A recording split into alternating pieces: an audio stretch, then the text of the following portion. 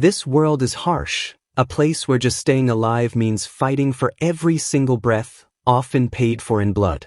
A huge, wolfish demon reels back, its eyes wide in shock as a sword tears right through it, its death cry caught in its throat.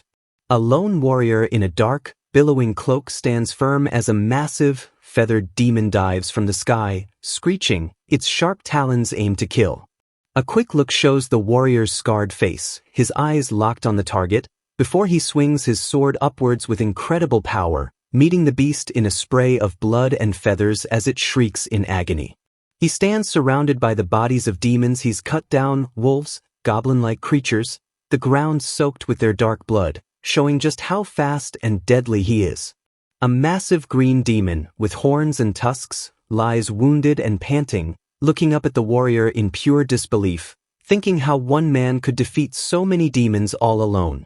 The warrior, Raven Vault, looks down at the demon, his face cold, his sword still shining, as the creature breathes out his feared name, the immortal Crow. Raven Vault. A name that echoes through these lands, the fearless demon hunter. A legend earned through endless, brutal fights. Raven's face is etched with scars, a map of his hard life, and though his eyes look tired, there's a dangerous light in them, with faint glowing particles drifting around him. A thin trail of smoke or energy curls from the sharp edge of his clean sword, a true extension of his own deadly will. The demon suddenly freezes, its breath catching in its throat, its eyes wide with terror as it realizes what's about to happen. Dark blood splashes violently, marking the decisive end of the fight. Raven stands calm, his face in profile, his mouth set in a grim line. No celebration, just the quiet end of another grim task. A thought flickers through his mind. He's finally made it this far, a feeling of deep exhaustion mixed with an even deeper determination. From behind, his dark cloak spreads out like the wings of a crow as he stands before a dark forest, ready for what's next, clearly having endured hell itself. He looks up towards a faint light in the overwhelming darkness, thinking about how there are only 15 days left, 15 more days to survive, and then, finally, he'll be free, a word he's held onto for so long. He will absolutely get out of this place. His boots crunch on the dusty ground with each step, carrying him away from the fresh horrors of the battlefield. He reaches the Demon Corps camp, a sprawling, bleak settlement of rough tents, an unwelcoming sight he's forced to walk right into. Inside, the camp feels just as grim, with two scarred, shirtless men drinking hard and laughing loudly, their very presence threatening. Nearby, inside another tent, young men sit shackled by their necks and ankles, their bodies thin and spirits broken, hunched over in complete despair, a common sight in this place. Looking back on the last 10 years, Raven can only think of them as a living hell. The Demon Corps, a name synonymous with suffering. Here, people are thrown into an endless war against demons, treated worse than anyone else in the Empire, forced to fight for their lives. Raven walks past more shackled prisoners, this demon corps filled mostly with criminals and slaves, the kind of men who don't even care if they live to see tomorrow.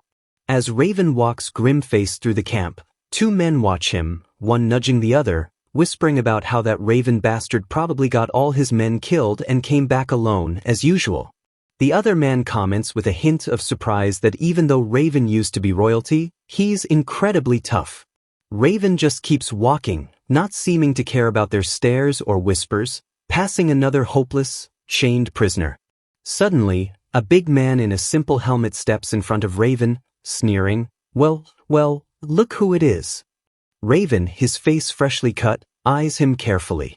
It's a large, pot-bellied man with a big mustache, with two thugs behind him, clearly trying to start something as he demands if Raven is ignoring him and if he has something to report.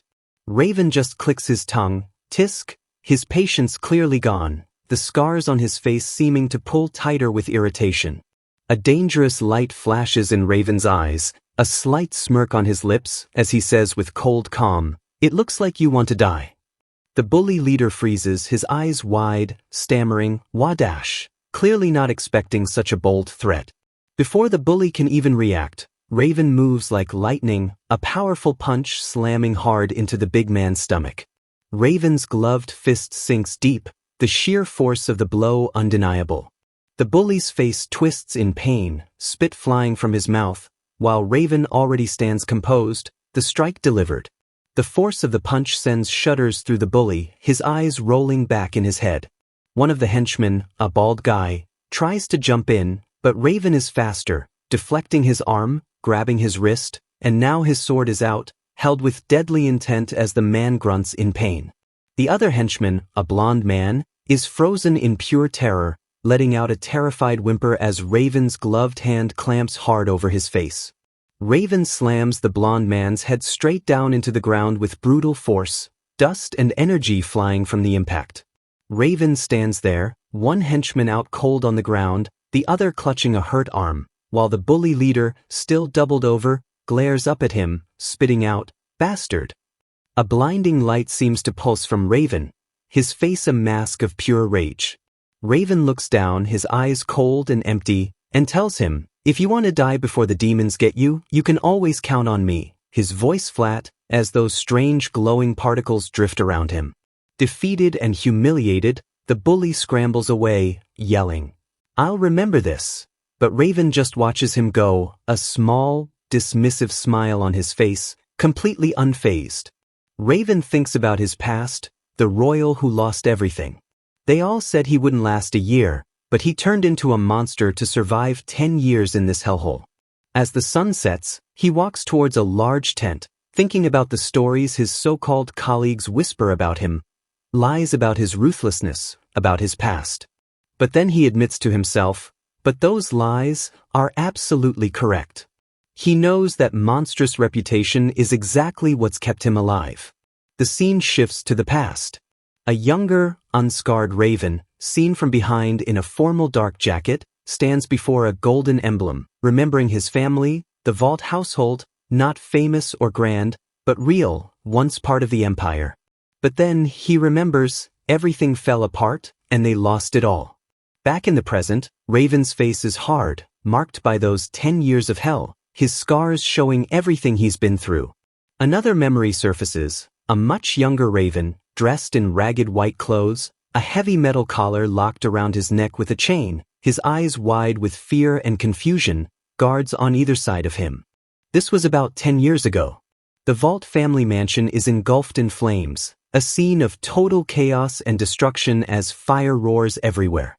A man with light brown hair in a ponytail stands before the burning mansion, arms spread wide, a look of dark satisfaction on his face as he declares that the Vault household foolishly plotted rebellion and that death should be their punishment. Young Raven's face twists into a scream, teeth bared like a trapped animal, as he yells out, "You are wrong." He desperately cries again, "Our household didn't do such a thing," trying to make them understand. Chained and held by two stone-faced guards, young Raven shouts, straining against his bonds, facing the man with the ponytail as a crowd watches on. The man with the ponytail glances back, a cold, smug smile on his face, telling Raven he's just a fool who can't see his own mistakes. Raven, his eyes wide with panic and the sheer injustice of it all, screams back that it's all a mistake, that other families planned it and his family was just dragged into it. The man cuts him off, roughly grabbing his hair and yanking his head back with a painful tug. Looming over the boy, with the mansion burning behind them, the man tells him with chilling calm that his parents are already dead, then cruelly asks why they don't just burn him too. But then, the man pauses, his tone changing slightly as he says, "However, I will offer you another option." Raven looks up, tears streaming down his face, a choked sound escaping him, completely at this man's mercy. Leaning in close, his face inches from Raven's, the man offers his deal against the hellish backdrop of the burning estate. Fight the demons for 10 years in the demon core. If you do that, he continues, I will at least let you keep your life, a tiny sliver of hope, but one that felt like its own kind of death sentence. Raven's eyes are wide with shock and fear, but also a flicker of desperate understanding, a pained groan escaping him as the weight of the choice hits him. The crowd of nobles starts murmuring, some whispering with pity and disgust about the demon core. They whisper about it being the Empire's worst unit, full of savages and criminals, thinking this is surely the end of the Vault family, and young Raven swallows hard as the true horror of his situation sinks in. Raven, still held painfully by his hair, asks with a voice that trembles but is strangely clear, "If I fight against the demons for those 10 years, can I live?" He looks up at the man, his young face dirty and tear-streaked, but now with a spark of defiance in his eyes, the chain around his neck a heavy weight. The man with the ponytail smiles a superior smile, gesturing as if being generous, and says, "If you're able to. After that, you are free to do whatever you want," clearly doubting he'd ever survive. A fierce, almost wild grin spreads across young Raven's face, not defeat, but the sudden birth of a desperate, burning will to live. A promise screams in his mind with fiery conviction. He will absolutely survive, and after that, he will rebuild the Vault household. He silently repeats that vow, his teeth gritted, his eyes blazing with this new, fierce purpose, even as the chains still hold him. Definitely. The word explodes in his mind as he kneels, hands tied, before the raging fire that used to be his home, a picture of total ruin, but in him, a tiny seed of unbreakable will. Back in the present, Raven's gloved hand rests on the rough canvas of his tent. He stands outside as the sun sets, long shadows stretching out, thinking that these days of disgrace will soon be over, his 10-year nightmare finally ending. His eye, the scar beside it clear, stares off towards the horizon, lost in his thoughts. He remembers how it all started. From the moment he was dragged here, he was forced to fight demons with no training, no experience, nothing. A flash of memory. A younger, less scarred Raven in shabby armor, desperately fighting a monstrous beast, sword raised high in the middle of a wild battle, thrown in completely unprepared. And yet, he thinks, somehow he managed to survive all of it until now. Another glimpse of him fighting, sweat pouring down his face, teeth gritted in pain and effort, his armor beaten and broken, every moment a struggle to just stay alive. He sees himself then and now, the innocent boy in clean, simple clothes, and the hooded, scarred warrior he is today. Just a kid, thrown into the demon-hunting corps for 10 long years, transformed completely. He stands tall, cloak whipping in the wind, sword ready at his side, the setting sun behind him, thinking that the next big demon hunt will be his last fight ever. He pulls back the flaps of his tent, a dark shape against the bright light from inside, ready for what's next, knowing there's just one more step until he's free, until he can rebuild his family's name. Meanwhile, the scene changes to a dark, mountainous land under a starry, purple sky. This is the Ancona Forest, territory of the dragon household, far from the demon core. We see a young woman with beautiful blonde hair and wide, bright blue eyes looking up, a drop of sweat on her temple, her expression a mix of awe and worry. She stands before a huge, breathtaking dragon with purple-pink scales and a fiery mane, its wings spread wide under the moon and stars. "Oh, my knight," someone seems to say, or perhaps she thinks. Then she looks down, her face determined but sad as she thinks, "The time to fulfill our oath is near," hinting at a new story about to unfold. The very word, dragons, hints at immense power, and then we see one, a fierce white beast with golden horns, unleashing a torrent of pure, fiery energy. These aren't just beasts, they're said to be stronger than any demon, maybe even the most powerful creatures to ever walk the earth. The sheer size of that leg alone says it all. And taming such a creature? Only one family in the entire empire holds that incredible, almost mythical power. They are known as the Pendragon household. And there she is, Erin Pendragon, with her magnificent white dragon. It's this unique bond that gives the Pendragons such massive influence, making them one of the empire's most prominent families. Meanwhile, for Ravenvault, the clock is ticking. Only 13 days left until he's finally free. Back at the Demon Corps camp, night has fallen, and Raven strides purposefully towards the commander's tent, his dark cloak flowing behind him. He reaches the entrance and without hesitation, pushes the flap aside, stepping into the light. Inside, Raven stands, his scarred face lit by the tent's glow, simply stating, "I'm back." Commander Baltai, a burly, bearded man, is inside with 2 young women. He smirks at Raven, calling him the god of death, for always returning alone, then immediately cuts to business. What's the scouting report? Raven doesn't flinch, his scarred face showing nothing as he takes in the commander's usual taunts. He gets straight to it. The front lines are teeming with demons, so many that if the main troops face them now, their chances of winning are almost zero.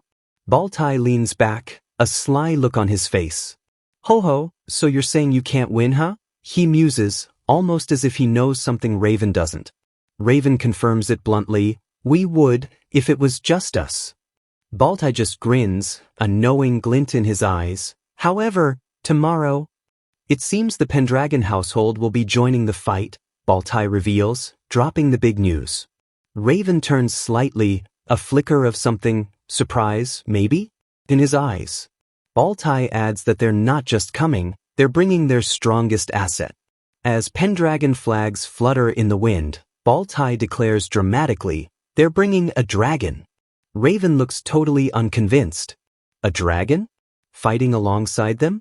He clearly finds that incredibly hard to believe. Baltai waves it off, saying he knows it sounds unbelievable, but the Pendragons have apparently tamed dragons for generations, and this white dragon is going to deal with the demons for them. Raven listens, the name Pendragon Duke household echoing in his mind. It's clearly a name that carries serious weight. The Pendragon crest, a symbol of their immense power, flashes by. They're the Empire's most influential family, even said to have royal blood in their veins. But Raven's still deeply skeptical. He always thought dragons were just old legends. Who could actually control such a creature? After 10 years fighting demons, he's never once seen one. He starts to wonder if Baltai's finally lost his mind, believing in fairy tales. Plus, he remembers hearing a rumor that the Pendragon's previous leader died recently, and their influence has been a bit shaky over the past few years. All this makes him think, I can't trust any of this information. Baltai cuts through his thoughts. You don't get a say in this, Raven. This is an order. But then, a complete surprise. However, you don't have to go to the battlefield tomorrow. Raven's genuinely surprised, a rare crack in his usual stoic composure, thinking, what on earth does that mean? As Baltai points a finger right at him. Baltai grins smugly, with a dragon on our side, we'll just let it handle the demons. Pretty smart, right? Then he gives Raven his actual assignment. You just need to look after the Pendragon brat. Raven considers this new, unexpected role. That much is fine, he says, his voice even, betraying nothing. Baltai leans in, a bit sly now. Never leave his side, he emphasizes, a strange weight to his words. Raven takes in the order, his gaze steady and unreadable. He lowers his head slightly in acknowledgement. Understood. Looking up again, his face set with resolve, he confirms, I'll do it. Baltai beams, clearly pleased. Good. Now go introduce yourself to the future Duke. I'm counting on you tomorrow. As Raven leaves, Baltai eagerly calls for more alcohol, clearly ready to get back to his own kind of party. Raven walks towards another large tent, this one marked with the prominent red and white dragon banner of the Pendragons, his steps steady and purposeful. The Pendragon flag ripples in the night breeze, a powerful symbol of their ancient and influential family. Standing before the tent, Raven muses to himself, so they really came? He still doesn't get why a person of royalty would bother coming to a trashy place like this to help them. He remembers Baltai calling the Pendragon a brat. The thought of babysitting some spoiled kid clearly doesn't excite him in the slightest. He looks up at the Pendragon banner, his cloak whipping around him. Whatever, he thinks, his focus unwavering. No matter if we win or lose tomorrow, as long as I manage to survive, I will finally be free. That's all that matters, he decides, his resolve hardening as he reaches for the tent flap. Pushing the flap aside, he steps into the Pendragon tent, announcing, Sorry for intruding, young lord. The tent is dimly lit. Suddenly, a deep, somewhat ethereal voice speaks from the shadows. Who are you? Raven freezes, a look of clear surprise and unease on his face. What kind of voice is that? Raven wonders, a bead of sweat forming on his temple. It doesn't sound human at all. This is getting weird. He takes a quiet breath, trying to gather himself before this unseen presence. Then, he kneels respectfully. "My apologies for disturbing you without any prior notice," he says. "Am I perhaps speaking to the young lord of the Pendragon household?" The voice from the shadows replies, its tone commanding and aristocratic. "Indeed, I am a Pendragon. Now, state your name and your affairs." Still kneeling, Raven introduces himself. "I am Raven Vault, the 12th Squad Commander of the Demon Corps. I was ordered to protect you, young lord, in tomorrow's battle, so I have come to report." The voice dismisses him curtly. "That protection is not needed. Just be ready for tomorrow. You may go rest." Raven remains silent for a moment, head still bowed, processing the blunt dismissal. Then, almost as an afterthought, the voice asks, "Do you have anything else to say?" Raven looks up slightly, a question forming. "Perhaps, did you not bring the dragon, your excellency?" he asks. "The firepower that the dragon brings is necessary for tomorrow's battle. He needs this to go well." "Stay calm," the voice reassures. "The dragon will definitely be there to help tomorrow." Then, another firm dismissal. "Now, please leave." Raven bows his head again. "Understood," he says, accepting the command. He turns and walks out of the tent, his silhouette framed by the glowing exit. He remains quiet, trying to make sense of that strange encounter.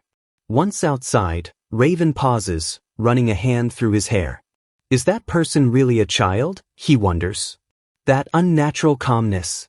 And as a member of a dukedom, coming alone to such a dangerous place is something I've never heard of. The young lord's demeanor is unsettlingly mature. He closes his eyes for a moment, a thoughtful expression on his face. It doesn't matter though, he finally decides. It's not like I will be seeing him again after tomorrow anyway. His focus snaps back to his imminent freedom. He glances back one last time as the tent flap settles. The next day, the sun shines brightly. A large crowd of Demon Corps soldiers is assembled before the Pendragon tent. Commander Baltai stands on a platform, addressing them, drumming sound effects filling the air, building anticipation. Bol, now in more formal horned armor, shouts to the troops, "The Pendragon Lord will be making his appearance." His voice is loud and carries over the assembled soldiers. Baltai gestures grandly towards the tent, while Raven stands off to the side, observing impassively, his expression unreadable. Baltai lets out an annoyed tisk, his face contorted in a grimace. He seems impatient, or perhaps even a little nervous about this grand arrival. Raven looks up, a silent question mark in his expression, wondering what the delay is all about. Baltai opens his mouth wide, about to shout something, likely an impatient summons to hurry things along. He begins to yell, "Pendradash." Suddenly, a massive explosion of energy and debris erupts from near the tent, the ground shaking violently beneath everyone's feet. Raven is thrown off balance, shielding his face instinctively. "What the hell?" he exclaims, caught completely by surprise by the sudden chaos. Through the dust and lingering chaos, a massive, glowing blue eye appears, the eye of the white dragon. It's an awe-inspiring, terrifying sight. Raven looks up, his eyes wide with pure shock and disbelief. "That is," he gasps as the enormous head and neck of the white dragon, Elusha, materializes right before him. The magnificent white dragon, adorned with golden armor plates, descends or fully appears, its wings spread majestically against the blue sky. It towers over everything, a truly awe-inspiring spectacle, and Raven can only stare up from below. A close-up of the dragon's regal head. Its eyes are intelligent and ancient, radiating an almost palpable power as golden energy shimmers around it. Raven, still reeling from the sudden, earth-shattering appearance, looks utterly stunned, a hand raised as if to shield himself or simply in a gesture of pure shock, sweat trickling down his face. Raven just stares, completely stunned. "A white dragon?" He breathes, the words barely coming out. The legends were true. Then, a figure in gleaming white and gold armor, with a flowing red cape and long blonde hair, lands gracefully atop the dragon's head. Raven looks up at this knightly figure now perched on the massive dragon. a stark contrast to his own dark, practical gear. We see them both in profile, the noble knight in their shining helmet, and Raven, his scarred face looking up, still trying to take it all in. The knight raises a hand to their helmet, a deliberate, almost formal gesture. Their voice rings out, clear and full of command, "I am Pendragon." Pendragon stands tall, hands slightly raised, repeating their declaration with unshakable determination, "I am Pendragon. Let's begin the demon subjugation." The demon corps believed that with the Pendragon household and their white dragon, this massive demon hunt would be over in a flash. An easy win. The battleground, Lopton Prairie. The fight is on. Two savage, wolf-like demons, eyes glowing, snarl and growl, ready to rip into anything in their path. Raven, seen from behind, tells Eren, "Young lord, I'm not used to fighting while protecting someone." He stands protectively in front of Eren as three demonic wolves lunge, continuing his warning, "So please, don't move around as you please." He's setting the rules. Raven grips his sword, ready. "While the white dragon handles the sky," he explains, "I'll take care of the ones down here by myself." His face is grim, determined, sword resting on his shoulder. He's a seasoned warrior, focused and prepared. "Come at me, dogs," he challenges, his voice cold and utterly confident. The demonic wolves charge, snarling, but Raven meets them with a grim smile, completely unfazed. He moves like lightning, his blades a blur, unleashing a flurry of slashes. Blood sprays as he cuts down the attacking demons. His blade vibrates with the force of impact, slicing through demonic flesh with brutal, deadly efficiency. Raven stands amidst the carnage, sword over his shoulder, looking up at the white dragon, Elusha, soaring high among the clouds. From Elusha's view, looking down between its massive wings, plumes of smoke rise from the fierce battle raging on the ground. Elusha opens its massive jaws, bright blue energy crackling and gathering within, signaling a devastating attack is coming. The dragon unleashes a torrent of blue fire, sweeping across the battlefield, catching smaller, winged demons in its fiery path. Bird-like demons screech in agony as they're engulfed by Elusha's fiery breath, an overwhelming assault. Elusha hovers, surrounded by the swirling blue flames of its own attack, incinerating demons, a terrifying display of raw power. Raven looks up at the sheer destruction, a single thought echoing in his mind, how terrifying. Even he's awed by this. He stands beside Pendragon, who remains stoic. A dead bird demon lies nearby. Who would have thought the white dragon actually exists? Raven muses. Watching the aerial battle, Raven thinks no demon could ever match a dragon. He used to think it was just a rumor, but seeing this, there are a lot of demons though. He watches Elusha single-handedly wipe out a huge number of them with its fiery breath. But that one dragon took care of most of them. A slight, almost relieved smile touches Raven's lips. This battle's been a breeze thanks to the dragon. Victory's almost certain. For my last mission to be this easy, my luck must be pretty good. Elusha's massive, clawed feet land with a heavy thud, stirring up dust. Elusha stands majestically, Pendragon at its side, the dragon completely dwarfing the armored knight. Raven approaches Eren, asking if they or the dragon are wounded. Eren, helmet still on, calmly replies, "It's fine. Don't worry." Raven looks out at the battlefield, a confident smirk on his face.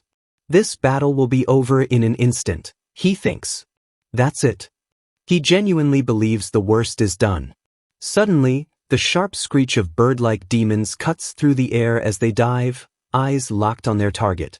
A massive swarm of these avian demons descends, darkening the sky. Raven and Eren look up in alarm, even Elusha seems to react. Raven looks up, his eyes wide with dawning horror. "Shit, the remaining ones," he exclaims, realizing he spoke too soon. He turns to Eren, desperate. "Young lord, order the dragon," he yells, expecting another blast of fire. Eren stands calmly beside Elusha, looking up at the descending horde. The dragon is poised, but not attacking. Eren remains silent, face hidden by the helmet, a single, almost invisible breath escaping. Elisha also stays still, golden eyes watching the approaching swarm, but making no move to fight back. Erin's profile is calm, almost serene, despite the clear and present danger. No alarm, no order. The bird demons fall upon Elisha like a dark, vicious wave, talons and beaks tearing at the massive dragon. Raven and Erin watch the attack. Erin, still calm, just notes, "There are quite a few of them." Then, almost casually, "Please take care of it, White Dragon." It sounds like a polite request, not a command. Elisha tilts its head back, making a sound, but still doesn't actually fight back. The dragon endures the assault, a pained sound escaping it, but no fire, no retaliation. Raven watches in disbelief as the bird demons relentlessly attack Elisha, who just stands there taking it. He's utterly confused. The demons claw and bite at Elisha's scales, drawing blood. The dragon is clearly getting hurt. Raven, his face twisted in rage and confusion, screams upwards, "Why are you not fighting back?" He can't understand this. Erin Pendragon stands motionless, face shadowed by their helmet, offering no explanation, no answer. Raven whirls around to face Erin, grabbing their shoulder. "Young lord," he shouts, eyes blazing with fury and desperation. "What the hell are you doing?" An explosion of energy or impact rocks the ground nearby, debris flying, catching Raven and Erin in the shockwave. Raven looks stunned, a bewildered wadash escaping him. He has no idea what's happening or why Erin isn't doing anything. Suddenly, a new wave of demons, more wolves, led by a larger, fiercer bird demon, charges towards them on the ground. Raven realizes with horror, the demons should have been almost dealt with. The fresh wave of demons bears down on them. But to think there are so many of them left. Raven thinks, the situation turning incredibly dire. Erin is trapped between a snarling wolf from below and a diving bird demon from above. Raven, also beset by a wolf, grits his teeth, preparing to defend them both. A quick thought cuts through the chaos. A dragon is truly the strongest being that exists. Elisha stands proud and powerful, radiating an almost divine light, a symbol of immense strength. The thought continues, no matter what demon it is, it won't be a match for a dragon. That was the core belief. Raven remembers his earlier optimism, how this easy last task meant his luck was good. Those hopes are now dust. The image of Erin calmly telling Elisha, "Please take care of it," while the dragon was swarmed, flashes in his mind. The dragon's inaction is terrifying. That confident assertion, "As long as our ally is a dragon, we will win," now feels like a bitter, cruel joke. Raven's thoughts turn to sharp self-blame. "It is my fault for being delusional and letting my guard down. What a fool I am." He realizes his mistake. He gasps as dark blood splatters across his vision. He looks up to see Elisha, the mighty white dragon, now heavily wounded, dark blood streaming from multiple gashes. It's a shocking, terrible sight. Raven's face is spattered with blood, his expression one of grim realization and utter despair. The easy win he imagined has become a bloody, desperate nightmare. A single drop of blood falls to the ravaged earth. What a mess, Raven thinks, his voice filled with exhaustion and bitterness. His last fight for freedom has gone horribly wrong. The battlefield is a wreck, bodies everywhere under a hazy, orange sky. A lone wolf demon picks through the carnage. It's been a slaughter. Now, small, green-skinned goblins advance, chattering, one with a knife, another with a spear, fresh attackers, or just scavengers. Raven faces them, seen from behind, as three leap at him, weapons ready, swift and vicious. Blood drips from Raven's mouth. He's panting, clearly hurt and worn out, his ragged breathing loud in the sudden quiet. He swings his sword in a desperate sweep, catching a goblin mid-lunge, its cry cut short. Raven fights on, his movements still powerful but heavy with exhaustion, cloak swirling as he cuts down another demon, the sun glaring behind him. Close up on Raven's face, blood streams from a wound near his eye and from his mouth. He's gritting his teeth, pushing through, but he's fading. A dark energy blast slams into the ground nearby, sending up earth and light. The fight just doesn't stop. Looking at the chaotic sky, filled with smoke and distant winged shapes, Raven just curses. This is bad. He leans heavily on his sword, using it like a crutch. He's struggling to even stay on his feet, clearly at his absolute limit. Ugh. He groans, clutching his side. He's exhausted with a deep wound. If I fall now, he thinks, I won't get up again. Falling means death. He looks up, blood and sweat matting his hair, a bitter, resigned, escaping him. His face is a mask of pure pain and exhaustion. He glances at Alusha, the massive white dragon, slumped and bleeding, impaled. Both of us are such idiots, Raven thinks, a shared feeling of being totally outplayed. Raven's foot slips in a pool of dark blood. The whole battlefield is soaked in it. He looks at the downed dragon, still majestic even now. White dragon, he calls out weakly, are you really dead? The scene pulls back, showing the immense fallen dragon. Pendragon is a small, slumped figure near its head. Raven stands a little way off, both dwarfed by the dying beast. Eren coughs, blood splattering from their mouth, a wet, choked sound. They're gravely injured. Raven looks over, his own face streaked with blood, watching Eren suffer in silence. Eren lies on the ground, ornate armor stained, helmet gone, blonde hair spread out, looking utterly broken. Raven stands over them. Eren struggles for every breath, dark blood trickling from their mouth and a wound on their forehead. Raven looks down at Eren, a grim, almost detached look on his bloodied face. So, you're still alive? He asks, his voice rough. He leans down, grabs Eren by the armor, hauling them up. Before we die, answer me one thing, Raven demands, eyes burning with a desperate need to know.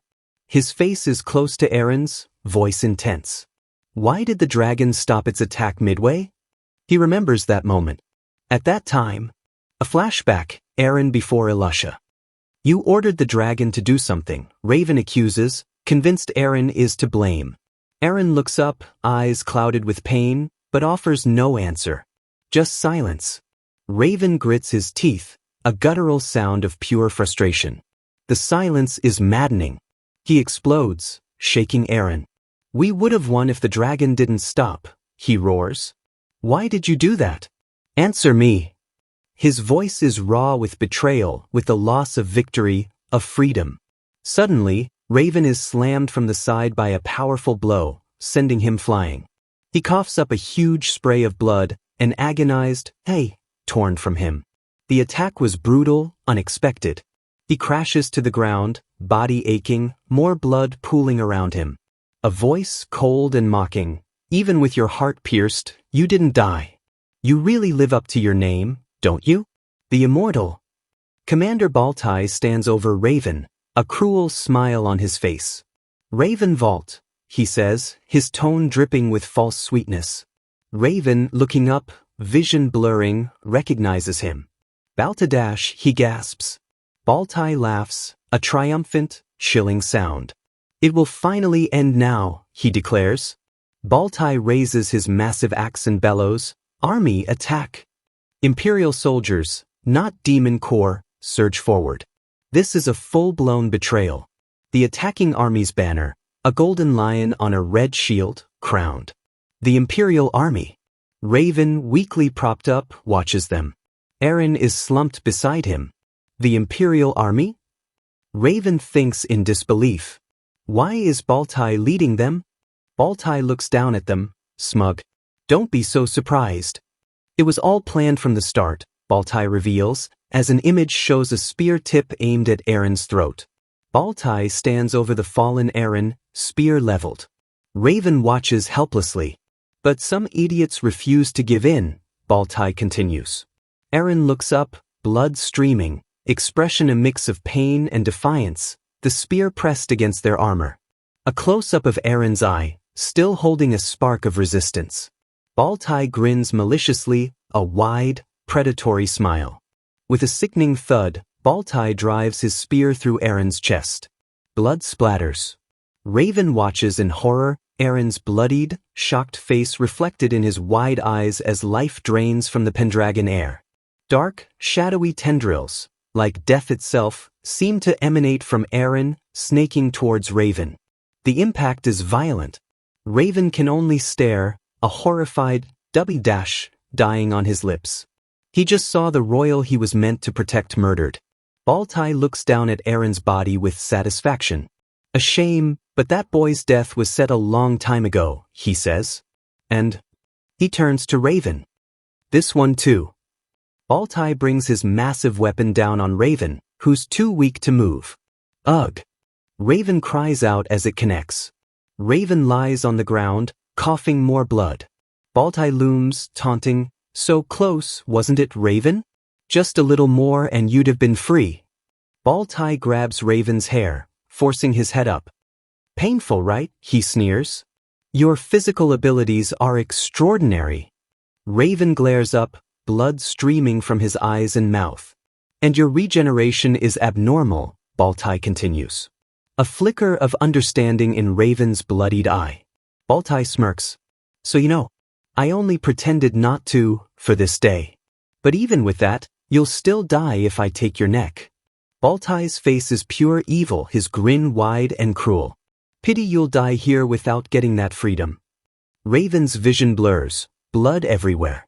He's dying, dreams shattered. His final thoughts: to become free and rebuild my household. For that, I fought for 10 years. But even so, isn't this the same as that time? His mind flashes to his family's ruin, the same helplessness. A faded image of young Raven, chained, before the man who condemned him. Same despair, same betrayal. His thoughts, bitter, "The weak and powerless always endure this. They die in places like this. Even though I was so close." Raven lies dying, blood pooling, hand clutching his chest, eyes wide with the shock of this final betrayal. Baltai leans close, a dagger at Raven's throat. "Raven," he says, voice soft and menacing, "a little secret." Baltai's grin is sadistic. In reality, he reveals the full conspiracy, the dishonor your family suffered, your entry into the demon core, and your death with the Pendragon brat right now. Baltai yanks Raven's head back, face alight with triumph. "Everything was plotted," he declares, the awful truth out. Raven's eye widens in horrified realization. It all falls into place. What? He chokes out, the decade-long plot to destroy him, his family, and now the Pendragons, too much to bear. His face is a mask of utter shock and soul-crushing understanding. Baltai slams Raven back down. "Only thing not expected was the dragon being this weak," he adds. Baltai raises his axe high, ready for the final blow. "But all part of someone's plan," he says with satisfaction. He swings the axe. "Farewell now, little crow," he sneers. Raven's eyes are wide, blood streaming, as the axe descends. This is it. A brutal impact, a spray of dark blood. It seems Baltai struck true. But then Elisha.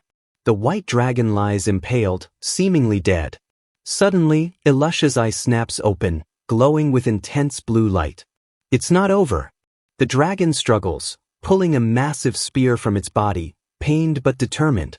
Eren Pendragon lies nearby, seemingly lifeless. Raven also lies on the ground, apparently dead or dying. Elisha looks towards Eren and Raven, a strange, sorrowful yet resolute expression on its face, dark blood staining its scales. A mystical, golden light begins to emanate. All conditions have been fulfilled. Dark, shadowy tendrils erupt, surrounding Elisha, Raven, and Eren. A massive, shadowy, spider-like silhouette appears above them.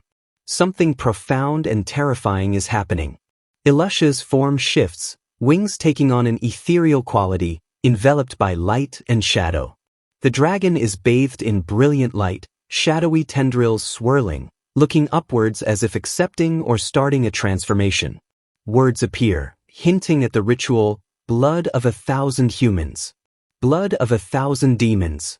Royal blood and royal dragon blood. And the meeting of the sun and the moon.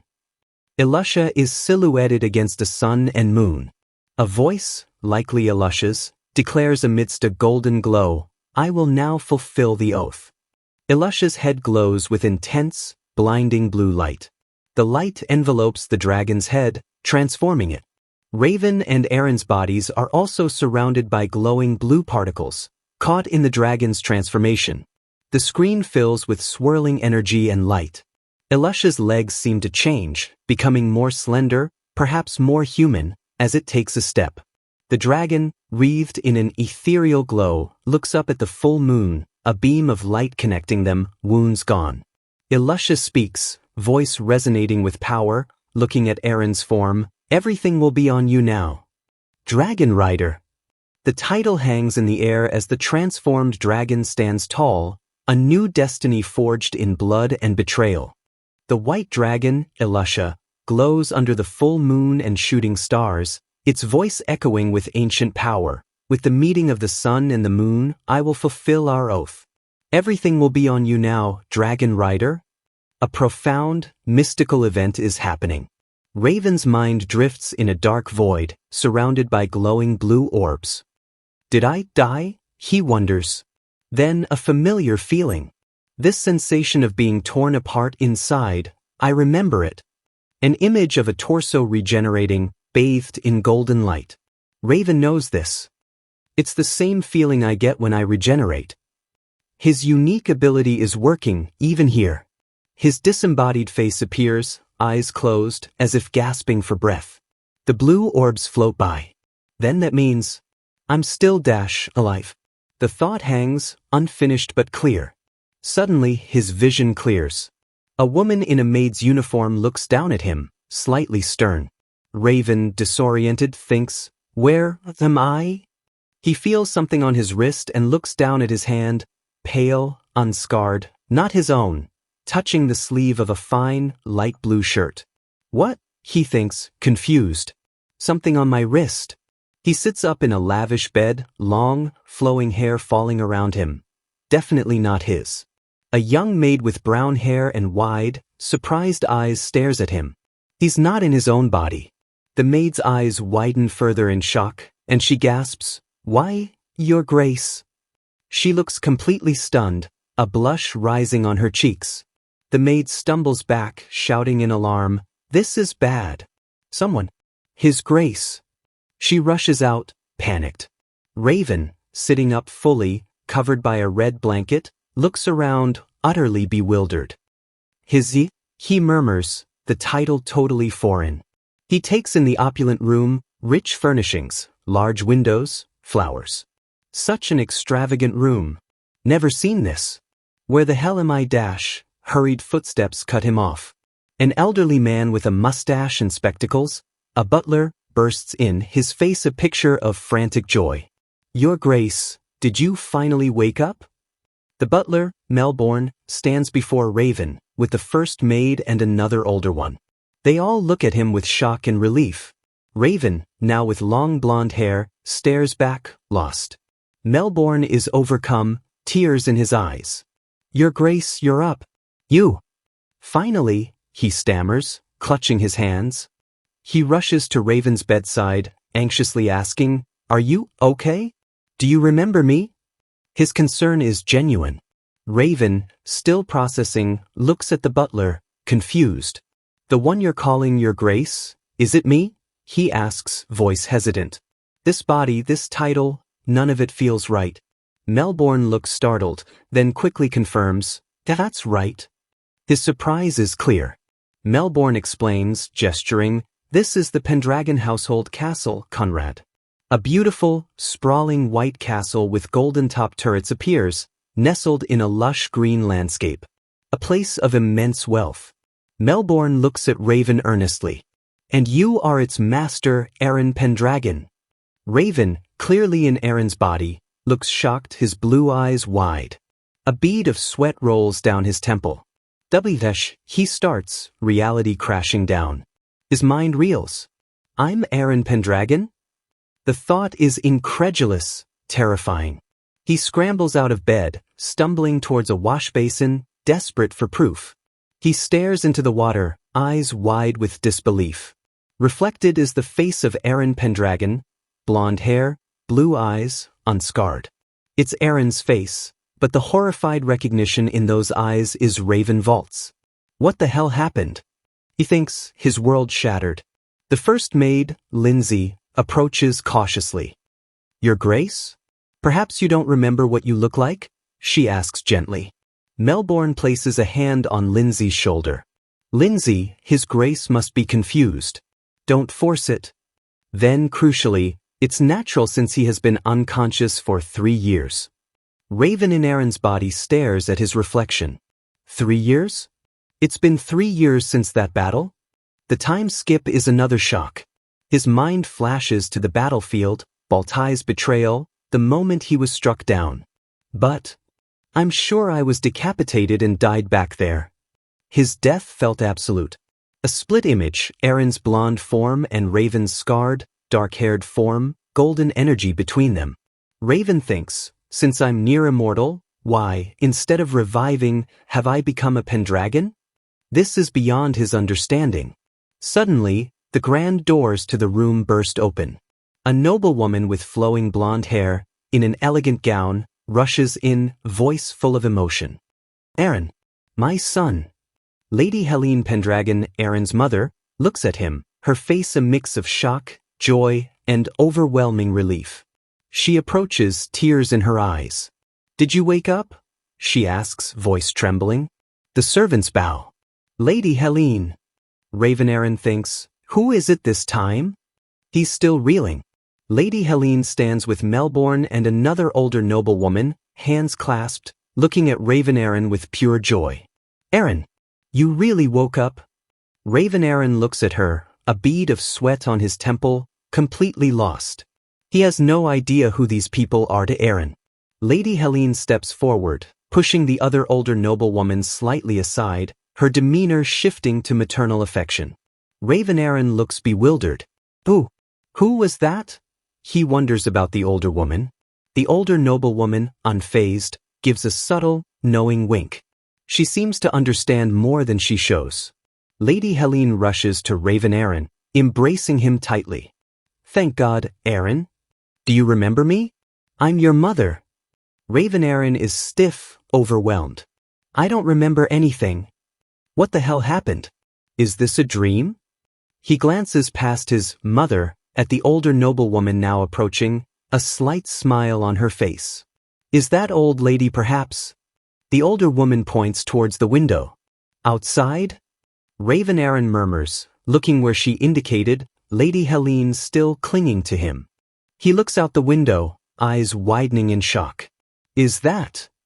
The massive wing of Elusha, the white dragon, fills the view. Elusha, looking healthy and majestic, is perched atop a castle tower, golden horns gleaming. Raven Aaron stares up at the magnificent dragon, its ethereal mane flowing. A name flashes in his mind, knowledge that wasn't his. Soldrake? Soldrake, the white dragon, looks down, intelligent eyes meeting his. The dragon lets out a deafening roar, pure power radiating from it. The force of the roar shatters the massive window, sending glass flying. Servants and Lady Helene cry out, Gee! Soldrake looms outside the broken window, looking directly at Raven Aaron. Raven Aaron clutches his head, bewildered. Soldrake? Why do I know this white dragon's name? No, regardless, he died alongside Aaron back then. The memory of the dragon's death is vivid. A flashback to the battlefield, Elusha impaled and dying, Raven watching. Raven Aaron tries to make sense of it. Did it revive? No, he was probably still alive. Then, he shakes his head. I don't understand a single thing. He calls out the dragon's name, Soldrake? Reaching a hand towards the window, as if to confirm its reality. Lady Helene throws herself protectively in front of Raven Aaron, arms outstretched. I won't allow you to hurt my son anymore, she screams, maternal instinct overriding fear. Soldrake's massive eye stares impassively, a low growl rumbling. Lady Helene trembles but holds her ground, determined to protect her child. Suddenly, the older noblewoman glides between Lady Helene and the dragon, hands raised as if to calm it. She approaches Soldrake, reaching out a hand towards its snout, completely unafraid. Raven Aaron, surprised, instinctively tries to pull Lady Helene back. "Get back," he shouts, then realizes. "Eren!" Lady Helene exclaims, surprised. The old woman gently strokes Soldrake's snout. The massive dragon calms, nuzzling her hand. She turns slightly and gives Raven Eren another knowing wink, a small smile. There's a clear understanding between her and the dragon. Raven Eren stares, utterly bewildered. Lady Helene turns back to him, concerned. "Eren, what's wrong? It's dangerous, please sit down." She gently pushes him towards the bed. Raven Eren looks past his mother at the old woman with the dragon. That old lady. Am I really the only one who can see her? He wonders, as no one else seems to react to her. The old woman continues to soothe Soldrake, her connection undeniable. Soldrake closes its eyes, seemingly content under her touch. With a powerful beat of its wings, Soldrake takes to the sky, flying away. The old woman watches it go. She raises a hand in farewell as the dragon soars into the bright sky. The old woman stands serenely, petals or light particles drifting around her. She begins to fade, dissolving into particles of light. Raven Eren stares at the spot where she stood. She disappeared. He thinks, more confused than ever. He lets out a shaky breath. Ta! A bead of sweat traces a path down his new face. Melbourne rushes to Lady Helene. "Lady Helene, are you all right?" She replies, "I'm all right, Melbourne." More importantly, she turns to Raven Eren, eyes soft with maternal love. "Eren, are you okay?" Raven Eren grits his teeth, the weight of this impossible situation pressing down. He stands, barefoot, back to back with an image of his former self, Ravenvault. The contrast is stark. This extravagant castle, these servants who worry, and the dragon's name that just came to me. It seems I've really become Eren Pendragon. The acceptance is reluctant, forced by overwhelming evidence. Lady Helene looks at him, hopeful, questioning. "Eren?" Raven Eren forces a smile, a strange, almost painful expression on Eren's features. "Fine, Mum," he says, trying to play the part. Lady Helene looks relieved, though perhaps a little unsettled. Melbourne smiles faintly. Raven Eren turns away, looking out the broken window. "No point in remaining confused," he resolves. "I'll have to gather information." He runs a hand through Eren's long blonde hair. "And since I'm not really Eren, I'll have to make sure I'm not found out." His survival instincts kick in. So let's start with information gathering. The immortal crow, even in a new body, prepares to fight for his life again. Raven, in his original scarred form, sits on a pile of dead demons under a fiery, battle-torn sky. An inferior core with no human rights, he thinks, where they throw the worst of the worst. They say you can't even survive a year there. However, I survived 10 years. A simple, powerful statement of his incredible resilience. His hooded, scarred face is shown, grim determination in his eyes. Polishing myself non-stop, my combat skills and my abnormal regeneration. That's how he made it.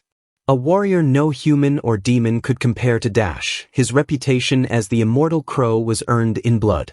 The scene shifts to Raven before the wounded Alusha. Lopton Prairie. My last battle before freedom. Duke Pendragon and I were plotted against, and both lost our lives there. He remembers that tragic end.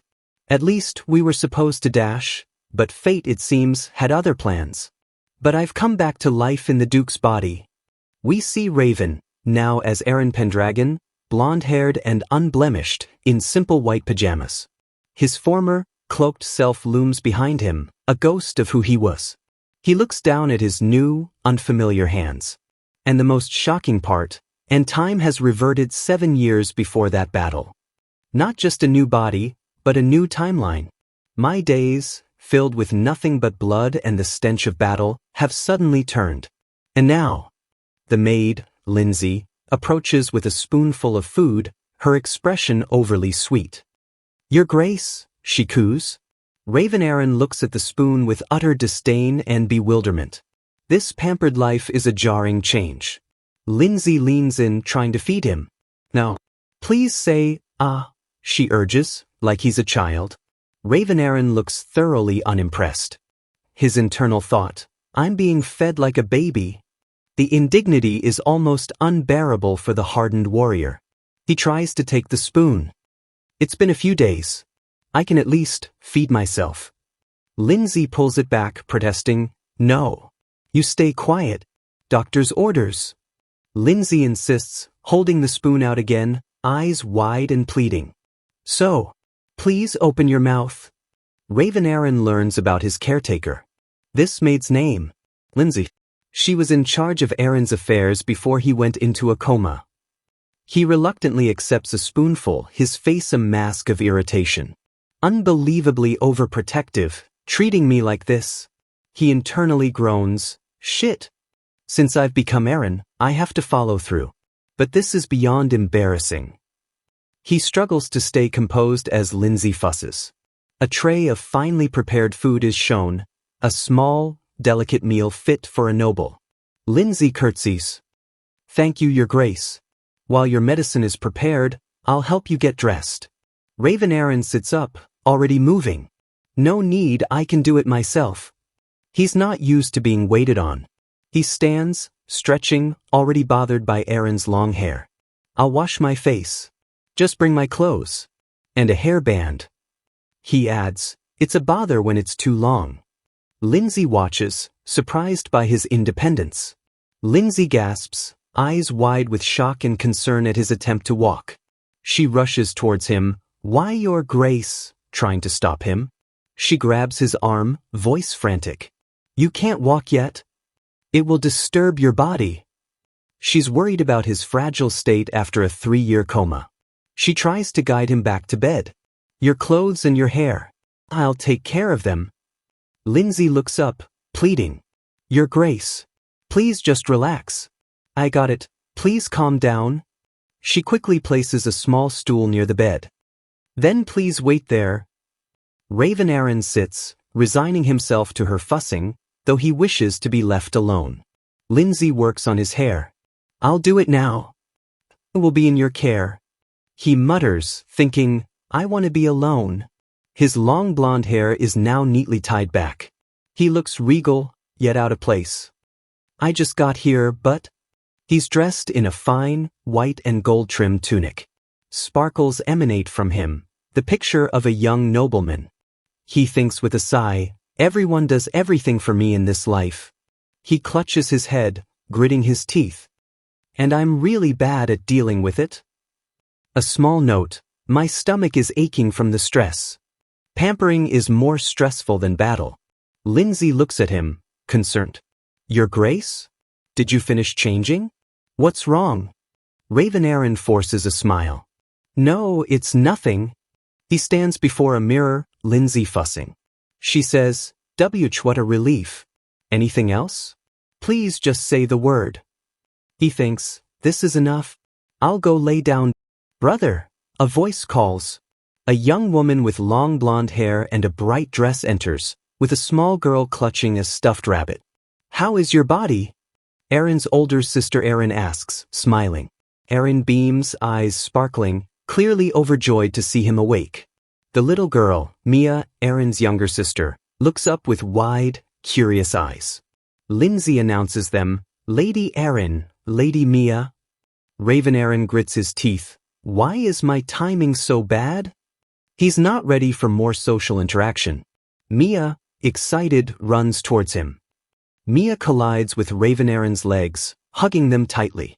He looks down, startled and awkward. Mia looks up at him, big blue eyes filled with innocent affection. Raven Aaron forces another strained smile, trying to appear natural. He's completely out of his element with children. Aaron approaches, concerned. I'm sorry, brother. Can you walk normally now? Raven Aaron replies, as long as it's just walking, it's fine. Lindsay offers Aaron a chair. Lady Aaron, please sit. Aaron thanks her. Raven Aaron now holds Mia, who sits contentedly on his lap. Aaron looks at him, worried. Brother? Did we disturb you? He's clearly not acting like himself. Raven Aaron manages a weak smile. No, it's fine. He's trying to play the loving brother. Aaron beams, relieved. That's great. We were so happy when we heard brother woke up. She continues excitedly, by the way, the flowers in the courtyard are blooming. Once you can leave, let's go see them. Aaron chatters on, the cornflower you planted is about to bloom. Remember? Just before your coma. Raven Aaron listens, a vein throbbing on his temple. It started again. The constant attention is grating. He reflects, ever since I faked memory loss, this sister talks too much. His face is impassive, but he's gathering info. But, thanks to that, I've got a bunch of information. I've heard from her what kind of mess Aaron was. Aaron explains, instead of learning swords, he focused on painting. Liked drawing arts instead of fighting. An image shows the original Aaron, gentle and artistic, painting in a garden. Raven Aaron thinks, but that much is fine. Preferring art isn't a crime. Aaron continues, however, Aaron's a coward who shut himself in his room to avoid people. Flashback, young Aaron kneeling in shame before a stern knight. Because of that, his sword skills and combat abilities were lackluster. Soon, rumors spread to other households. The Duke household's successor became a laughingstock. Raven Aaron holds Mia, looking down. No wonder the Pendragon household fell. The heir's weakness had consequences. He clenches his fist, a new resolve. But now that time has reverted and I've become him. His body is 17, about 10 years younger than when I met him on the battlefield. This is Aaron before the coma. Image of Aaron in a coma. Servants say he went into a coma at 14 and woke up 3 years later. There must be a reason I took over his body while he's in a coma. The timing is too specific. No, the why isn't important, he dismisses. What's important is I'm alive and back 7 years in the past. A fierce, determined glint in his blue eyes, Aaron's eyes, Raven's spirit. I have a chance to redo, he thinks, a predatory smile. He remembers his past, betrayal, fighting to clear his family's name. That time I was sent to the Demon Corps and lost my family's honor. I got a second chance. His eyes narrow. What I couldn't do. Let's start with what Baltai said dash. He's already plotting, focusing on the conspiracy. The screen goes dark, a shift in his thoughts. Baltai's words echo, the dishonor your family suffered. Your entry into the Demon Corps, and your death alongside the Pendragon brat. Everything was plotted. The full betrayal, laid bare. Your death alongside the Pendragon brat. Resonates. A targeted assassination of both. Raven Aaron resolves, to figure out what he meant. He clenches his fist, a determined smile. As both Aaron Pendragon and Raven vault, I will fight once more. He embraces this new dual identity, this chance for vengeance and redemption. Aaron, oblivious, smiles brightly. And then Lady Luna. She begins about to share more. Aaron notices his distraction. Listening, brother? Raven Aaron, startled, replies, sorry, please continue. Mia still on his lap. Aaron claps excitedly. Okay. Lady Luna's coming to see you, brother. Raven Aaron interrupts. Wait. Who is Lady Luna? He has no memory of this crucial person. Aaron looks apologetic. Sorry brother, your memories are still. She remembers his feigned amnesia. She explains, Lady Luna is part of the Pendragon cavalry and foster daughter of Count Sirod. A banner with a lion crest amidst roses, suggesting the Sirod family. Aaron clasps her hands, a dreamy look. Brothers dash, she begins, implying a close relationship. Raven Aaron looks down at Mia, a bead of sweat on his forehead. He is completely unprepared. His face is a mask of barely suppressed panic. He manages as the implications sink in. The sound of horse hooves approaches. A cavalcade of knights with an elegant carriage rides through a sun-dappled forest. 2 knights beside the carriage. One informs, we'll reach Conrad Castle soon. Please endure a little longer. Inside, a beautiful noblewoman with silver/light lavender hair pulled back and striking purple eyes, sits patiently. Lady Luna Sirod. Composed and thoughtful. Her arrival is imminent. The cavalcade we saw continues its journey, knights escorting an elegant carriage along a sun-dappled forest road, hooves echoing. Knight Joseph Breeden rides beside the carriage window. "Lady Luna," he says, "after 3 years, you'll finally meet your fiancé again."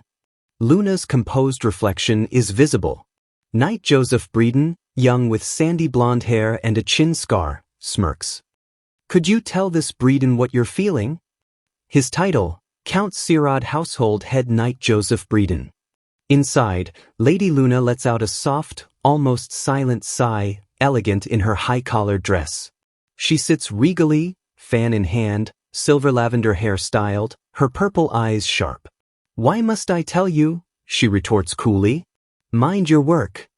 Her title, Count Sirad Household Luna Sirad. Luna turns her head slightly, her expression unreadable, hinting at disdain for the upcoming meeting. Her thoughts turn to Aaron Pendragon. An image of the original Aaron, young and frail, amidst art supplies, appears. A weak, pathetic human, gender ambiguous, she thinks dismissively. Her opinion is very low. She recalls Aaron cowering. "Even if I see him, he'll probably hide fearfully, so conversation's impossible." Her thoughts continue, "Engaged to such a person for my family's benefit. Purely political. However, that ends today." Her resolve is firm. "My father, Count Sirad, has finally decided to end this engagement." The decision is made.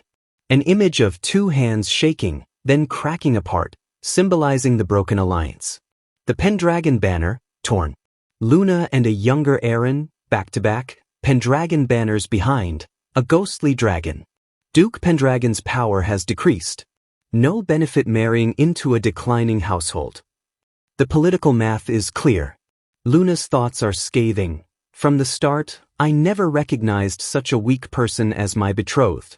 Memory, Luna before a stern Count Sirad, her foster father, in a grand hall. Close-up of Count Sirad's lips, likely discussing the engagement. Luna admits, "Honestly, it relieved me when father told me to break up with him." Knight Breeden's voice, his reflection in the window. "Although our purpose is to inform them of the breakup, I wonder if young Master Aaron has grown up." Luna cuts him off sharply. "Not your concern. I'll do the talking. Stay still, don't agitate their knights." Knight Breeden stifles a laugh, clearly amused, not taking her seriously. He scoffs, "They won't heal people like the Pendragon Knights." He continues mocking, "Whether that kid, no, young Master Aaron has woken up or not, past glory can't be recovered." Reason being, image of a defeated Pendragon Knight, sold rake looming over a building. Breeden states, "Young Master Aaron failed to pact with the dragon once. The Pendragon household will only decline." This failure is critical. Breeden puffs his chest, smug and arrogant. "However, if it's me," he gestures grandly, "I'll bring Sirad more glory than Pendragon's ever. A Pendragon without a dragon. I alone am enough." Luna interrupts, "Sir Breeden." Luna looks at him with cold disdain, covering her mouth slightly. "It's unpleasant. Please fall back." Breeden, taken aback but saving face, bows. Well, excuse my rudeness, my lady." Luna remains silent, unimpressed. Luna leans back, eyes closed, thinking, "I wonder if there are any respectable men from Pendragon or Sirad." Her expression is weary. They're either weak or boastful. Referring to Aaron and Breeden. "I don't like either," she concludes, looking at the clouds. Her standards are high and unmet. The carriage and escort finally arrive at the magnificent Conrad Castle. Inside Pendragon Duchy's Conrad Castle, the family, Lady Helene, Aaron, Mia, and Raven Aaron, with servants, greet their guests. Lady Luna Sirad enters, curtsying gracefully, petals falling. "Greetings to everyone from Pendragon Duchy," she says, voice polite. "It's been a long time." Raven Aaron stands with his mother and sisters. Mia peeks from behind his leg, Aaron smiles brightly. Lady Helene also welcomes them. Aaron rushes to embrace Luna. "Big sister Luna. Beautiful as ever. So lovely." Luna smiles faintly, Aaron, it has been a long time. Lady Helene steps forward. Luna, thank you for traveling here. Everyone's been looking forward to your arrival. She turns to Raven Aaron. Come on, Aaron, escort her. Raven Aaron looks slightly uncomfortable. Ah. Luna observes Raven Aaron, a slight frown. He really is pitiful. Can't greet me without his mother, even at this age. Her initial assessment seems confirmed. Raven Aaron approaches Luna, expression unreadable. He speaks, voice calm, surprisingly direct, not a timid mumble. It has been a long time. I'll escort you to your room, so follow me. Luna is visibly taken aback, a slight gasp. This confident demeanor isn't the Aaron she remembers. Raven Aaron turns to leave, then asks, is it okay for the night to stay separately? Referring to Breeden. Luna stares at his back, flustered. Oi, are you listening? Raven Aaron prompts. Luna quickly composes herself, surprise lingering. Excuse me. It's fine for the night to stay separately. Raven Aaron glances back, blue eyes sharp. I heard from Aaron she's quiet and calm, but... He walks ahead, Luna and Lindsay following. Such an attitude towards her partner unseen for 3 years. Guess this is a marriage of convenience. How worthless. His cynicism remains. Lindsay opens a door. Wire Grace, Lady Sirod, right this way. Raven Aaron leads Luna into a sitting room. Please excuse my intrusion, he says formally. Lindsay asks, Your Grace, shall I prepare tea? Raven Aaron replies, HM? I'll leave that to you. Lindsay says, I understand, and scurries off. Raven Aaron turns to Luna, gesturing casually. Don't just stand there, find a place you like and sit. His tone is unexpectedly relaxed. Luna stands frozen, eyes wide with disbelief. Just what is going on? She thinks, bewildered by this new Aaron. She recalls the old Aaron, timid, unable to meet her eyes, needing his mother's prompting. That person who couldn't meet eyes. Now he's confidently interacting. Luna thinks, for him to communicate with me and the maids without problems. She looks at him, reassessing. Why, you've changed quite a bit. I heard you don't remember the past, but do you not remember me? Raven Aaron casually plops into a chair, crossing his legs, unlike the proper Aaron. I don't remember anything from before I woke up, he says nonchalantly. My bad. Luna sits opposite, mind racing. Lost all memories, completely different personality? But even then, she observes him, a strange new feeling. He looks up, confident, almost charming. He's become such a fine man. She thinks, then corrects, can't even be compared to his past self. A blush creeps up her neck. Her heart pounds. With his current personality, even the declining Pendragon household may. A new, unexpected hope or calculation forms. Raven Aaron watches her, coolly observant, sensing her internal shift. He thinks, under current circumstances, without good info on Pendragon and neighbors, not sure what impact stirring trouble with Sirod would have. He focuses on Luna, but this woman seems to be hiding something. A slight, calculating smile. Can't be helped. Shall I ask a few leading questions? He's ready to probe. He leans back. Seems I'm very different. My sister and maid said so. He makes a provocative suggestion. Maybe we can call off the dash. Luna cuts him off, slamming hands on the table. No. Luna looks flustered. Sorry for my sudden outburst. Raven Aaron watches, questioning. Luna looks down, clenching her skirt. Just what am I doing? Cancellations decided by father. Isn't that why I'm here? Her resolve wavers. She tries to reaffirm, no matter how much he's changed, Pendragon honor can't be restored.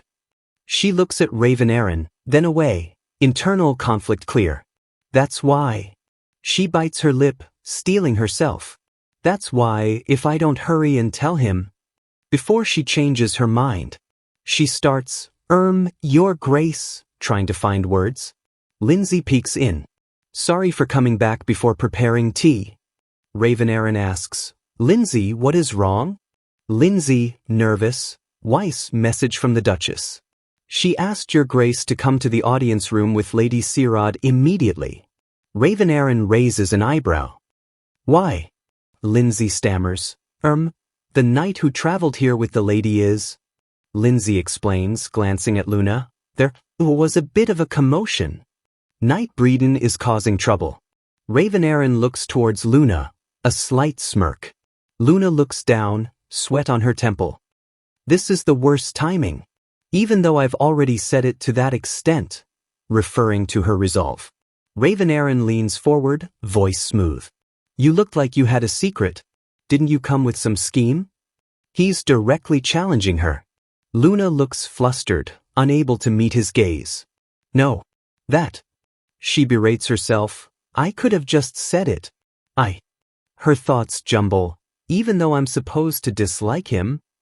This new Aaron is complicating things. Raven Aaron watches, gaze steady and unyielding. He maintains a cool, almost predatory calm. Luna gets up abruptly. We should stop your night first. I'll listen afterwards. She's deflecting, trying to regain control. She hurries out, mind in turmoil. What happened for him to change so drastically? Anyway, I have to stop Sir Breeden. Raven Aaron watches her leave, then follows, thoughtful. Luna, though still intending to break the engagement, is intrigued and unsettled. Let's do that.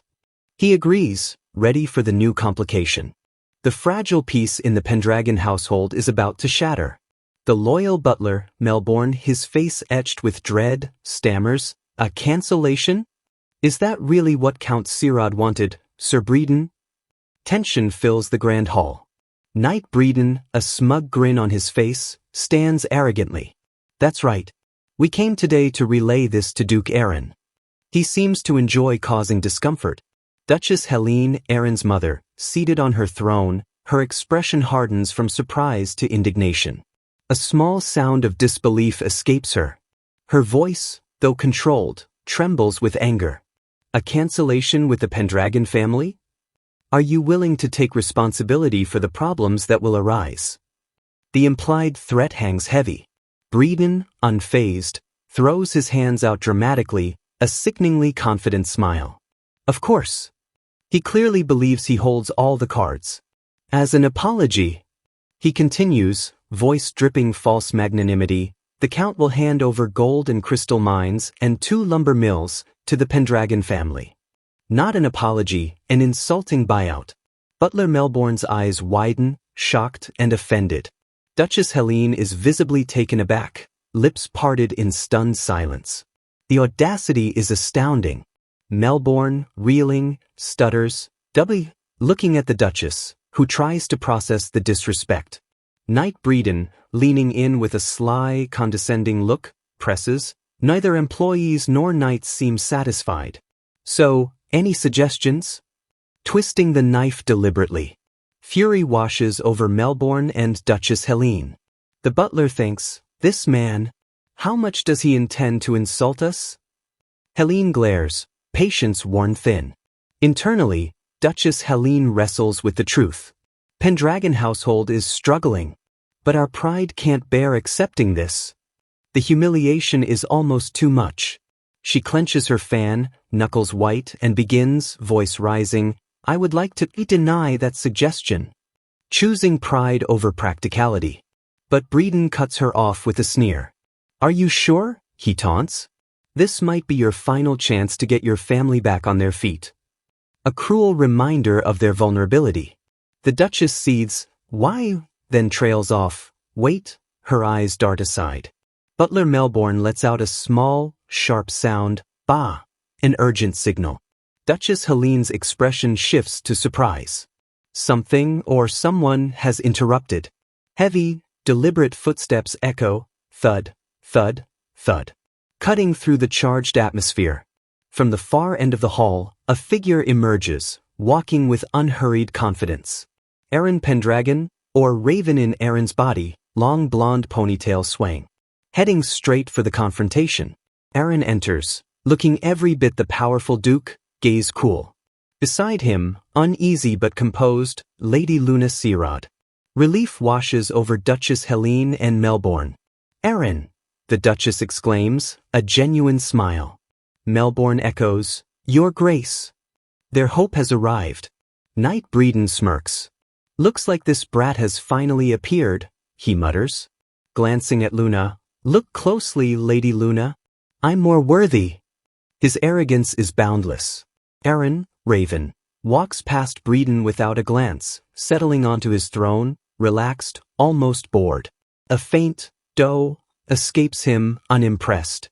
Breeden, puffed up, addresses Aaron. It's been a while. How are things? Aaron cuts him short, calm but firm. Who are you? He sits, utterly unfazed. Breeden's smug expression freezes. Huh, he blurts, confused. Aaron, leaning back, explains with detached air, I don't remember anything from before I woke up. That's why I don't remember you. Duchess Helene watches, concerned but intrigued by his assertiveness. Breeden processes, sneering. Memory loss? Well, just because his personality changed doesn't change he's a fool. He smirks. I'm still going to make our status difference plain. With a mock bow, voice dripping false sympathy, Breeden says, My dear condolences. Trying to provoke. Breeden begins his self-important intro. I am the head knight of Count Sirad. Aaron's voice, cold and sharp, slices through. Leave. Breeden's eyes widen. He manages, thrown off. He points at himself. Me? Aaron, utterly dismissive, waves a hand. I'm not interested in you, he states, voice laced with disdain. You're just a mere knight. Leave. The insult is direct, brutal.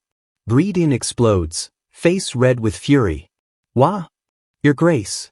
Isn't saying that to a head knight extremely rude? Genuinely outraged, pride wounded. Aaron, beside his mother, leans forward, unmoved. You are the one being rude by coming to our castle, he retorts, voice dangerously calm. I'll repeat. Get out of my sight, mere knight. His eyes narrow, a terrifying, predatory look. Don't make me say it again, he growls, authority undeniable. A visible shudder runs through Knight Breeden. Eek. He yelps internally, bravado crumbling.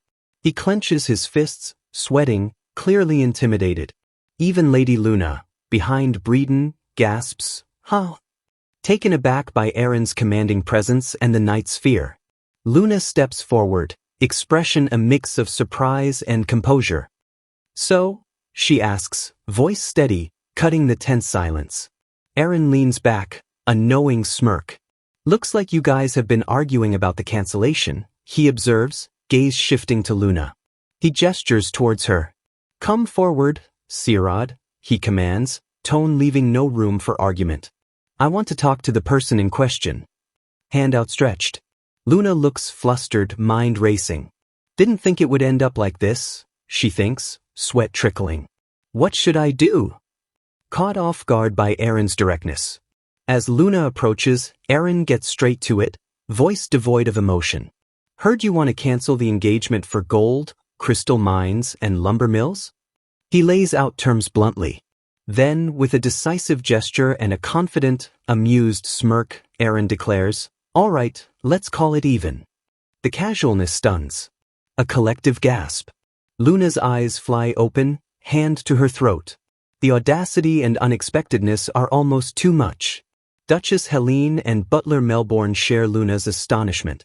The Duchess's mouth hangs open, Melbourne bewildered. Not how they expected this handled. Duchess Helene, processing, thinks, call it even? Where did he learn that? She glances at Aaron, who gives a small, challenging smile, while she looks flustered. Butler Melbourne steps forward, urgent. Your Grace, this concerns the Pendragons. I believe you should give this more thought. Aaron stands, regal. Many things are more important for Pendragon to become powerful again, he states firmly. Not time to get worked up over a mere engagement. Gaze distant, focused on a larger picture. He turns back slightly to Luna. Plus, even if we did something, the Count is unlikely to change his mind. Cold logic. Am I wrong, Luna Sirad? Luna is flustered, stammering. Face flushed, struggling for words. Internally, she berates herself. Should have just said, "I can't marry someone like you." Clutches her dress. "I don't want to acknowledge it." Cheeks bright red, eyes downcast, a startling thought. "I'm currently in love with him." Aaron cuts in. "Looks like you're having trouble responding." Noticing her turmoil, misinterpreting. Aaron continues, dismissive yet shrewd. "Well, you don't have to respond. Your opinion is unimportant to Sirad." Implying it was her father's decision. "I will accept the cancellation." Luna lets out a small, defeated sound. Looks up, shocked, perhaps disappointed. Turns slightly unsure. Melbourne watches silently. Aaron turns to his mother, expression softening. "Are you okay with this, Duchess?" Seeking approval, a subtle show of respect. Duchess Helene looks at her son, a gentle, understanding smile. Turmoil gone, serene acceptance. "Yes," she says simply, voice calm. She looks at Aaron with pride and trust. "You are head of Pendragon, so I trust you." Her faith in this new, strong son is absolute. A faint, satisfied smirk on Aaron's lips. A small, imperceptible nod. He's secured his mother's backing. Aaron stands tall, voice ringing with authority. "I declare as Duke of Pendragon." The engagement between Aaron Pendragon and Luna Sirad is officially cancelled. Final words echo. Lady Luna Sirad looks down, expression unreadable but tinged with deep sadness. The cancellation she supposedly came for brings no joy. Night Breeden sees. Face contorted in frustration, background swirling. His plan to humiliate Pendragons and impress Luna backfired spectacularly. Butler Melbourne allows a small, pleased smile. Content with his young master's handling. Duchess Helene also wears a serene, knowing smile, eyes closed in quiet satisfaction. Trusts her son's judgment. With business concluded, Aaron walks away from the thrones, footsteps echoing. Walking, followed by Lindsay, he thinks, "Man, head hurting, so much to think about." Forced to deal with boring stuff like engagements. Pure raven, practical, weary of trifles. Musing, asking about finances was right. If we get that many resources, no reason to reject. Crystal mines have magic resources, helpful. High-level magicians might come. Strategic mind calculating. Walking down a corridor, Aaron stops. His attention caught by a large, ornate portrait of an elderly noblewoman. Lindsay stops behind. Aaron murmurs, head tilted, gazing intently. Something about her face resonates. Fleeting image, the same elderly woman, gently touching Soldrake's snout. Hazy, like a half-forgotten memory. Aaron looks up sharply, blue eyes wide with dawning understanding, or deeper confusion. That image felt significant. He turns to Lindsay, gesturing to the portrait. "Lindsay, who is this?" Voice curious. Maid startled. "Oh, this is older sister of previous Duke's father, Klein Pendragon." Lindsay finishes, looking up reverently, Atia Pendragon. Aaron looks at the portrait, then Lindsay, pros. Camera zooms in on Atia Pendragon's portrait. Wise, knowing look, gentle smile, prominent turquoise jewel necklace, like Duchess Helene's. The name echoes, Atia. Aaron looks up, repeating thoughtfully, Atia Pendragon. The name feels important, stirring something. Suddenly, a gentle, ethereal voice, perhaps in his mind. "I see you've called my name, young Pendragon." Soft, but clear. Aaron whirls, startled. Exclamation point. Eyes wide, body tensing, trying to locate the voice. Lindsay, oblivious. And there, seemingly from light or materializing, Atia Pendragon herself, looking like the portrait, expression kind. "There's something I'd like to ask you," she says, voice calm. "Let's chat a bit." A decidedly supernatural turn. Inside a private room, with ornate doors shut behind him, Aaron faces the ghostly figure of Lady Atia Pendragon, who sits calmly on a settee. He tries to keep his cool, though a talking ghost is definitely new territory, and asks her just what she wants with him. Atia offers a faint, almost amused smile. She explains that yes, She's a ghost, and someone calling her name is what allows her to speak with the living. The caption simply confirms her identity, Great Aunt Atia Pendragon, a spirit. Eren lets out a weary sigh and crosses his arms. He spent 10 years battling demons, but a ghost he can chat with? That's a first. He figures there's no point dwelling on how strange everything's been since he woke up in this body. They're now seated opposite each other, an unusual meeting of worlds. Atia, still with that polite ghostly smile, says she'll get straight to the matter at hand. Then, her gentle demeanor vanishes. Her expression sharpens, her eyes piercing straight through him as she asks who he really is, stating point blank that he can't be the true Eren Pendragon. The question lands like a hammer blow, threatening to expose his deepest secret. Eren's eyes widen just a fraction, surprise flashing across his face. He doesn't deny it, but her knowing is a massive complication. A small, knowing smile touches Atia's lips as she lets out a soft chuckle, clearly seeing his reaction. Her tone softens again, becoming almost playful as she apologizes for being threatening, admitting she'd always wanted to try saying something like that. Even ghosts, it seems, have their little wishes. But then, she turns serious once more, saying this isn't a surprise to her because, at that time, the vision Eren saw earlier returns more clearly now. Atia, in her life, sharing a gentle, knowing moment with the magnificent white dragon, Soldrake. Their connection is deep, a silent understanding between them. Atia then reveals that Soldrake, the great dragon, told her Eren wasn't the real Eren. This means the dragon isn't just a beast, but an intelligent being deeply connected to the Pendragon family. Eren leans back, taking this in. So, she can communicate with dragons too. That explains how she knew. He then pushes, asking if she knows exactly what happened to him, hoping for answers about his transmigration. Atia smiles, a little apologetically this time, and admits she has no idea about the specifics. Instead, she asks if he would mind telling her all the details of how he came to be Eren. Eren thinks it over.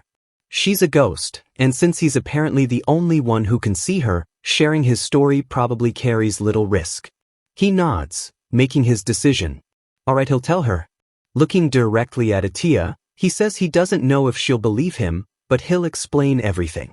It's a leap of faith, hoping this ancestral spirit might offer some clarity or even help. And so, he begins, starting with the end of his life as Raven Vault, recalling a specific date in June of the imperial calendar, year 321. He recounts the brutal truth, how he and the original Eren Pendragon were both killed in action on the Lobten Prairie. Flashes of memory show his own scarred face as Raven and the younger Eren, both fallen. The pain of that day is still fresh. Or so he thought, he explains, because when he woke up, he was here, in Eren's body. As for why he traveled back in time and revived as Eren, that's the very thing he wants to understand most. Atia listens patiently, her head tilted. She says she gets the gist of it. Eren looks at her, a bit skeptical, asking if she actually believes such a wild tale. Atia replies pragmatically that whether she believes him or not doesn't change the fact he's here now. And since Soldrake already confirmed he wasn't the original Eren, she's sure it's true. But then, she drops another bombshell, her expression turning grave. The Eren he protected on that battlefield, there's a high chance that boy was a fake. The image of Soldrake with an armored Eren underscores her point. Eren is visibly stunned. A fake Eren? This twists the conspiracy that took his life, and the original Eren's, into something even more deceptive. The world seems to tilt. Atia explains that Pendragon successors have made pacts with Soldrake for generations, a connection shown by an image of her younger self with the dragon, a powerful energy linking them.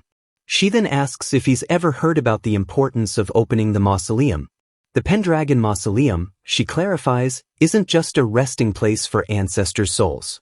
It's where the family's fortune, the ancestors' power, their blessings, and their guardian, Soldrake, all reside. It even holds a magic tower containing the family's secret magic, ready to be learned. We see a vision of this grand, white tower, Soldrake coiled around it under a moonlit sky, dark birds circling above. In short, she says, it's the very source of the Pendragon's power and prosperity. An image of the mausoleum's glowing, ancient gates appears. If the mausoleum opens, the family thrives. If it closes, they decline. So, opening it is absolutely essential. And that's why, Atiya continues, only a Pendragon successor who can overcome Soldrake's immense power and successfully form a pact with her can open it. We see an ancestor in armor, facing Soldrake before the tower. They only get one chance. Failure means waiting for future generations, a difficult path. She adds gravely that even renowned, powerful figures like Klein and his predecessor Gord struggled immensely to make the pact, emphasizing just how hard this trial is. Which is why Eren, considered the weakest in Pendragon history, was utterly defeated by Soldrake. An image of the original Eren, unconscious in bed, appears. This, Atiya reveals, is the true reason he fell into a coma, not just battle fatigue, but the consequence of failing this sacred trial. Atiya raises a finger, making her point clear. The chances of a successor waking up after being defeated by Soldrake are very low. And the noble white dragon will only follow the one who has truly conquered its authority. Her gaze is intense as she concludes that the Eren who supposedly went to war with Soldrake by his side, the one Raven met, simply couldn't have existed. The logic is chilling. As the pieces click into a disturbing new pattern, Eren's eyes widen once more. But, Atiya suddenly exclaims, leaning in so close her finger is almost touching Eren's nose, her tone completely shifting. That's not the point. Eren, startled by her sudden closeness and the intensity, a bead of sweat on his temple, asks what on earth she means. Atiya pulls back just a bit, her eyes gleaming. The most important thing right now, she declares, pointing right at him, is that Eren Pendragon woke up with a different soul dwelling in his body. Eren leans away slightly, muttering that she's too close, clearly uncomfortable. He asks again, what's her point? The body is Eren, but not the soul, Atiya states firmly. Behind Eren, the ghostly silhouette of Ravenvault, his original, scarred self, flickers into view. His true identity is the crucial factor. And if it's a different soul, Atiya continues, a hopeful light shining in her eyes, then he'll have another chance to form that pact with Soldrake. This is the opening, the opportunity. Atiya smiles, now addressing him directly as Ravenvault. She acknowledges that Pendragon doesn't have enough soldiers at the moment, but that's not an insurmountable problem. She then lays out the daunting quest ahead. He must head to the Ancona forest, a place known as a den of vicious demons. Vivid images flash before them. A dark, ominous forest under a blood-red moon, a monstrous, insect-like demon lunging, and Eren, as a warrior, clashing sword against claw. He must defeat the demons that appear, one after another.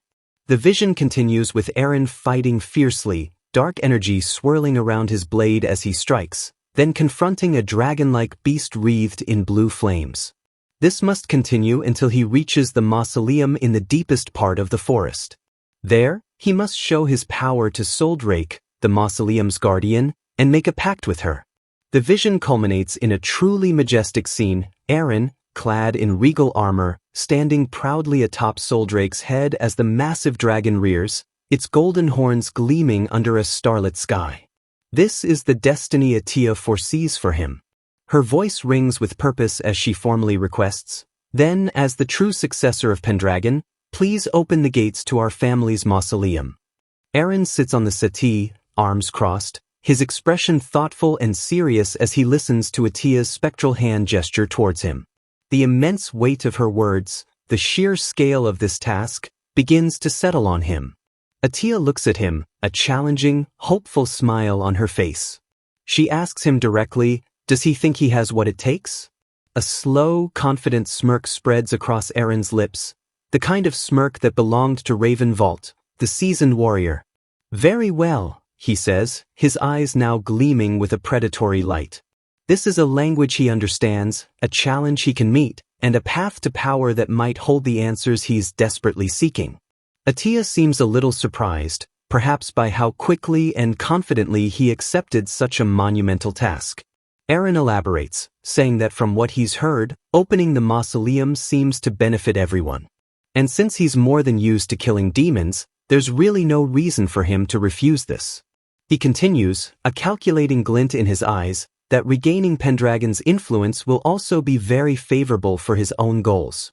He has objectives, and he'll seize any opportunity that helps him achieve them. Atia watches him, a thoughtful smile forming. She notes he's a decisive man, one who doesn't hesitate to use any means necessary to reach his goals. Then, with a clear note of admiration, she declares herself intrigued. She assures him she has no complaints if he succeeds in taking back Pendragon's glory.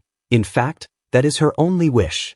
She promises not to get in the way of his personal aims. Eren inclines his head slightly, acknowledging her pledge. Much appreciated, he replies. An alliance, it seems, has been forged between the living warrior and the ancestral ghost. He runs a hand through his blonde hair, already shifting into strategic mode. Now that his next major course of action is decided, he needs to take command of the family's vassals. He knows that because of the original Eren's reputation, his own standing is in shambles, and his authority over military matters is a mess. Atia nods, her expression encouraging. She confirms his understanding. While some vassals have supported the family since Eren's collapse, others will undoubtedly ridicule the family's decline and its supposedly weak lord, perhaps even harboring foolish ambitions of their own. She advises him to quickly identify the loyal vassals and make it clear to everyone that he is the true lord of this castle. Eren considers this. Reining in the vassals and preparing to open the mausoleum. He taps his fingers on his knee, calculating. Perhaps half a month, he muses, setting himself an ambitious deadline. He stands, clenching his fist, a determined, almost fierce look hardening his face. He declares he'll do everything in his power to rule over everything here within that half-month. The old fire of Raven Vault is now burning brightly within Eren Pendragon, ready to face the perilous path ahead. The half-month Eren gave himself is already counting down. He's a blur of motion, blonde ponytail flying as he trains relentlessly with two swords, every movement sharp and precise. The old muscle memory of Raven Vault is waking up fast in Eren Pendragon's body. His mind is locked on a single, brutal truth. Remember the feeling of hunting monsters. This was his life, forged in a decade of war. In his mind, he's not just practicing forms. He's back on the battlefield, a powerful downward slash connecting with a monstrous, shadowy beast, the phantom impact sending shockwaves. Raven Vault's tactical brain is always working, analyzing every imagined enemy, its size, numbers, habits, and movements. These are the questions that kept him alive for so long. He spins, deflecting an unseen attack from a shadowy wolf-like creature, his movements fluid, deadly. The air around him practically crackles with intense focus. Sweat drips down his face, his expression grim and determined. Eren's blue eyes hold the cold, calculating glint of a seasoned hunter as he pushes this new body to its absolute limits. More harsh lessons from his past echo in his thoughts. Don't count on allies, handle everything yourself. In the demon core, trust was a luxury he couldn't afford. He stands ready, facing down spectral images of monstrous wolves and a giant bird of prey, echoes of the horrors he's endured. He is alone, but he won't break. A haunting image flashes through his mind. Soldrake, wounded and bleeding, with his own shadowy figure as Raven Vault in the foreground. He can't let it end like that again. That is what drives him. He unleashes a flurry of strikes, his practice swords a blur as he takes down imaginary foes with brutal efficiency, scattering leaves and debris with the force of his phantom battle. He finishes a complex move with a sharp breath, his training clothes soaked with sweat. In the background, the maid Lindsay watches, a look of quiet awe on her face. Lindsay approaches, eyes wide with admiration, holding out fresh clothes. "Wow. Young master, that's amazing," she exclaims, genuinely impressed by his skill and sheer dedication. Eren looks tired, but there's a hint of satisfaction. As Lindsay helps him with a fresh shirt, revealing a lean, well-toned physique, Eren thinks back. When he first woke up as Eren, he was too weak to even swing a sword properly. Lindsay seems a little flustered being so close. He flexes his hand, feeling the strength return. After just a few days of training, he's already recovered the kind of body he had back when he hunted demons. The healing and combat abilities seem to have transferred perfectly. It's a miracle he's even alive, and he's grateful for this second chance, this capable body. He won't waste it. Suddenly, a voice calls out, "Well now, young master, practicing your swordsmanship, are we?" A man in knight's armor, with a prominent mustache and a red cape, approaches. Lindsay looks a bit surprised. The knight, Mark Killian, places a hand over his heart, a broad, pleased smile on his face. He declares how happy he, Killian, is to see his grace so changed and full of vigor. Killian puffs out his chest, giving a confident wink. He tells Aaron that if he's planning on training, he needs a master, and offers to train Aaron's frail body himself. The caption identifies him, Duke Pendragon household knight, Mark Killian. He clearly still sees Aaron as the weak boy he once was. Aaron turns, a polite but firm smile on his face, and places a hand on Killian's shoulder. He asks Sir Killian to hold off for now, as he'll be preparing an even bigger stage, his words cryptic and hinting at plans Killian knows nothing about. Killian just looks at him, clearly confused by Aaron's polite refusal and mysterious comment. The scene shifts to the Conrad Castle main hall. Aaron stands before the assembled knights and vassals of the Pendragon household, his hand resting on the hilt of a practiced sword. Melbourne and Knight Killian are near the front. "All right, everyone gather," Aaron announces, his voice calm but carrying undeniable authority. "I have an important announcement." His gaze sweeps over them, his expression serious. "I will soon open the mausoleum." The declaration is bold, almost audacious, and it hangs heavy in the air. A wave of shock ripples through the men. Exclamations of surprise and disbelief erupt. Knight Killian and Butler Melbourne look particularly stunned, their eyes wide. Knight Killian steps forward, his expression a mix of concern and doubt. "Young master," he begins, "to do that, you'll have to capture the Ancona forest past the gate." He clasps his hands earnestly, saying they'll obey, but he worries it might be too difficult for Aaron, who's only trained for a few days. Aaron turns his head slightly, looking thoughtful. "Leave me out of it for a moment," he says, cutting through the personal concerns. "Tell me about the situation near the gate." Killian crosses his arms, his brow furrowed. "It's terrible," he reports gravely. "Since the start of the year, monsters have been running rampant and bandits do as they please. Towns are forming their own vigilante groups, but it's only a matter of time before the gate breaks and everything is overrun. The situation is dire." Aaron listens, his expression resolute. "No matter how dangerous the area is," he says firmly, "I can't let it go. The mausoleum and the power it represents is too important." Butler Melbourne steps forward, hands raised, clearly worried. "Don't be hasty, young master," he urges, Knight Killian looking anxious beside him. Melbourne suggests recovering the family fortune with the mines from Sirad first, perhaps letting Sir Killian handle the strategies. Aaron cuts him off firmly. In the first place, there isn't enough manpower to protect and operate the crystal mine.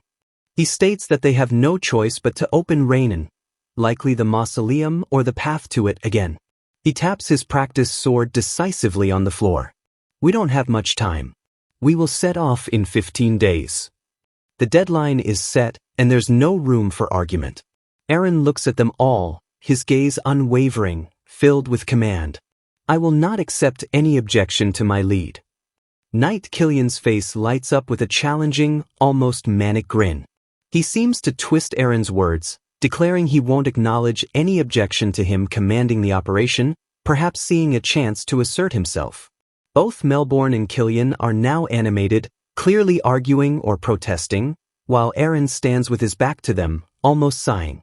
The resistance is immediate. A low growl seems to build in Aaron, and a terrifyingly sharp, almost feral grin spreads across his face, revealing pointed teeth.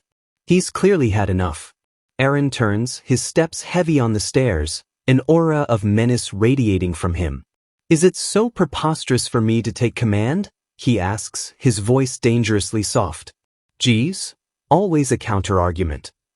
Then he throws down the gauntlet. "Shall we fight, Sir Killian?" Killian looks taken aback. Is it okay, young master?" he stammers, but then quickly adds, still underestimating him, that he thought Eren wanted retraining and that an expedition can't survive with a leader who just reads and paints. He still sees the old, weak Eren. Melbourne looks worried. Eren cuts him off, swinging the practice sword onto his shoulder. "You talk too much," he says, his voice cold. "If you are a knight." With incredible speed and power, Eren brings the weapon down in a crushing blow. A loud "gim" echoes through the hall. Killian barely manages to get his own sword up to block, the impact jarring his entire body. Sparks fly as would meet steel. His eyes are wide with shock at Eren's raw strength. "It's heavy." Killian grunts internally, teeth clenched, sweat pouring down his face as he struggles to hold against Eren's press. The sheer force is overwhelming him. Eren glares at him, blonde hair whipping around his fierce expression. "Talk with your sword," he commands, pushing harder. "Tisk." Killian clicks his tongue as Eren disengages and immediately launches another powerful, sweeping attack. Killian is forced back, barely parrying. Eren's hand adjusts its grip on his weapon, a subtle, expert shift. He flows into another stance, his weapon a blur, its tip glowing faintly. Killian, in the background, is already looking strained and outmatched. Eren lunges, a streak of golden light accompanying his attack, his speed and power far beyond anything Killian ever imagined. Killian raises his sword desperately, bracing for impact.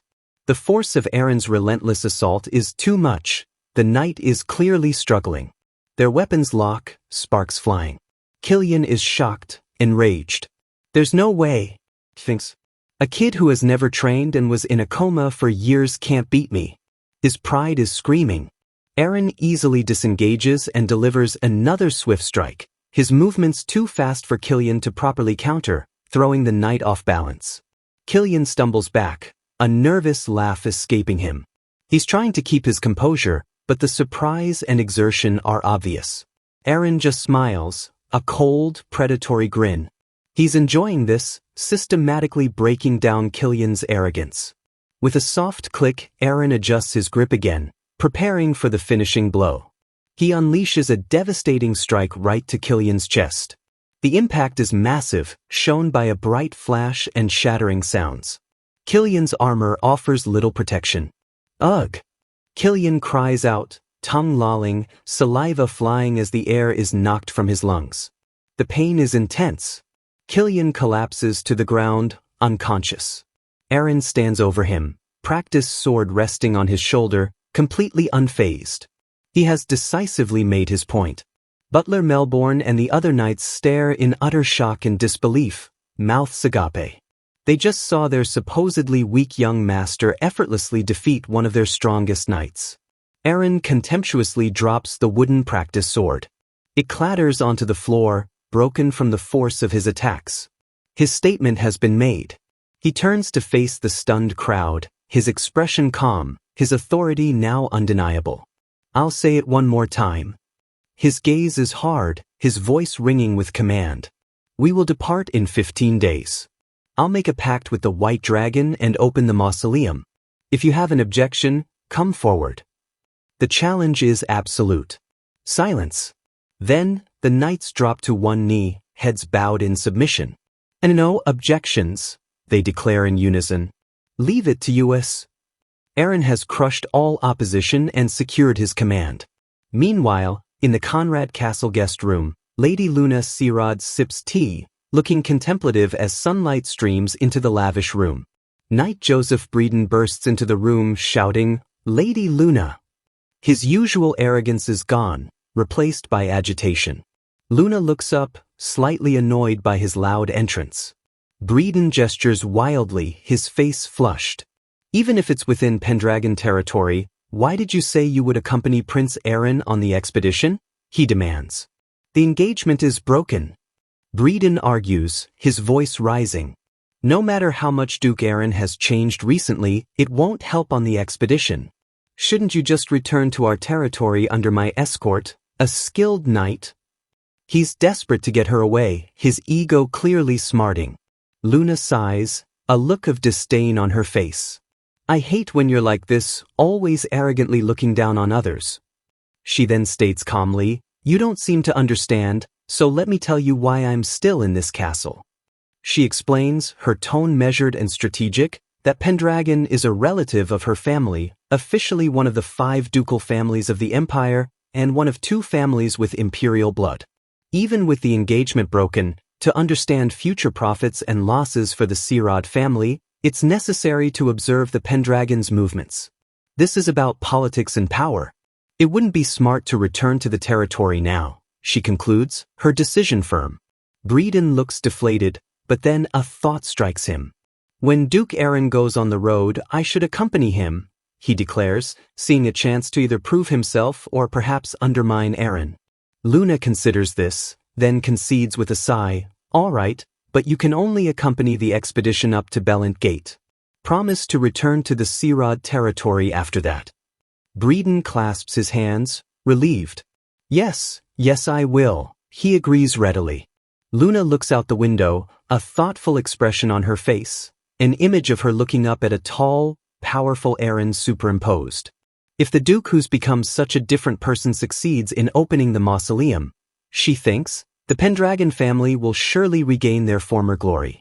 The possibility clearly intrigues her. A faint blush dusts her cheeks, her eyes sparkling with curiosity and something more. I have to see with my own eyes how good he is. Her initial disdain for Aaron is rapidly turning into fascinated captivation. Breeden, watching her, clenches his fist, a scowl twisting his face.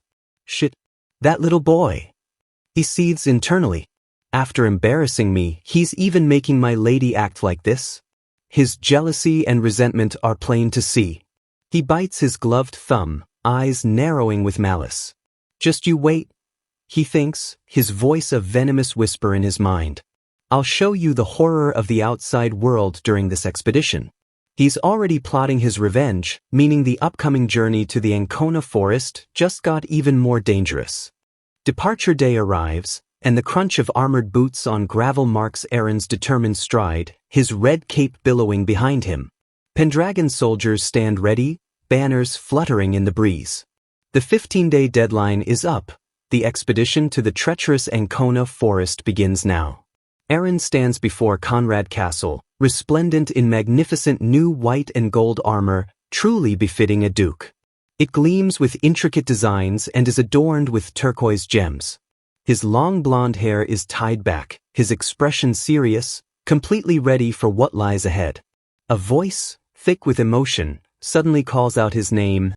He turns, his stern expression softening just a fraction.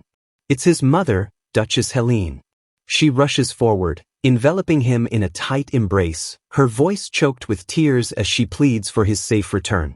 "And mother," Aaron says, a little surprised by her intensity as she clutches him, whispering, "Promise me, just return safely, okay? That's all I ask." Aaron's face is pressed against his mother's shoulder. For a moment, the hardened warrior Ravenvault is touched by a depth of maternal love he hasn't felt in a very, very long time, a bead of sweat, or perhaps a tear, on his temple. He gently pulls back, his face set with determination, though his smile is strained. "Sigh, mother," he says, trying to reassure her. "I'll definitely return after conquering the White Dragon and opening the mausoleum." His confidence is meant to soothe her, but the task itself is monumental. Duchess Helene is overcome, tears streaming down her face as she clings to his armored shoulder. "You absolutely must." She chokes out, her love and fear warring within her. The turquoise jewels they both wear seem to link them in this painful farewell. Aaron turns his gaze and sees his older sister, Lady Aaron, holding their youngest sister, Mia. The family maid stands somberly behind them. Aaron's eyes are red-rimmed, fresh tears welling as she struggles to stay strong for them all. Little Mia, however, is openly crying, her small face contorted in grief as she clutches tightly to Aaron. The family's sorrow is a heavy burden to witness. Aaron approaches them, his expression softening further. He speaks to his mother, but his words are for all of them. "Everything will be all right. I'll be back." Duchess Helene manages a watery smile, trying desperately to believe him. The maid Lindsay, her own eyes glistening with unshed tears, brings forward his warhorse. "Your Grace, it's time," she says, her voice trembling slightly. Eren gives a solemn nod. "Yes, let's get going." In one fluid motion, Eren swings himself onto the powerful black warhorse. The animal rears slightly, sensing its rider's readiness. He looks every inch the commanding duke he has become. He wheels his horse to face his mounted knights, including Sir Killian. Butler Melbourne stands nearby, holding a long, cloth-wrapped object. The expeditionary force is small, but their faces are resolute. Sir Killian now looks at Eren with a newfound, profound respect, all his previous arrogance gone. He's beginning to understand the caliber of the man he now serves. Lindsay watches Eren depart, her expression a mixture of worry, admiration, and tears threatening to spill. Knight Joseph Breeden, also mounted, watches the proceedings with a grim, calculating expression. His earlier bravado has been replaced by a simmering, bitter resentment. Lady Luna Sirad observes everything, her face a canvas of complex emotions, concern, undeniable curiosity, and a touch of anxiety. She is clearly invested in the outcome of this dangerous venture. Melbourne steps forward, presenting the long, cloth-wrapped item to Eren. "Your Grace," he says formally, "Pendragon's treasured sword, Widow's Grief." Eren's gauntlet hand reaches out and accepts the legendary blade. Eren draws the sword. It is magnificent, the blade gleaming with a faint blue light, its hilt ornate and clearly powerful. He holds it with practiced ease, the weight familiar in his grasp. This is a weapon fit for a duke. He will regain Pendragon's influence with this battle. And he will fulfill the Vault family's long-cherished wish to finally get rid of the shameful stigma of traitor that has haunted them. His personal vendetta and the Pendragon's future are now deeply intertwined. A flash of Raven Vault's past sears through his memory, chained, beaten, a prisoner, his body marked by torture, but his spirit unbroken. The injustice he suffered fuels his every move. He silently vows, with all the conviction of his scarred soul, "I'll fight for my cause once more." A close-up on Eren's eye reveals a fire burning with fierce, unyielding resolve. This is more than just a mission. For him, it's a crusade.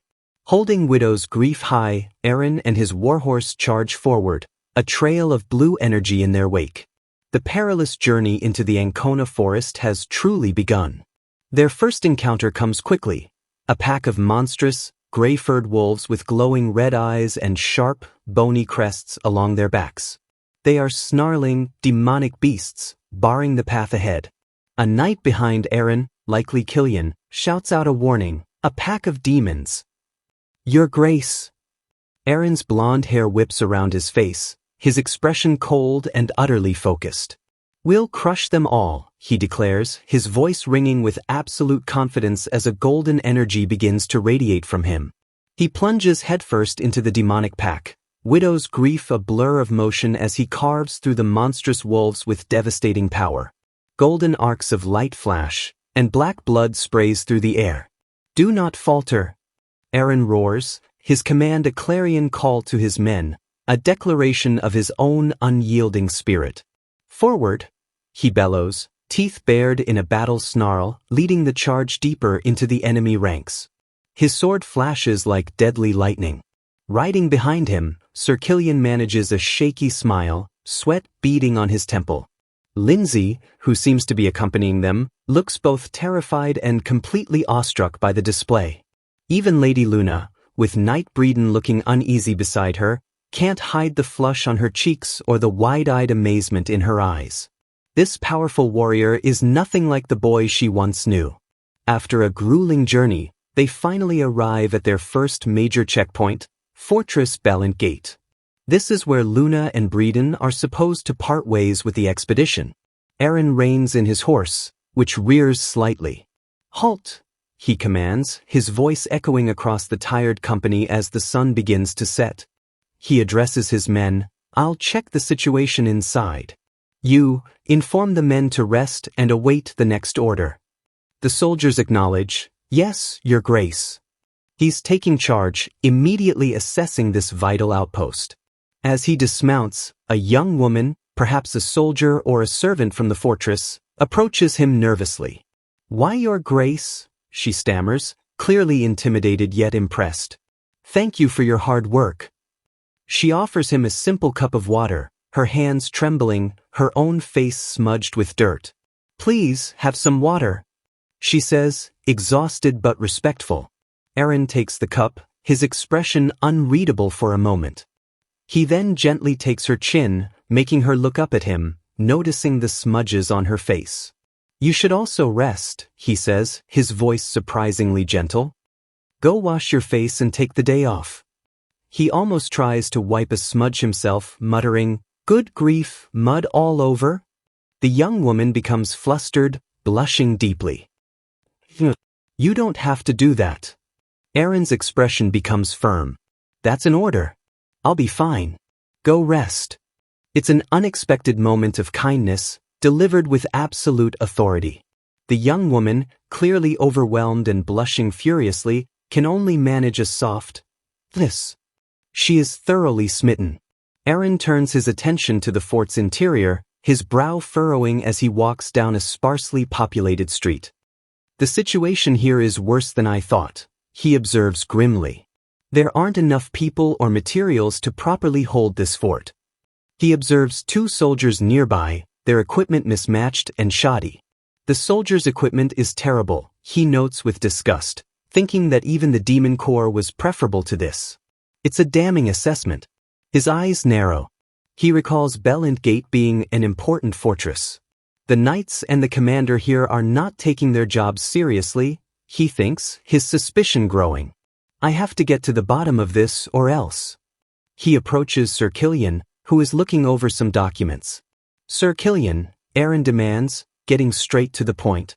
"What are the commander and knights of this fortress doing?" Sir Killian looks incredibly uncomfortable, sweating and avoiding eye contact. "What are they about that?" He stammers, clearly hiding something unpleasant. Eren's patience wears thin.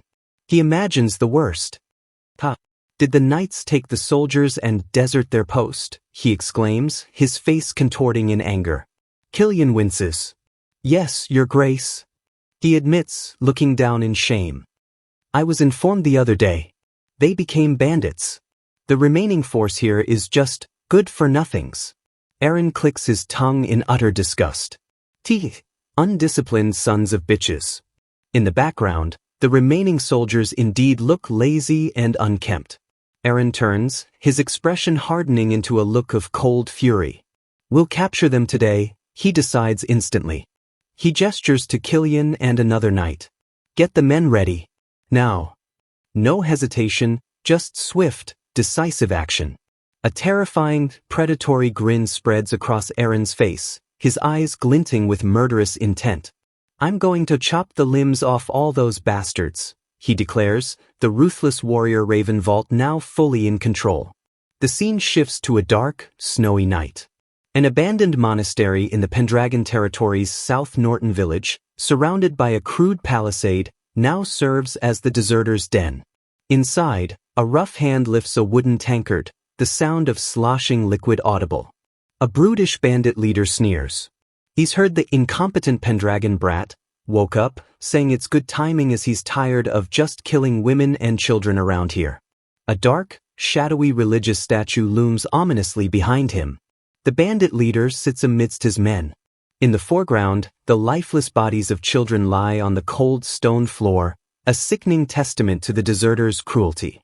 The bandit leader has a crude thought, wondering what kind of face that brat will make once he's done with him. He is completely unaware of the storm of retribution about to break upon them. Eren Pendragon, or rather Ravenvault, is coming, and there will be no mercy for traitors. Night has fallen over Belent Gate. Inside the Duke's private room, a modest but functional space within the fortress, plans are being laid under the warm glow of lamplight. Eren, now in a simple white tunic with his armor set aside, sits at a desk. Knight Killian and Knight Breeden stand before him. Eren states clearly, "For tomorrow's thief subjugation, I'd like to add some more troops." He's not underestimating this bandit threat. Knight Killian looks concerned. "Unfortunately, Your Grace," he begins respectfully, Wouldn't that lead to a shortage of commanders and soldiers to stay back and protect the fortress? He's worried about Bellentgate's already thin defenses. Before Aaron can reply, Knight Breeden chimes in with a smug, almost oily smile, placing a hand on Killian's shoulder. "We'll be borrowing soldiers from Count Sirod," he announces. "Yes, we've been under the grace of Conrad Castle for a few days after all. We will help your grace as thanks." His offer sounds helpful, but his expression hints at something else. Aaron looks down, his expression hard to read but tinged with weariness. It's hard to believe words from someone so untrustworthy, he thinks. "I don't know what you're planning, but suit yourself." Aloud, his voice flat, he says, "It's fine as long as the Sirod family remains useful." He's pragmatic, willing to use even those he distrusts if it serves his purpose. Killian, perhaps sensing Aaron's unease or concerned about appearances, says, "Though some may be opposed to the idea of leaving the fortress to another family," Aaron cuts him off, "Not at all. Such trivialities don't concern him." Killian continues, looking more confident, "I know this isn't the time to be worrying about appearances. Besides," he leans in slightly, "the boss of these thieves, Del Jeffrey, managed to pull in more than 20 soldiers who were deserting. Their numbers are probably increasing as we speak, so it'd be better to increase our own." His assessment is grim but realistic. A small, almost imperceptible smirk touches Aaron's lips. He appreciates Killian's directness and grasp of the situation. "I'm glad you're quick on the uptake," Aaron says, a hint of approval in his voice. He then leans forward. "Then, please tell me more about this Del Jeffrey. He needs to know his enemy."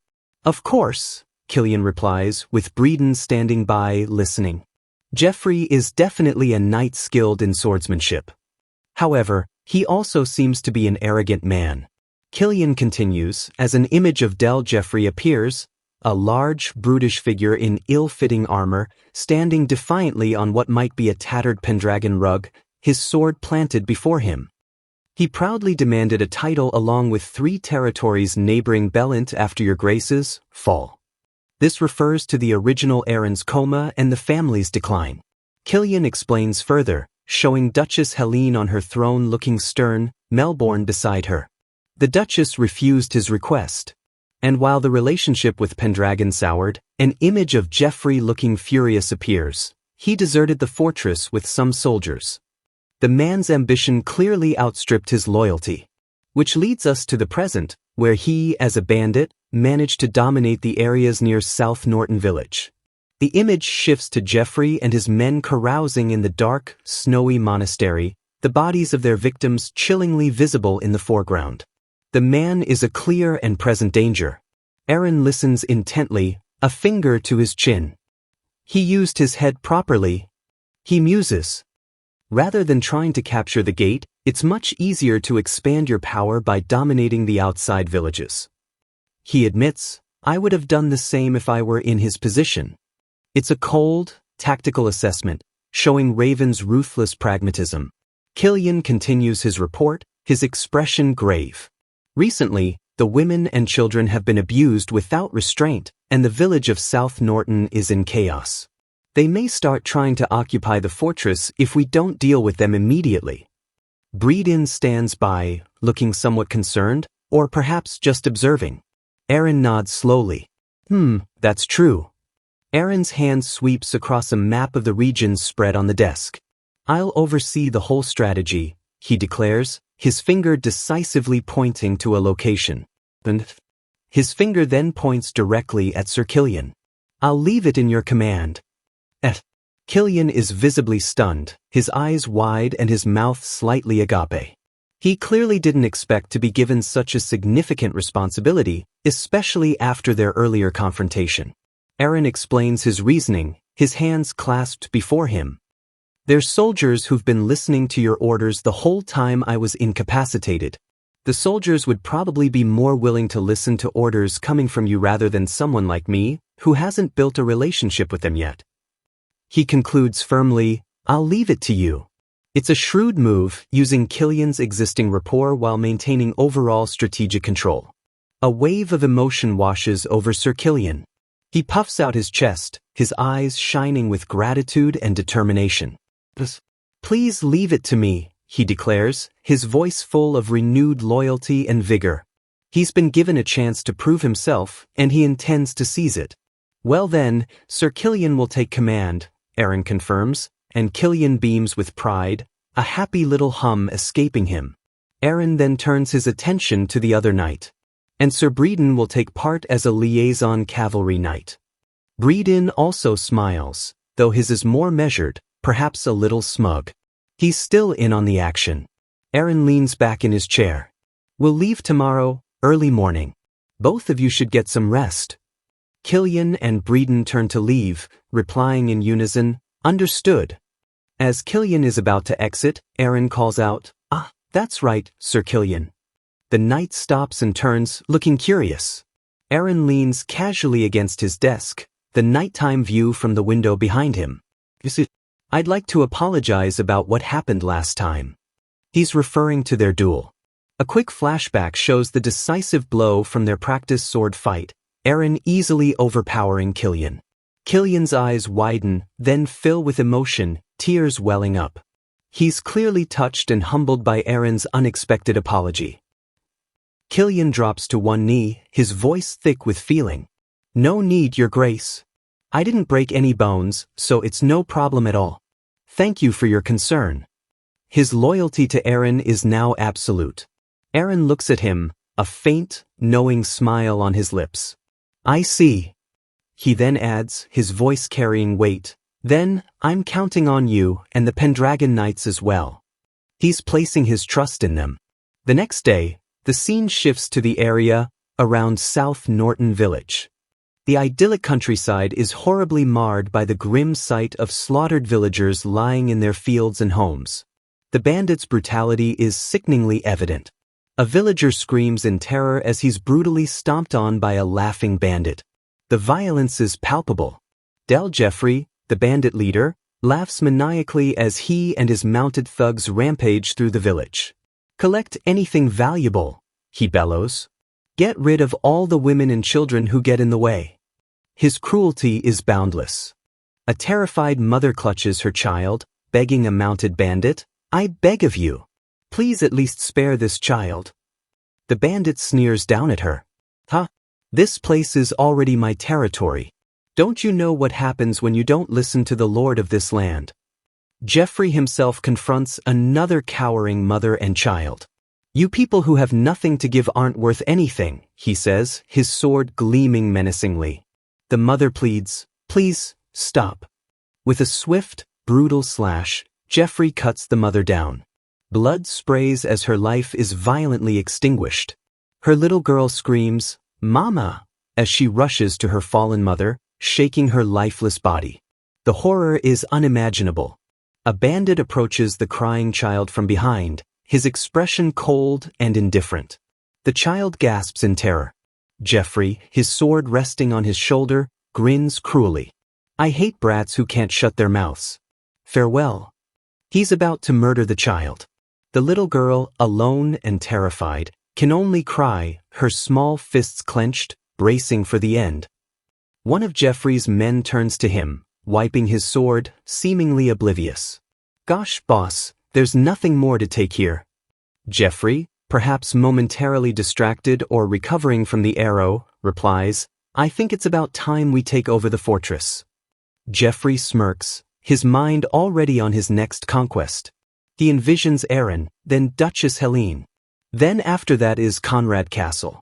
By killing that incompetent kid in front of Madame Helene. Madame Helene will eventually be mine. His delusions of grandeur are as vast as his cruelty. It's only a matter of time before Pendragon also becomes mine, he thinks, a twisted grin on his face, followed by maniacal laughter that echoes through the despoiled village. Meanwhile, Eren and Sir Killian, leading their troops, ride towards the village. A faint rainbow arcs in the distance, a stark, almost cruel contrast to the grim reality unfolding on the ground. Eren looks at the ravaged landscape, his expression somber and grim. The land's in a terrible state. There's no way the people are able to live properly like this. The devastation weighs heavily on him. He turns to Killian. Sir Killian, are all the areas outside the fortress in this state? Killian replies gravely, unfortunately, sir. Almost 70% of the entire territory is like this. Though there are some villagers who manage to endure, asking for help from the fortress isn't practical as they could run into thieves and monsters wandering around, eventually leading to their deaths. The neglect and decay of the Pendragon lands are far worse than Eren had imagined. Eren's face is grim. I had thought that opening the mausoleum would be the first priority, but it seems as though I'll have to deal with developing the territories first. He clenches his fist. 70% is in a state of ruin. If we can reconstruct the city to a certain extent, then by simple calculation, we can keep the population at 10,000. The sheer scale of the task is dawning on him, but his resolve doesn't waver. Suddenly, dark feathers drift down from the sky, and the sound of powerful wing beats fills the air with a whoosh whoosh whoosh. Trouble is approaching from above. Eren looks up, his senses sharp. Is it a flying monster? He wonders. He quickly barks out an order, all troops in position. His hand instinctively goes to his sword. A massive, monstrous bird with dark feathers, a white head, vicious yellow eyes, and razor-sharp talons dives out of the sky, smashing through the treetops with incredible force. Wooden splinters fly everywhere. The massive harpy has just crashed down, and Eren, a fierce grin on his face, identifies it. Harpy! You sure have good timing. He's not intimidated, he's energized. This is familiar territory for Raven Vault. The harpy lets out a piercing "Essage," and Eren, already on horseback, charges towards it, his sword Widow's Grief drawn and ready. His reaction is instant, the warrior's instinct taking over. Eren, mounted and authoritative, barks an order. 5 archers with good arm strength, step forward. Immediately, 5 of his knights, armed with crossbows, dismount and advance, forming a line as the harpy looms menacingly in the foreground, its dark wings spread. A cold, calculating smile plays on Eren's lips. He gives a surprising command, capture it alive. This isn't just about extermination, he has other plans. The harpy lets out another furious "sh" as crossbow bolts, likely with ropes or nets attached, fly towards it, aiming to entangle rather than kill. The speed of the attack is clear. The harpy is down, tangled and subdued, looking dazed. Eren stands before it, sword still drawn, his expression calm. Well done, he praises his men. It's fine to fall back now. His knights stand ready in the background. Sir Killian approaches Eren, observing the now quiet forest edge. As expected, the demons have retreated all the way back to the villages, he remarks. Eren simply replies, yeah. It seems the initial demonic resistance was just a taste. Suddenly, a rustle from the nearby bushes catches their attention. Both Eren and Killian turn sharply, alert to new danger. 3 small, gray-skinned goblins with glowing yellow eyes and tiny horns burst from the undergrowth, brandishing crude daggers and screeching as they charge forward recklessly. Goblins, comes the immediate identification, likely from one of the knights. Sir Killian, surprised by the sudden attack, starts to call out, Yorjidash. But before Killian can even finish his warning, Eren acts. With blinding speed, Widow's Grief flashes, and all 3 goblins are sent flying backwards, disarmed and defeated in a single, fluid motion, their screeches turning into yelps of pain. Killian stares, mouth agape, a hand half raised in aborted alarm. Fast, he thinks, completely astounded by Eren's speed and efficiency. This Duke is full of surprises. The captured harpy now stands beside 3 subdued goblins. Killian gestures towards them, addressing Eren, Why, your grace, we'll clean up the demons, so please move ahead. He assumes Eren will want to press on. Eren, however, simply says, Enough. His expression is thoughtful, a plan forming. A slight, almost cunning smile touches his lips. We'll make them our companions, he declares, looking at the captured demons. Sir Killian and his men stare in utter disbelief. What did he just say? One mouths. Killian himself can only manage a stunned, The idea of demons as allies is completely unheard of. Aaron begins to explain his unconventional thinking, looking at one of the goblins. The goblins have rather good eyesight, he notes. The goblin looks nervous under his gaze. He then gestures towards the harpy. And the harpy's flying speed is something we can take advantage of as well. The harpy looks back wary. It just so happened that I was thinking about wanting some useful familiars. His tactical mind is always looking for assets. Sir Killian is flabbergasted. Beeps, I've never heard of anyone making demons their familiars, he exclaims. Aaron, looking away slightly, replies casually, I've seen it happen on the battlefield in the past. He quickly corrects, remembering his amnesia cover. No, I read about it in a book. Aaron turns back, his gaze firm. Regardless of whether they're demons or whatever else, I'll use anything that is useful. His pragmatism is absolute. It's fine, so just stay put and watch. Aaron approaches the goblins, widow's grief ready. Oi you, he calls to one, who identifies himself as Kazal. What are you doing outside of the forest, so close to the village? The goblins explain their plight. The forest is full of scarier things, wolves, ghouls, harpies, orcs, even white dragons that have stolen their hunting grounds. Aaron nods, a slight smile. So you're Kazal. Well, it's fine. I understand your situation now. He's processing, seeing an opportunity. He then turns his piercing gaze to the harpy. And the next one is you. He points his glowing sword. Have you fed on any humans before? The question is direct, the threat clear. The harpy, Tata, shrinks back in terror. Tata does not eat humans, it screeches frantically. I only eat sheep and snakes. Aaron raises an eyebrow, a skeptical, oh? He's not easily fooled. A flashback, the harpy, Tata, feeding on a dead human, with the shadowy figure of Raven Vault from his demon core days looking on. His past experiences confirm harpies are man-eaters. A close-up of Raven's scarred, weary face from that memory.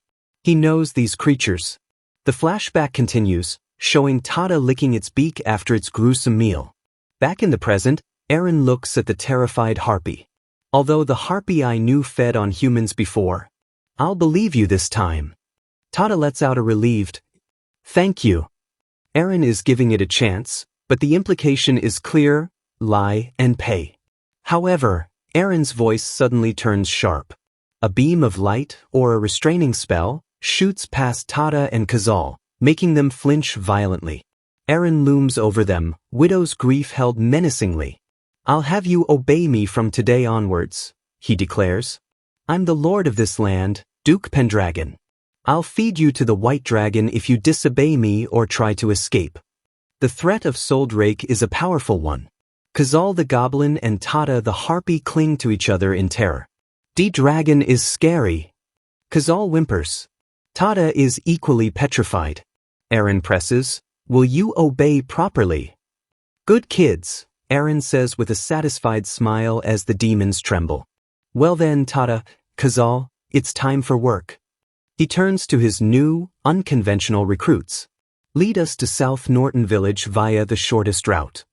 Kazal, eager to please, shouts, I understand. Kazal is familiar with the roads. Follow me, and scurries off, Tata waddling after. Aaron follows, sword in hand, his human knights looking on with awe and bewilderment. Sir Killian rides up beside Aaron, amazed. You really made them your familiars? That was amazing, he exclaims. To have such imagination and quick wit? We too must learn from you. A small, almost smug smirk plays on Aaron's lips. You're right, he agrees. His methods are unorthodox but effective. He adds, with a hint of old cynicism, it sure is something I want those stubborn and troublesome nobles to emulate. He's already thinking about shaking up rigid aristocratic mindsets. Thanks to Kazal's shortcut, they arrive near South Norton Village much sooner. Tata waves its wings excitedly. We're almost at South Norton Village. Thanks to the shortcut Kazal knew, we're able to arrive early. Yay! Aaron issues orders. Alright, Sir Killian, be on standby here. Sir Breeden and I will assault the abolished monastery with a small group of soldiers. He looks at Killian. I'll send a messenger to you later, so join me afterwards. Killian nods. I understand. Lady Luna, mounted nearby, looks worried. Although His Grace Eren is supervising, he has never been to the battlefield before. I wonder if he'll be okay, she thinks. Knight Breeden, ever the opportunist, gestures. Come on now, my lady. I will be responsible for your protection, so come this way, please. He's trying to separate her from Eren. Eren, ignoring Breeden, raises his sword, eyes blazing with fierce determination. Now then, advance party, take the field, he roars. Kazal and Tata, aerial reconnaissance will be your mission. Go! Tata, with Kazal on its back, takes to the sky. Got it, they reply. Eren and his small assault team charge forward on horseback. The advance party, led by Eren, approaches the abandoned monastery. They see Del Jeffrey and his bandits dragging captured villagers, including women and children, towards the crude wooden palisade. A woman, hands bound, pleads with Jeffrey, I beg you, please don't be violent with that child. Jeffrey, dragging a small, bound boy, snarls, shut up. Be grateful that you're still alive. The little boy, terrified, cries out, Yois, Mummy, as Jeffrey manhandles him. Jeffrey raises a mailed fist, face contorted in anger. This brat. You better shut up. The boy's mother screams, stop it, trying to intervene despite her bonds. Before Jeffrey's fist can land, a silver gauntlet flashes through the air with incredible speed, intercepting his blow with a sickening crunch. Jeffrey stares at his now broken wrist in shock and pain. He can't believe what just happened. Eren, mounted on his black warhorse, looms over the stunned bandit leader. Widow's grief is in his hand, but it was his armored fist that delivered the blow. The rescued child and his mother are on the ground near Jeffrey. A close-up on Eren's face. His expression is cold, calm, and utterly contemptuous. The light glints off the turquoise gem on his chest plate. Jeffrey, clutching his shattered wrist, stumbles back, eyes wide with terror as he recognizes his assailant. Why were you? You are. The bound woman looks up with dawning hope. Jeffrey finishes in disbelief. Eren Pendragon? The bound woman whispers, tears in her eyes, Your Grace? Hope has arrived in the most unexpected and terrifying form for the bandits. Eren looks down at Del Jeffrey from atop his warhorse, his magnificent armor gleaming, Widow's grief held ready. We finally meet, he says, his voice devoid of emotion. Then, he delivers his judgment with a single, damning word, trash. The confrontation has begun. A close-up reveals a chillingly confident smirk on Eren's lips, his blue eyes glinting with a predatory amusement. He's not just here to fight, he's here to make a statement, and he seems to be enjoying Jeffrey's discomfort. Jeffrey's face is a mask of shock and dawning fear.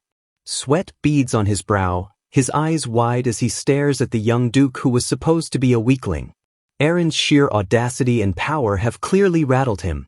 From a wider angle, Eren looms over the kneeling Jeffrey, his polished ducal armor a stark contrast to the bandits' grime. Terrified villagers and bewildered bandits watch. Jeffrey can only stammer, completely lost for words. Further back, Jeffrey's men finally react, faces contorted with disbelief and anger. One shouts, Why is the good-for-nothing Pendragon brat here? Their words reflect the old reputation Eren is so thoroughly shattering. They have no idea who they're dealing with. Before anyone can move, there's a sudden blur. Swish. Eren, with contemptuous ease, swings the scabbard of his sword like a club. The flat of the scabbard connects brutally with Jeffrey's face. Blood flies as the force snaps his head aside. A swift, demeaning strike, delivered without even unsheathing his blade. Eren's expression darkens, eyes blazing with cold fury. The smirk is gone, replaced by utter contempt as he snarls, Who gave you permission to open that filthy mouth of yours? Jeffrey's face is a mess of pain and shock, blood streaming down his chin. He looks up, eyes wide with terror and disbelief, overwhelmed by Eren's sheer dominance. Regaining a sliver of bluster, or perhaps driven by desperation, Jeffrey spits blood and glares at his men, yelling, "Everyone!" Pointing a trembling finger at Eren, he screams, "Do it! Kill him!" His voice is laced with panic, a stark contrast to his earlier arrogance, as he tries to rally his bandits. Two of Jeffrey's men immediately charge forward, weapons raised, eager to obey and take down the young duke. Eren stands his ground, perfectly calm, watching their approach. He holds his sheathed sword ready, not like a novice, but a seasoned warrior, sunlight glinting off his pristine armor. As the first bandit swings a heavy club, Eren, with a slight sneer, almost casually brings his scabbard up, his eyes cold and calculating. The club connects, but Eren doesn't budge. Instead, with a swift, disdainful movement, he stomps his armored boot hard onto the wooden weapon. Crack! The club splinters. The bandit stares in stunned disbelief. "Huh!" he manages as Eren, in a fluid motion, whips his scabbard, still holding his sheathed sword, upwards. Eren unleashes a powerful, sweeping strike with the heavy scabbard, sending both charging bandits flying backwards as if hit by a battering ram. The force is undeniable. Jeffrey stares, mouth agape, as his men are effortlessly dispatched. "What just?" he mutters, his voice filled with disbelief. The boy he dismissed as trash is proving to be a monster. Eren doesn't give him a moment. He raises his sheathed sword high, silhouetted against the bright sky, preparing to bring it down on the bandit leader. Eren stands over his work, expression unreadable, a slight frown. A silent moment of thought, or just the quiet after decisive action. But just as Eren's attack was about to fully connect, two swords flash out, intercepting his blow. To Eren's slight surprise, it's Knight Breeden, with another knight, stepping in to protect Jeffrey. From the sidelines, Lady Luna and her attendant gasp, eyes wide with shock and confusion. "What?" Luna exclaims, unable to believe her own head knight's actions. Knight Breeden, a smug, treacherous grin spreading across his face, looks at the downed bandit leader. "Shall I lend you a hand, Mr. Bandit Leader?" he offers, his tone dripping with false politeness and clear intent. Jeffrey, dazed and bleeding, looks up at his unexpected savior, utterly bewildered. "Who the hell are you?" he manages, completely lost. Knight Breeden now stands defiantly between Eren and Jeffrey, effectively shielding the bandit. Several of Jeffrey's men lie defeated. This is open betrayal. Breeden puffs out his chest, his voice full of arrogance. "I'm the head knight of the Crimson Knight Corps of the Count Sirad household. Joseph Breeden." He announces his name and title as if it explains everything. His grin widens into a malicious sneer as he turns partially to Eren, though his words are for Jeffrey. "Seeing as you also want to kill this brat," he says, gesturing towards Eren, "I might as well lend you a hand." Eren watches, expression unreadable but certainly not pleased. Lady Luna, face flushed with anger and disbelief, steps forward. "Sir Breeden, what is the meaning of this?" she demands sharply. Eren, without turning, calmly advises, "Oi, stay back." Breeden turns to Luna, his tone almost seductive. "My lady, please don't be fooled by this good-for-nothing, who doesn't even have what it takes to be a count." He adds smugly, "I'm the one who's suitable for you, not that piece of trash." He's making his move, not just against Eren, but for Luna. Jeffrey, propped up, looks between the two nobles, confused, almost hopeful. "Come on now. A fallout?" he asks, a small, opportunistic smile playing on his lips. Breeden gives him a sidelong glance. Jeffrey, seeing an unexpected ally, clenches his fist. A surge of desperate foolishness fills him. "Very well," he declares, grabbing his own sword. With renewed purpose, Jeffrey leaps up and charges towards Eren. "I gladly welcome it," he roars, ready to fight alongside this surprising knight. Knight Breeden charges with Jeffrey, sword raised. He shouts at Eren, "Even if it seems like you've become a different person, it's still too early for you to look down on us." They're banking on Eren still being, at core, the weak boy they remember. Lady Luna cries out, "Eren, your grace?" her voice filled with genuine concern. Eren lets out a quiet sigh, more exasperated than afraid, almost bored by their antics. As Breeden and Jeffrey attack, Eren meets their blades. Clang. Sparks fly as steel meets steel, or rather, steel meets his still-sheathed sword. He's effortlessly holding them both off. With a powerful, controlled movement, the force pushes both Breeden and Jeffrey back, their combined assault easily neutralized. Eren turns his head slightly towards Luna. "Don't make me repeat myself," he says, firm but not unkind. "A non-combatant should stay back." Luna hesitates, but... He cuts her off. "I'll take care of the night for you immediately." Then Eren calls out, "Khazal." The small, horned goblin appears from the shadows, looking up. Eren instructs him, "I'll leave Lady Sirad in your care." Khazal nods. "Understood." He turns to Luna, tugging her dress. "Quick, human princess, we should get back to safety." Luna, however, looks back at Eren worried. Night Breeden's strength is the real deal, she thinks. Not to mention, there's also the bandit leader. Will the young Lord Eren be all right by himself? Lady Luna's face shows deep concern, a bead of sweat on her temple. Her purple eyes are fixed on Eren, a complex mix of anxiety and perhaps dawning respect. Eren stands resolute, profile sharp, blonde ponytail swaying. He doesn't look back, focus entirely on his enemies.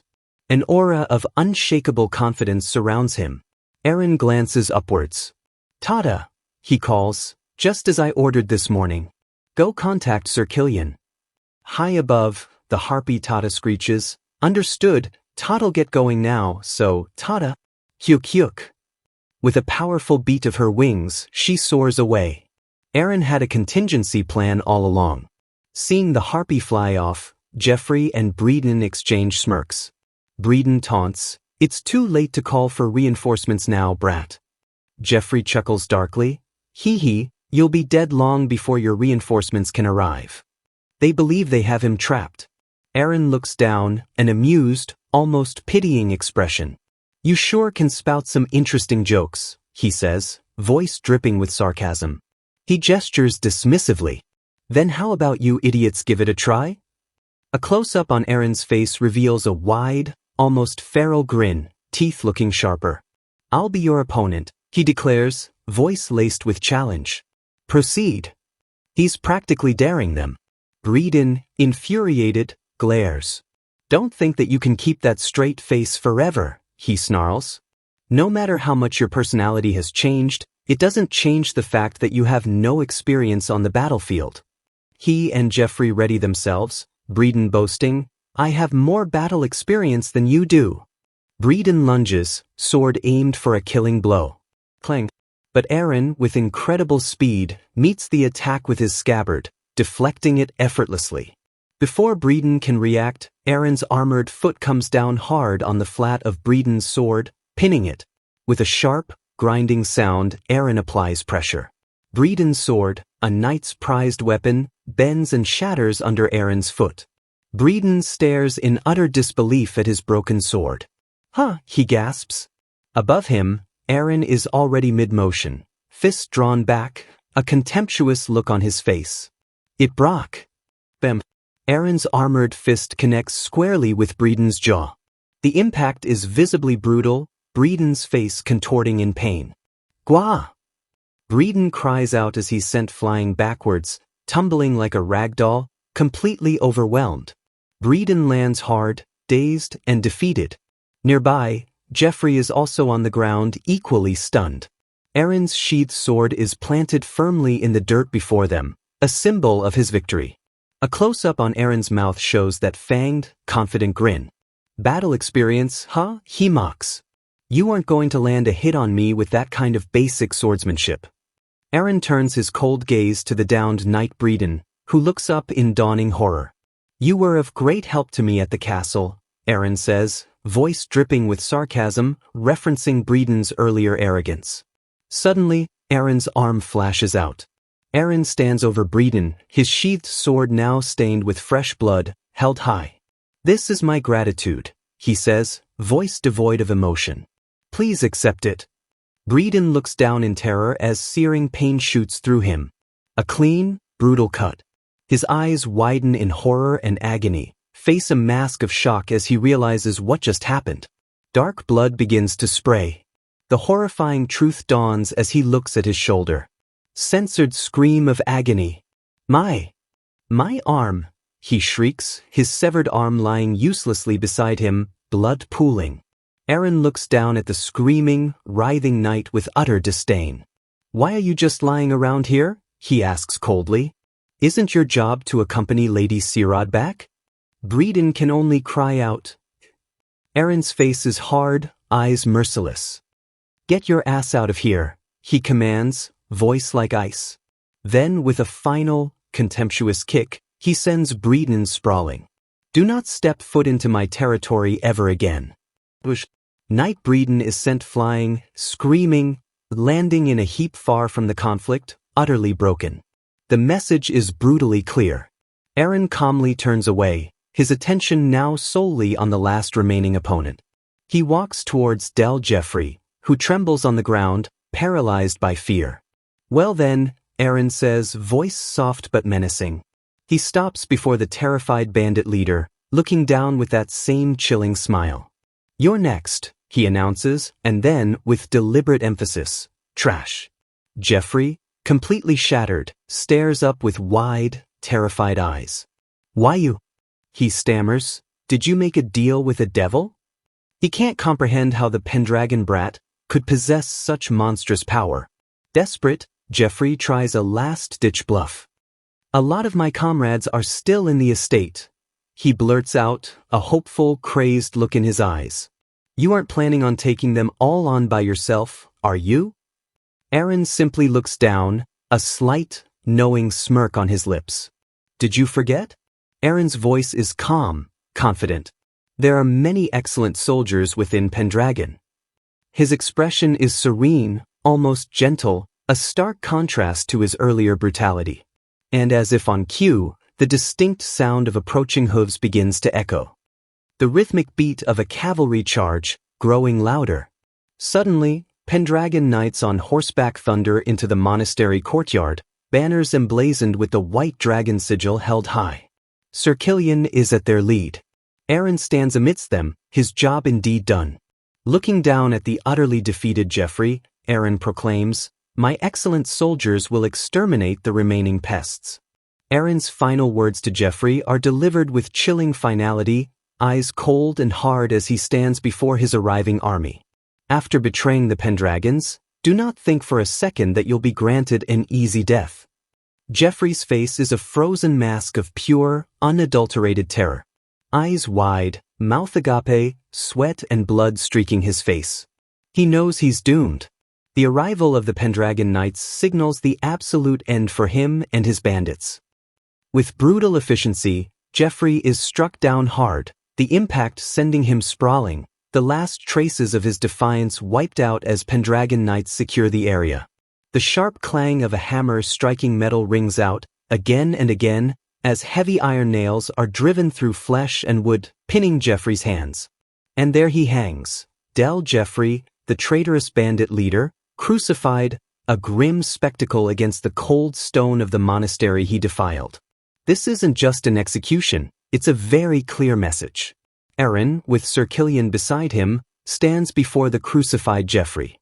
In the background, the gaunt, weary faces of the rescued villagers watch, their expressions a mixture of shock, lingering fear, and perhaps a dawning, grim satisfaction.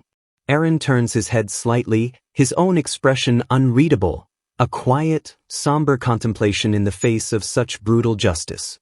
We see the horrifying state of the villagers Jeffrey had tormented. Their faces are hollow, their bodies thin and marked by abuse. Heavy iron shackles still bind their ankles, a visible testament to their long suffering. As Eren surveys the scene, his gaze falls upon an open doorway. His eyes widen slightly. Inside, a horrifying sight. The room is piled high with human skulls. The villagers, too, look on in renewed, speechless horror. The sheer number of skulls is overwhelming, each representing a life extinguished. Eren's eyes narrow, a cold fury simmering deep within them as the pieces click together, painting an even more horrific picture of Jeffrey's bloody reign of terror. He strides towards the crucified Jeffrey, pressing the tip of his sword to the bandit's throat. "Oi," Eren says, his voice dangerously low. Jeffrey gasps, a choked sound escaping him, as Eren continues, "I haven't seen a single villager of this village outside since my arrival." Eren gestures with his sword towards the room filled with skulls.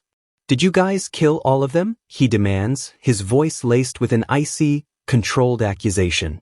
Jeffrey, trembling and utterly broken, can only sob out pathetic apologies, begging for forgiveness, pleas born not of remorse, but of pure, selfish terror. Eren looks up, his expression completely unmoved. "Forgive you?" he scoffs. "It seems perfectly suitable for someone like you, who did whatever they wanted on my territory, to now be begging for their life." There is no shred of mercy in his eyes. A flicker of desperate hope, or perhaps just sheer dread, crosses Jeffrey's face. "Are you going to kill me?" he whispers, his voice barely audible. Eren turns to face the crowd of rescued villagers, his voice clear and firm. "I won't be the one making that decision." Jeffrey stares, confused and terrified. He stammers, unable to comprehend what Eren means. Eren addresses the villagers, his gaze sweeping over their worn, tired faces. "Listen carefully." He then points directly to the crucified bandit. "This guy's life," Eren continues, his voice resonating with undeniable authority, "I'll be leaving it to you, the villagers who have survived." The villagers look up, their eyes filled with a mixture of disbelief and a slowly burgeoning, dangerous hope. "Cook him, burn him, do whatever you want with him," Eren decrees, granting them complete power over their tormentor's fate. Jeffrey's eyes widen in sheer, unadulterated panic. The villagers, however, look at each other, a silent, grim understanding passing between them. With that pronouncement, Eren turns and walks away, his red cape billowing slightly behind him. He leaves Jeffrey to face the raw justice of those he so cruelly wronged. The villagers exchange glances. For a long moment, there's silence, a heavy pause as they process Eren's shocking words. Then, a flicker of something dark and immensely powerful ignites in their eyes. Their faces begin to contort with a primal, pent-up rage. Teeth are bared, knuckles whiten as fists clench tightly. The dam of their long-held suffering and unbearable grief is about to break.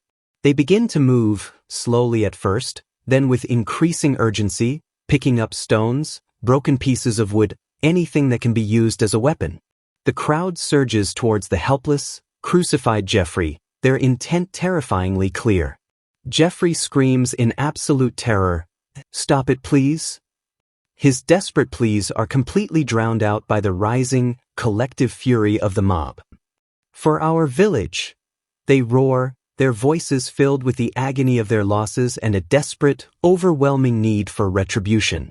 They swarm the cross, their makeshift weapons rising and falling with brutal force. "Die!" The word is a venomous curse, a final, brutal judgment delivered by those who had suffered the most under his tyranny.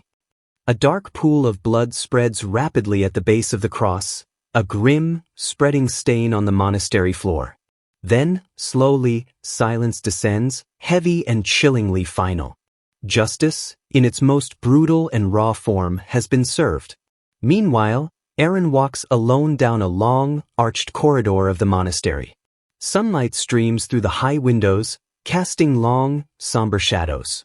His footsteps echo in the sudden, profound quiet.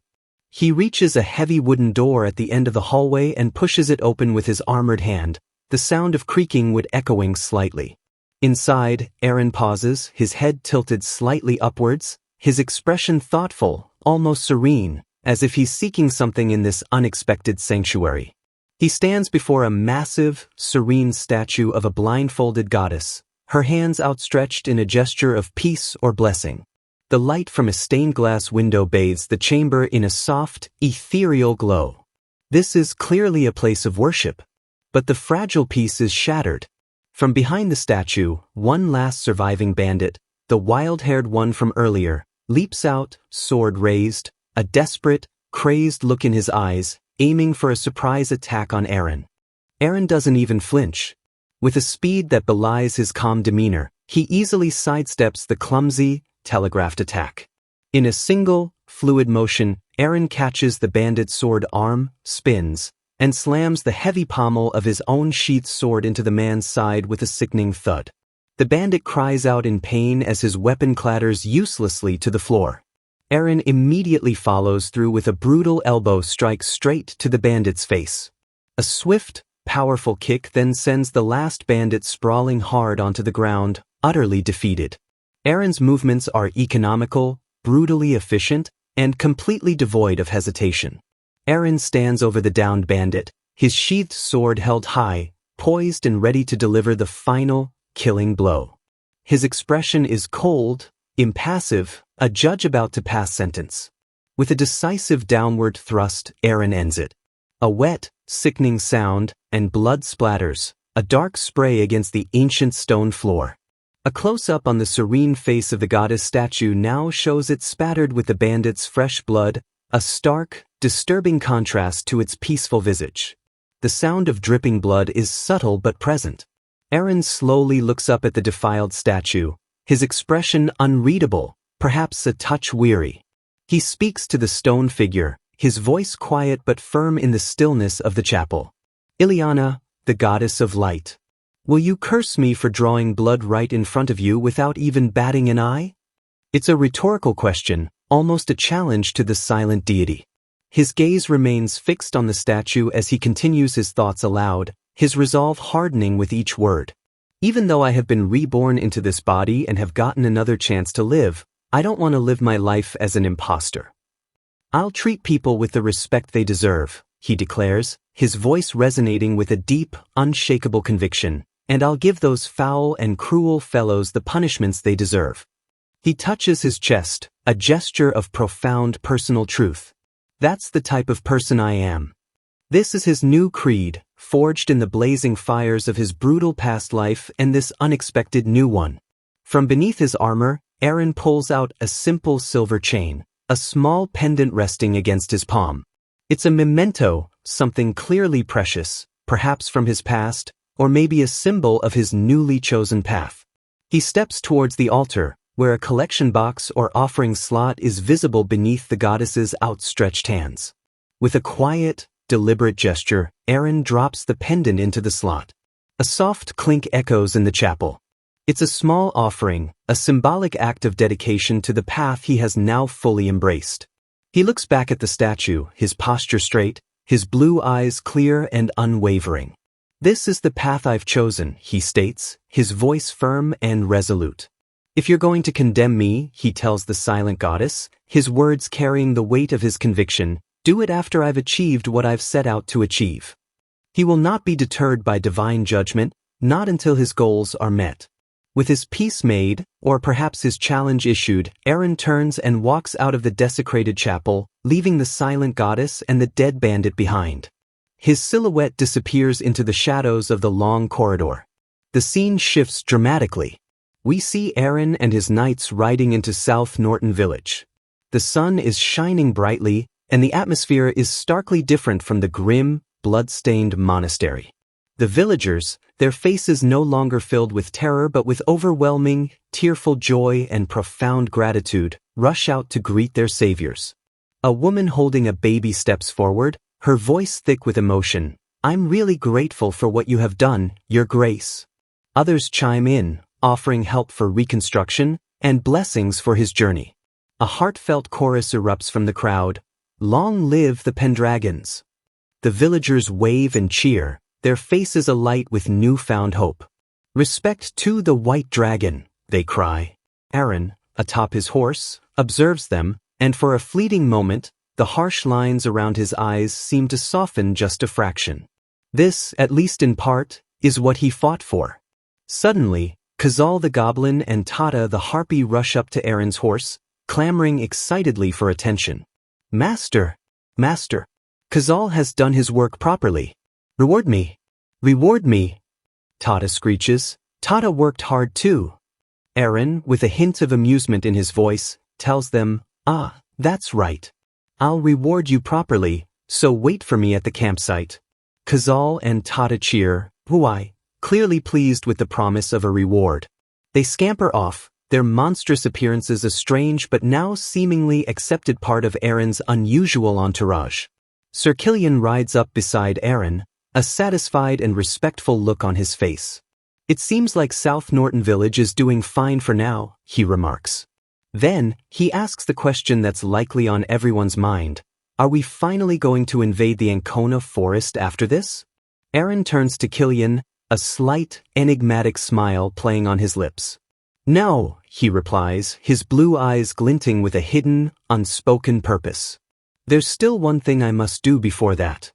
And with that cryptic statement, he leaves his loyal knight and the audience, wondering what new, unexpected plan the young duke has in mind. The night is still, a crescent moon hanging high above the imposing silhouette of Conrad Castle. Within its walls, plans are being forged, strategies that could reshape the future of the entire Pendragon territory. The scene shifts, taking us back a few days earlier, inside a grand office within Conrad Castle. Aaron, dressed in simpler noble attire, stands before a large desk, a thoughtful look on his face.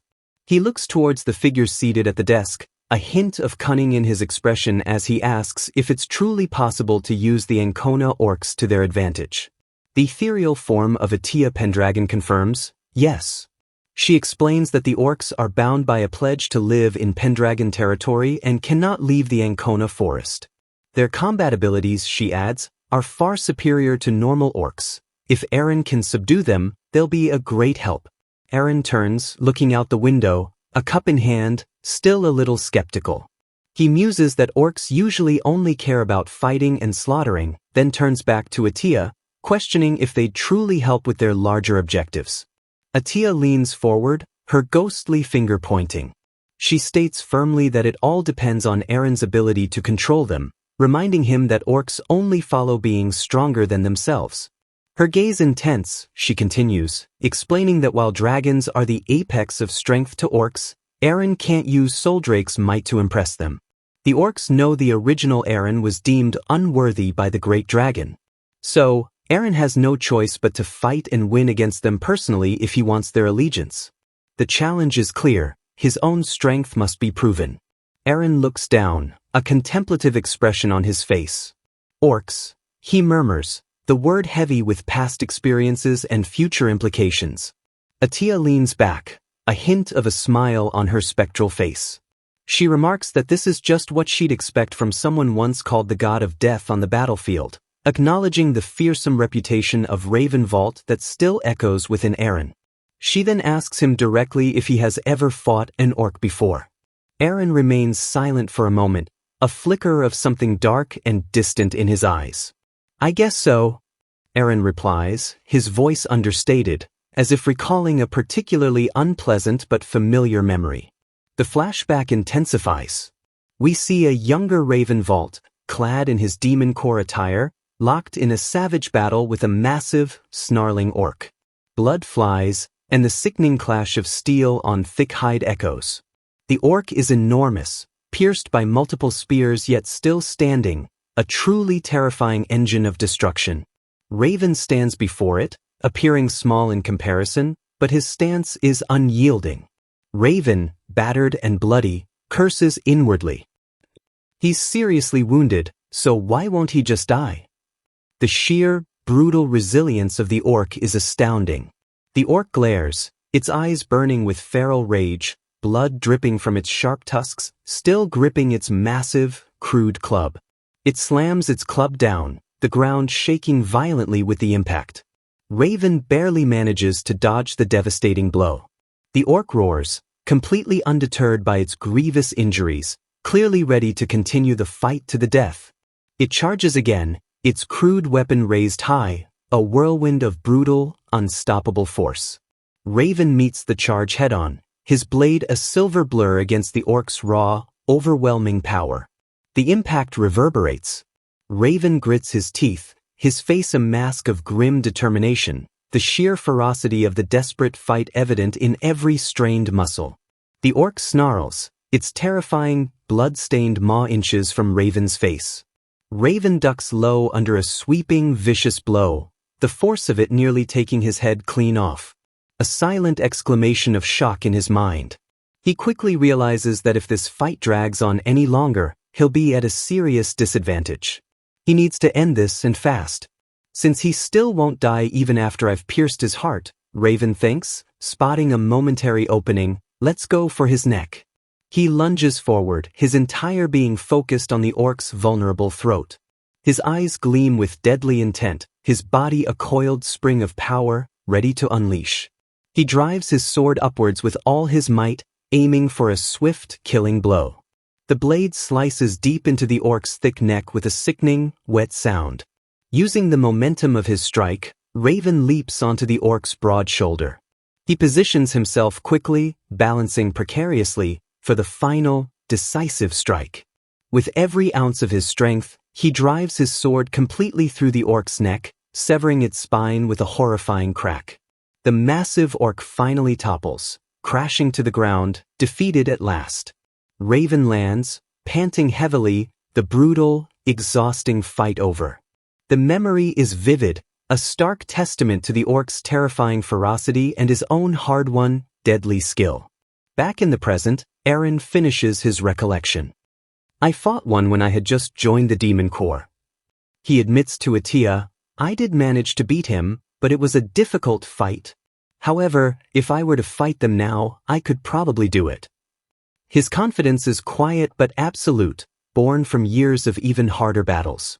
Atia beams, giving him a ghostly thumbs up. Nice. So you can do it, she exclaims, her enthusiasm almost comical for a spirit of her age and dignity. She continues, her spectral thumbs still enthusiastically raised. After you defeat the Ancona orcs, you can quickly open the mausoleum. Her grand plan is steadily coming together, and Eren is the indispensable key. Eren lets out a small sigh, a bead of sweat on his temple. Good grief. He mutters, clearly finding her boundless enthusiasm a bit much, but accepting the daunting challenge nonetheless. He thinks to himself, with a touch of dry humor, you certainly made that sound easy. The scene transitions back to the present day. Eren and his knights are riding, their horses' hooves thudding rhythmically on the dirt path. They ride towards a vast, dark forest nestled at the foot of towering, snow-capped mountains. This is the imposing edge of the Ancona forest. Sir Killian exclaims, his voice filled with disbelief and clear apprehension, we're going to make the Ancona orcs our allies? The news of Eren's plan is clearly a profound shock to him. Killian looks at Eren, his expression deeply troubled. I'm reluctant to agree to this, Your Grace, he admits honestly, his concern evident. Eren explains his pragmatic reasoning. Raiding the Ancona forest will be difficult with just the few of us. In order to reduce our casualties, we need strong warriors. He then adds the grim alternative. However, if we fight the orcs head-on, they can probably annihilate us. Alliances, even unlikely ones, are a necessity for survival and success. Khazal, perched nervously atop Tada, chimes in, his small voice trembling. That's right, master. Tada the harpy screeches in frightened agreement, flapping her wings anxiously. Picking a fight with an orc is just suicide. Tada doesn't want to die. Khazal, equally terrified, clings tightly to her feathers. Eren glares back at his cowering demonic familiars. I hate this loser mentality, he snaps sharply. So try thinking of some way we can win instead. Otherwise, I'll feed you to the dragon. Tada and Khazal shrink back, emastards. His threat is clearly and immediately effective. Suddenly, a panicked scream cuts through the air. Get away from me. Eren looks up, surprised. A silent question mark appears in his mind. That voice, doesn't it sound like Breeden? Eren muses, recognizing the distinct, grating tones of the disgraced knight. Sir Killian looks equally puzzled. Eren mutters, almost to himself, he still hasn't gone back? What the hell is he doing out here? Khazal, shielding his eyes with a small hand, points ahead urgently. Master, it looks really bad up there. Eren asks curtly, what is it? Khazal's eyes are wide with pure terror. Those are the Ancona orcs, he gasps, his voice cracking. Eren and Sir Killian both look ahead, their expressions instantly turning serious. A silent, Shared understanding of trouble passes between them. The situation has just escalated dramatically. Eren spurs his horse forward without hesitation, galloping towards the commotion. Sir Killian calls out, a note of alarm in his voice. Your Grace. In the distance, a sword is thrown violently to the ground, its clang echoing ominously. It's Knight Breeden, completely disarmed and utterly terrified, his face pale and sweaty, now surrounded by a menacing group of towering orcs. Lady Luna is also there, on horseback, her expression one of utter disdain and profound exasperation as she watches Breeden cower pathetically before the orcs. Breeden is on his knees, desperately pleading with the towering orcs. Stop it. I already told you to get away from me. His former arrogance is completely gone, replaced by pure, abject panic. Lady Luna sighs, her hands clasped tightly before her. She thinks to herself with clear disgust, just as I thought. Nothing good ever comes out of being associated with him. She glares down at the pathetic, groveling Breeden. Do you understand what you've done? She demands, her voice cold and furious, cutting through his whimpers. Pointing your blade towards Duke Eren is the same as pointing your blade towards the entire empire, she lectures him, her tone like ice. If you really intend to rebel, then leave our household immediately. Breeden looks up, his face a mask of raw desperation. And my lady, please don't excommunicate me, he begs, his voice cracking. I still have to escort you back to the Sirad territory. So please. His pleas fall on deaf and decidedly unsympathetic ears. Lady Luna looks away, her profile sharp and resolute. Yes, she says flatly, her voice devoid of any warmth. Your only job was to protect me. A job at which he has spectacularly and shamefully failed. She looks down at him with utter contempt, her patience clearly exhausted. It is time for you to understand your place, she declares, her voice like the snap of a whip. Father will decide your punishment when we get back to Sirad. Her words are a final, damning judgment, sealing his fate. Breeden stares blankly ahead, his tattered clothes and crudely bandaged arm a stark testament to his recent, brutal defeat. He's utterly broken, his future looking incredibly bleak. Silence hangs heavy around him.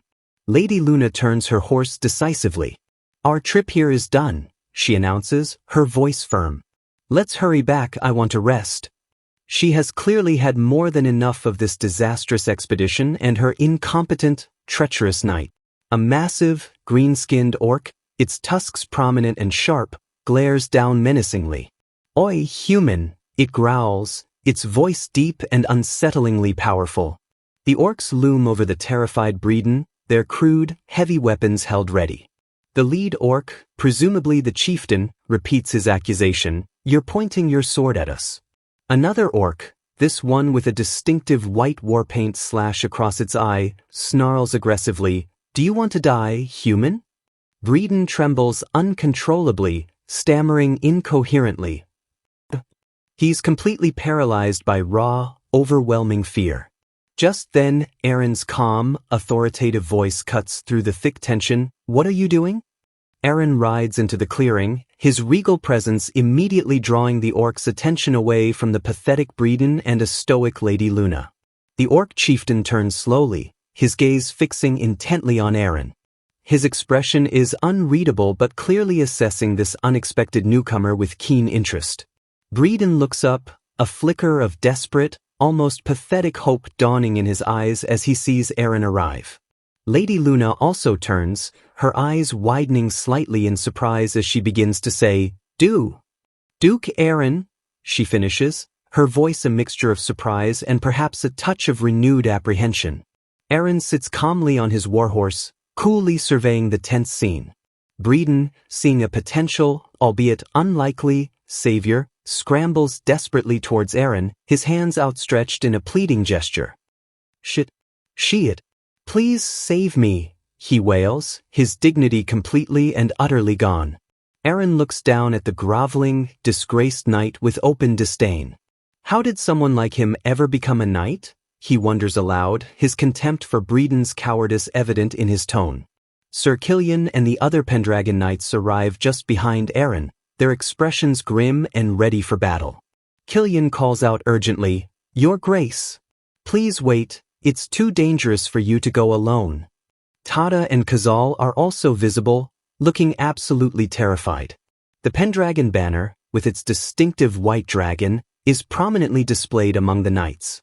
The orc chieftain's eyes widen slightly, a flicker of recognition as he spots the familiar banner. He clearly recognizes the sigil. The Pendragon crest. He rumbles, his deep voice resonating with ancient knowledge. His gaze shifts sharply to Eren. "Then this boy is—" The chieftain points a massive, calloused finger directly at Eren. "Eren Pendragon," he roars, a predatory, almost eager grin spreading across his fierce face. "Just when I wanted to meet you." The challenge hangs heavy and unmistakable in the air. Eren meets the chieftain's intense gaze, his own expression calm, almost serene, betraying no hint of fear or intimidation. Suddenly, a palpable wave of invisible pressure emanates powerfully from the orc chieftain, washing over the clearing like a physical force. It's an overwhelming aura of raw intimidation. Sir Killian and the other Pendragon knights are caught in it, their spectral forms seeming to flicker as if their very will, their courage, is being crushed by the sheer force of the orc's presence. Killian gasps, sweat pouring down his face, his body trembling violently. "That's an orc's fear," he chokes out, his voice strained. "I can neither move nor breathe properly." The text confirms, orc's fear is a special, terrifying ability inherent to orcs.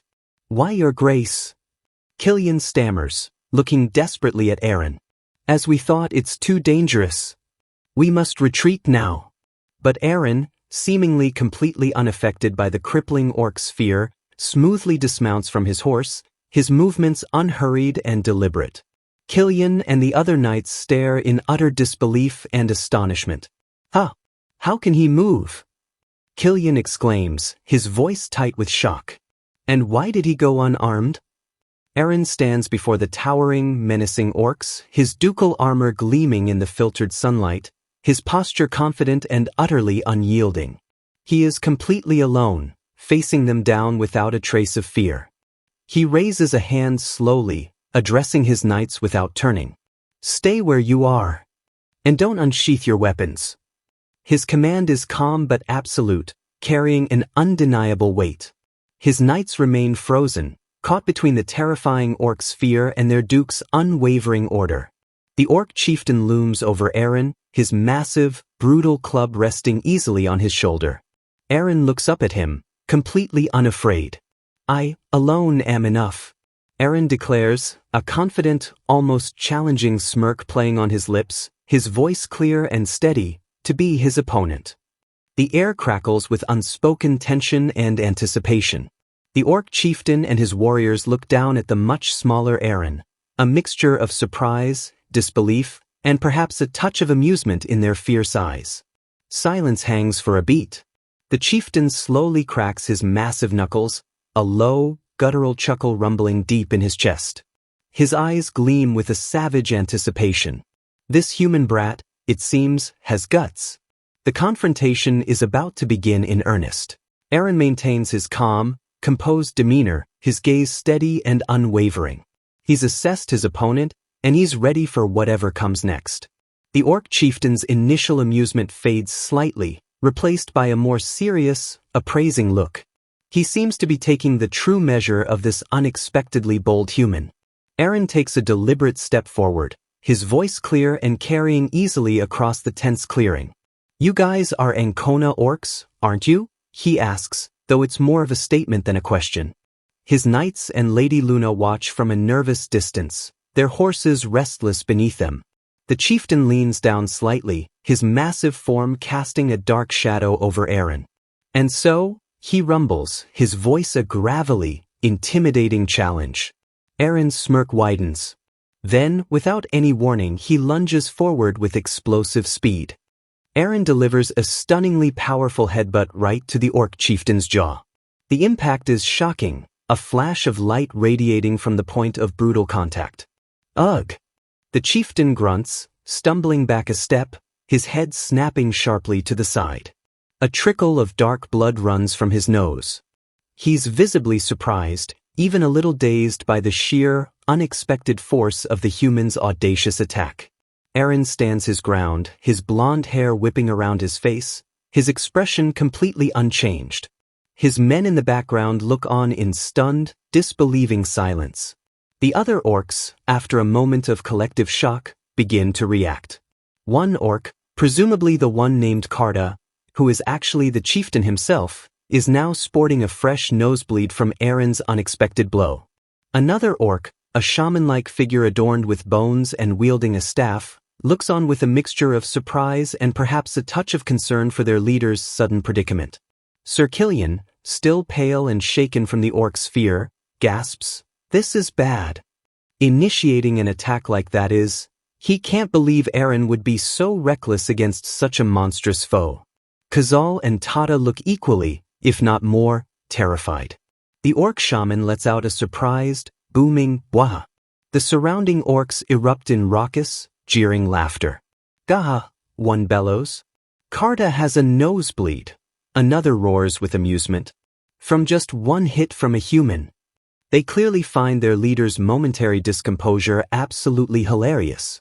Sir Killian and the familiars can only stare, dumbfounded by the orc's unexpected reaction and Eren's sheer audacity.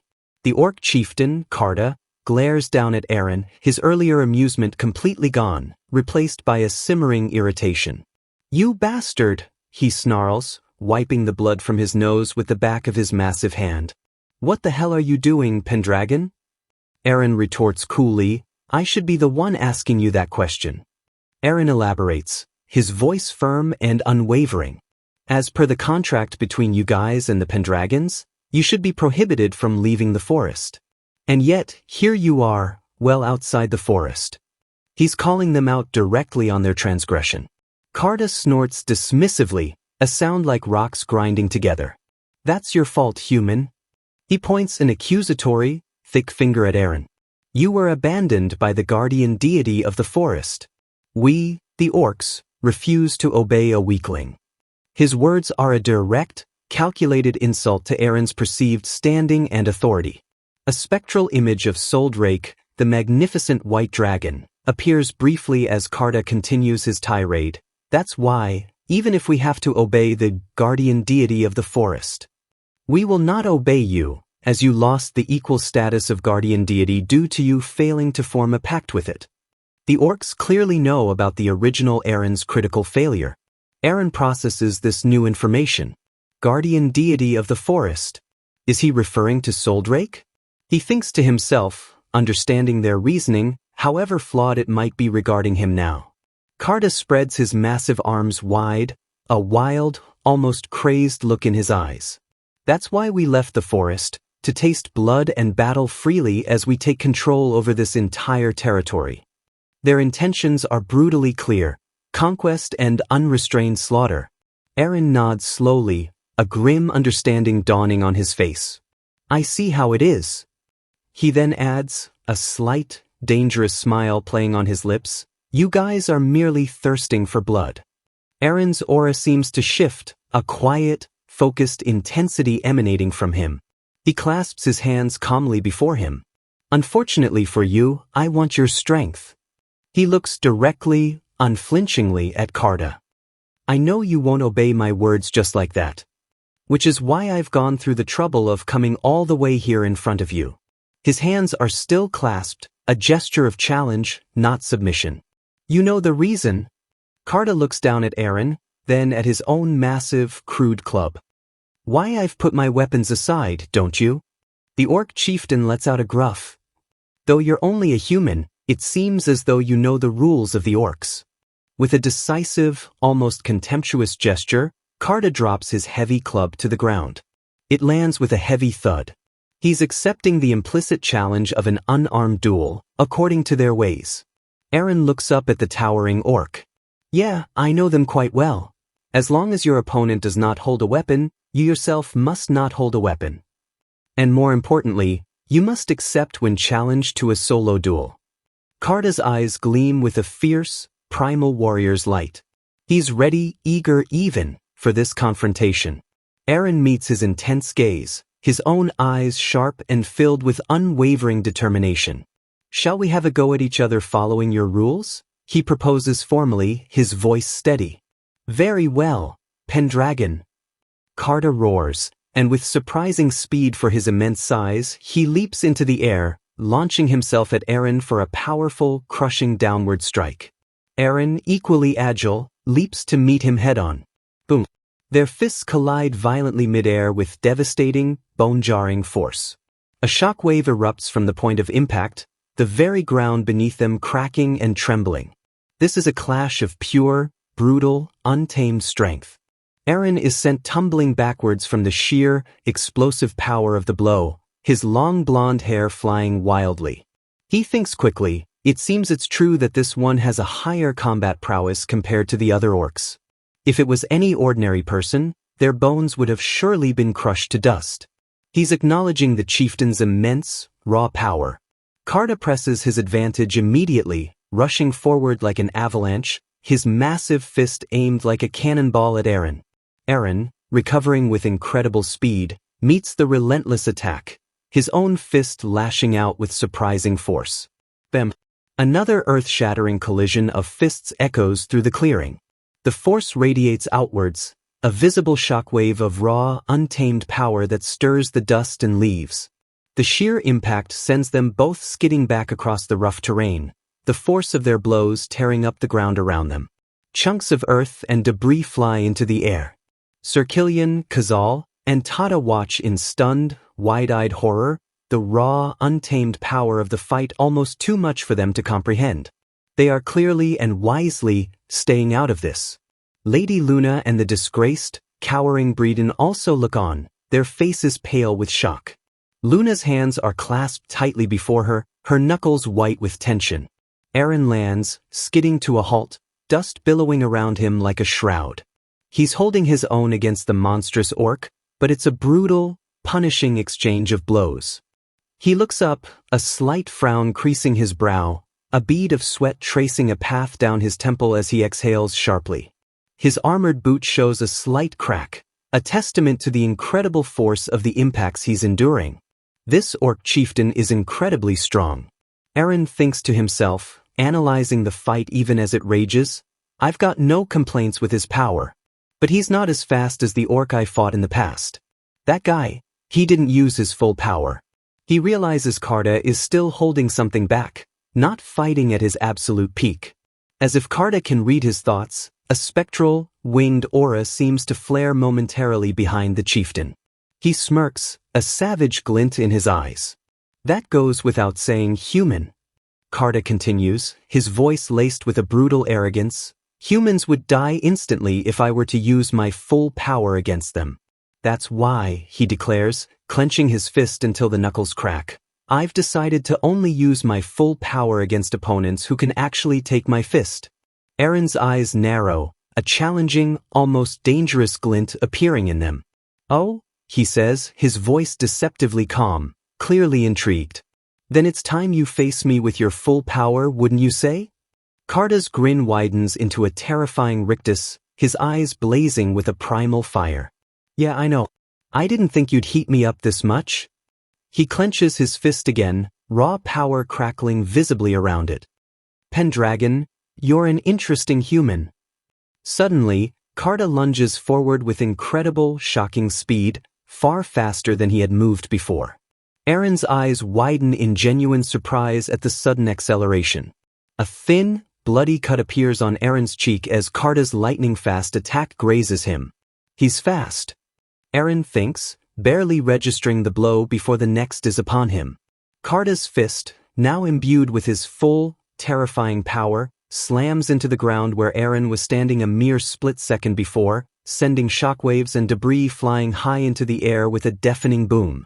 Carta looms over Eren, who is now clearly on the defensive, narrowly avoiding the chieftain's relentless, brutal onslaught. "I want to fight you more." Carta roars, his voice a primal thunder. "Don't you go dying on me now, human." Eren, bracing himself against the onslaught, a wave of golden, concentrated energy erupts from his fist. But Carta's blow connects first, a brutal, devastating strike to Aaron's side. The sheer force sends Aaron flying through the air, blood spraying from his mouth. Lady Luna gasps audibly, her hand flying to her mouth in shock and horror. Even Breeden looks on, stunned into silence by the raw violence of the blow. Sir Killian cries out, his voice filled with anguish, "Your?" Kazal and Tada are frozen solid in abject terror, unable to even whimper. "Your Grace!" Killian shouts desperately, watching helplessly as Aaron is sent tumbling uncontrollably through the air, a crimson trail of blood marking his violent trajectory. The tide of the battle has clearly and terrifyingly turned against him. The battlefield is a whirlwind of dust and debris, kicked up by the sheer, brutal force of the clash between Aaron and the orc chieftain, Karda. Aaron has just been sent flying by a devastating blow. Karda stands, flexing his massive fist, a thoughtful, almost puzzled look on his green face. "My fist definitely hit him," he muses to himself. But this feeling, something about the impact felt off, not quite as decisive as he expected it to be. Through the settling dust, an armored boot slams down hard onto the torn earth. Aaron, despite the brutal hit that should have incapacitated any normal man, is already getting back to his feet, cursing under his breath, "God damn it." He stands tall, his white and gold ducal armor now scuffed and stained with dirt and blood, his red cape swirling around him like a defiant banner. A faint energy seems to crackle around him, a testament to his unyielding, almost inhuman spirit. Aaron glares, blood trickling from his mouth and a fresh cut on his forehead. A grim, almost savage smile spreads across his face. "My body's gotten a bit rusty," he remarks, his voice surprisingly conversational, "because I've only been fighting small fry lately." He's treating this life-or-death battle against a monstrous orc chieftain like it's merely a warm-up. From the sidelines, Lady Luna watches with wide, worried eyes, her hands clasped tightly to her chest in unconscious prayer or distress. Beside her, the disgraced knight Breeden looks on, his expression a mixture of shock and perhaps a dawning, unwilling respect for the boy he so readily dismissed. The other Ancona orcs look on, their earlier raucous amusement now replaced by a more focused, almost predatory intensity. They watch their chieftain and this surprisingly, impossibly resilient human. Sir Killian, still pale but resolute, watches alongside Kazal and Tada, who are practically trembling with unconcealed fear. The sheer raw power of the fight is overwhelming for them. Killian stares, his eyes wide with utter disbelief. I can't believe he's still standing after receiving a direct blow from an orc chieftain. He thinks, his voice filled with a mixture of awe and profound concern. His worried thoughts continue. But I've never heard of any human who can win against an orc in a one-on-one fight like this. His Grace is the precious heir to our dukedom. Protecting His Grace's life is our absolute top priority. His deep-seated loyalty wars with Aaron's direct orders to stay out of it. Unable to stand by and watch any longer, Killian raises his hand, ready to command his knights into the fray. "Men, protect His Grace," he shouts, his voice ringing with urgency. His knights respond with a unified cry of "understood" and begin to surge forward, ready to lay down their lives. But Aaron, without even looking back, raises a commanding hand, his voice cutting through the rising tension, sharp and absolute. "Stay there." He turns his head slightly, his bloodied face set in a mask of grim, unyielding determination. "This is a battle between me and the orc," he declares, his gaze unwavering and fierce. "I don't need your protection." His pride and the warrior spirit of Ravenvault will not allow any interference in this duel. Sir Killian freezes mid-command, his face a mask of internal conflict and visible frustration. He grits his teeth, torn between his sworn duty to protect his lord and his duke's undeniable, direct command. After a tense, charged moment, Killian slowly lowers his hand, his expression one of reluctant, pained acceptance. "Understood," he says, his voice heavy, though it clearly pains him deeply to stand by and watch. The orc shaman, observing intently from among his kin, slowly claps his gnarled, green hands together. A soft, deliberate clap, then another. A guttural, knowing chuckle escapes him. Kuhi, splendid, splendid, he rasps, his ancient eyes glinting with a strange, almost appreciative light. He looks at Eren with a newfound, keen interest. To think he's still alive after facing Karda, the strongest orc warrior within the entire Ancona forest. The shaman turns his gaze back to the dueling pair, a thoughtful expression on his wizened face. Pendragon, what an interesting human, he murmurs, clearly intrigued by this unexpected and unprecedented turn of events. The battlefield is scarred and torn, the ground ripped up from their previous brutal exchange. Eren and Karda stand facing each other once more, the tension between them palpable, electric. Eren cracks his knuckles, that same dangerous, confident smile returning to his face. This will serve as excellent rehabilitation to recover my former senses, he says, more to himself than to anyone else. Time to go all out, I guess. He's actually relishing this brutal confrontation. Karda beats his massive chest with a fist, a look of grim satisfaction on his fierce face. You're the first human to survive after taking my fist head-on, he admits, a grudging respect in his tone. But it's just a matter of time before you succumb to your wounds and die. Eren wipes a smear of blood from his chin with the back of his gauntlet. Is that so? Aren't you looking down on me just a little too much? He then adds dismissively, almost casually, something of this degree. A silent, internal thought from Eren. With the regeneration ability that I possess. He looks up, his expression almost mocking meeting Karda's gaze. It's just a flesh wound. As Karda watches in stunned disbelief, the cuts and bruises on Eren's face begin to steam faintly and visibly heal at an accelerated, unnatural rate. The blood disappears, the torn skin knitting itself back together before his very eyes. Karda's eyes widen in genuine shock. His wounds, they disappeared?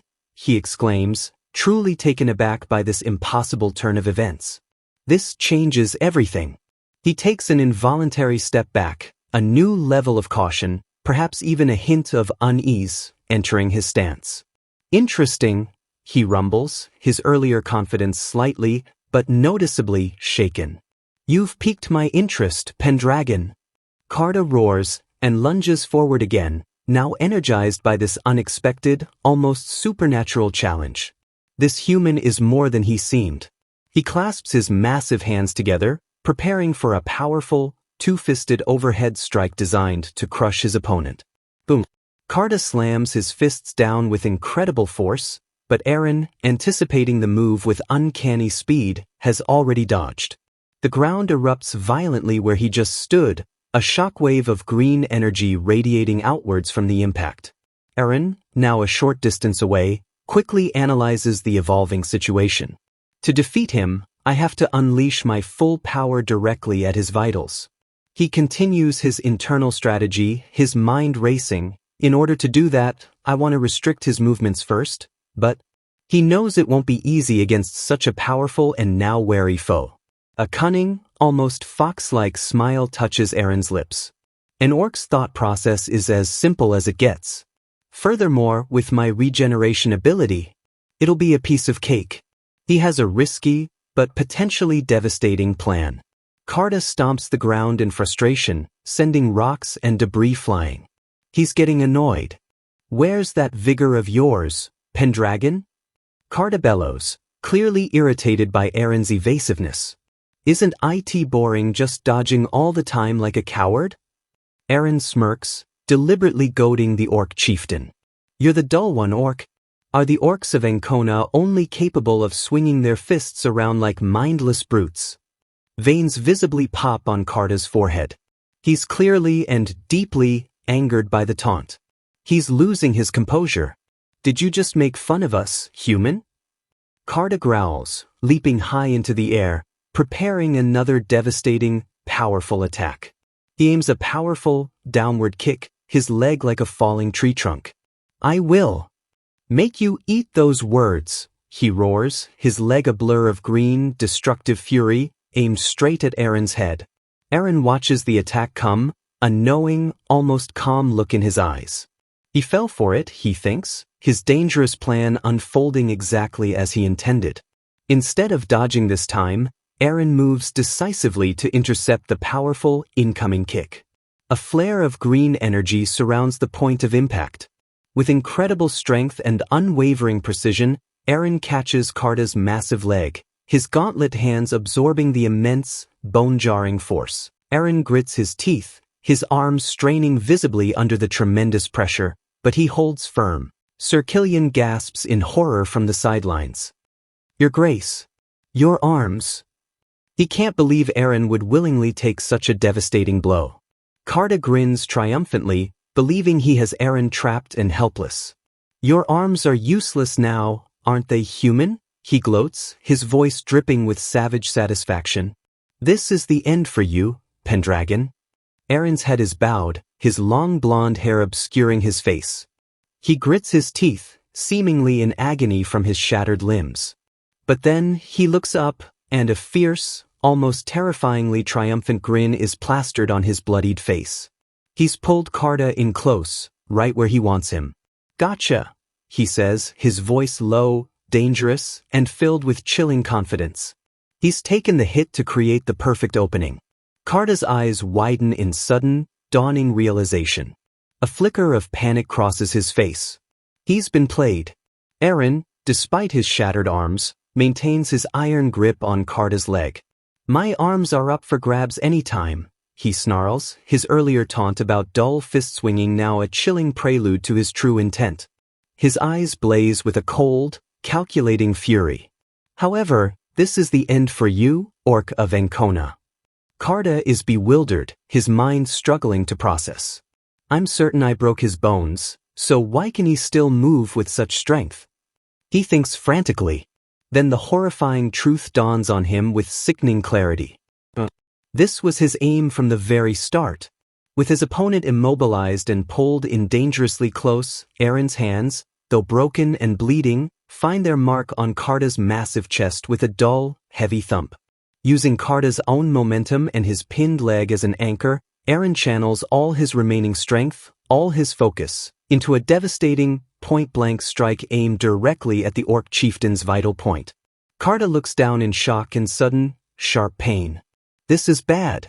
I can't dodge from this range," he thinks, but it's far too late. Eren's eyes seem to glow with an almost demonic light as he unleashes his full, concentrated power into the precisely targeted strike. The world seems to explode in a blinding flash of white and golden light. A devastating impact. Eren delivers a precise, two-palmed strike directly to Carda's chest, targeting his heart or another major internal organ with pinpoint accuracy. "Gach?" Carda screams, a horrifying, strangled sound, his eyes wide with agony as blood erupts violently from his mouth and the point of impact. The force of the blow is immense, clearly catastrophic, and internally devastating. Eren pushes off, his expression grim but undeniably triumphant, as the life begins to visibly fade from Carda's eyes. The massive Orc chieftain topples backwards, his body limp, crashing heavily to the ground with a deafening, final thud. He lies still, utterly defeated. Sir Killian, Khazal, and Tada stare in absolute, stunned, disbelieving silence. They simply can't believe what they've just witnessed.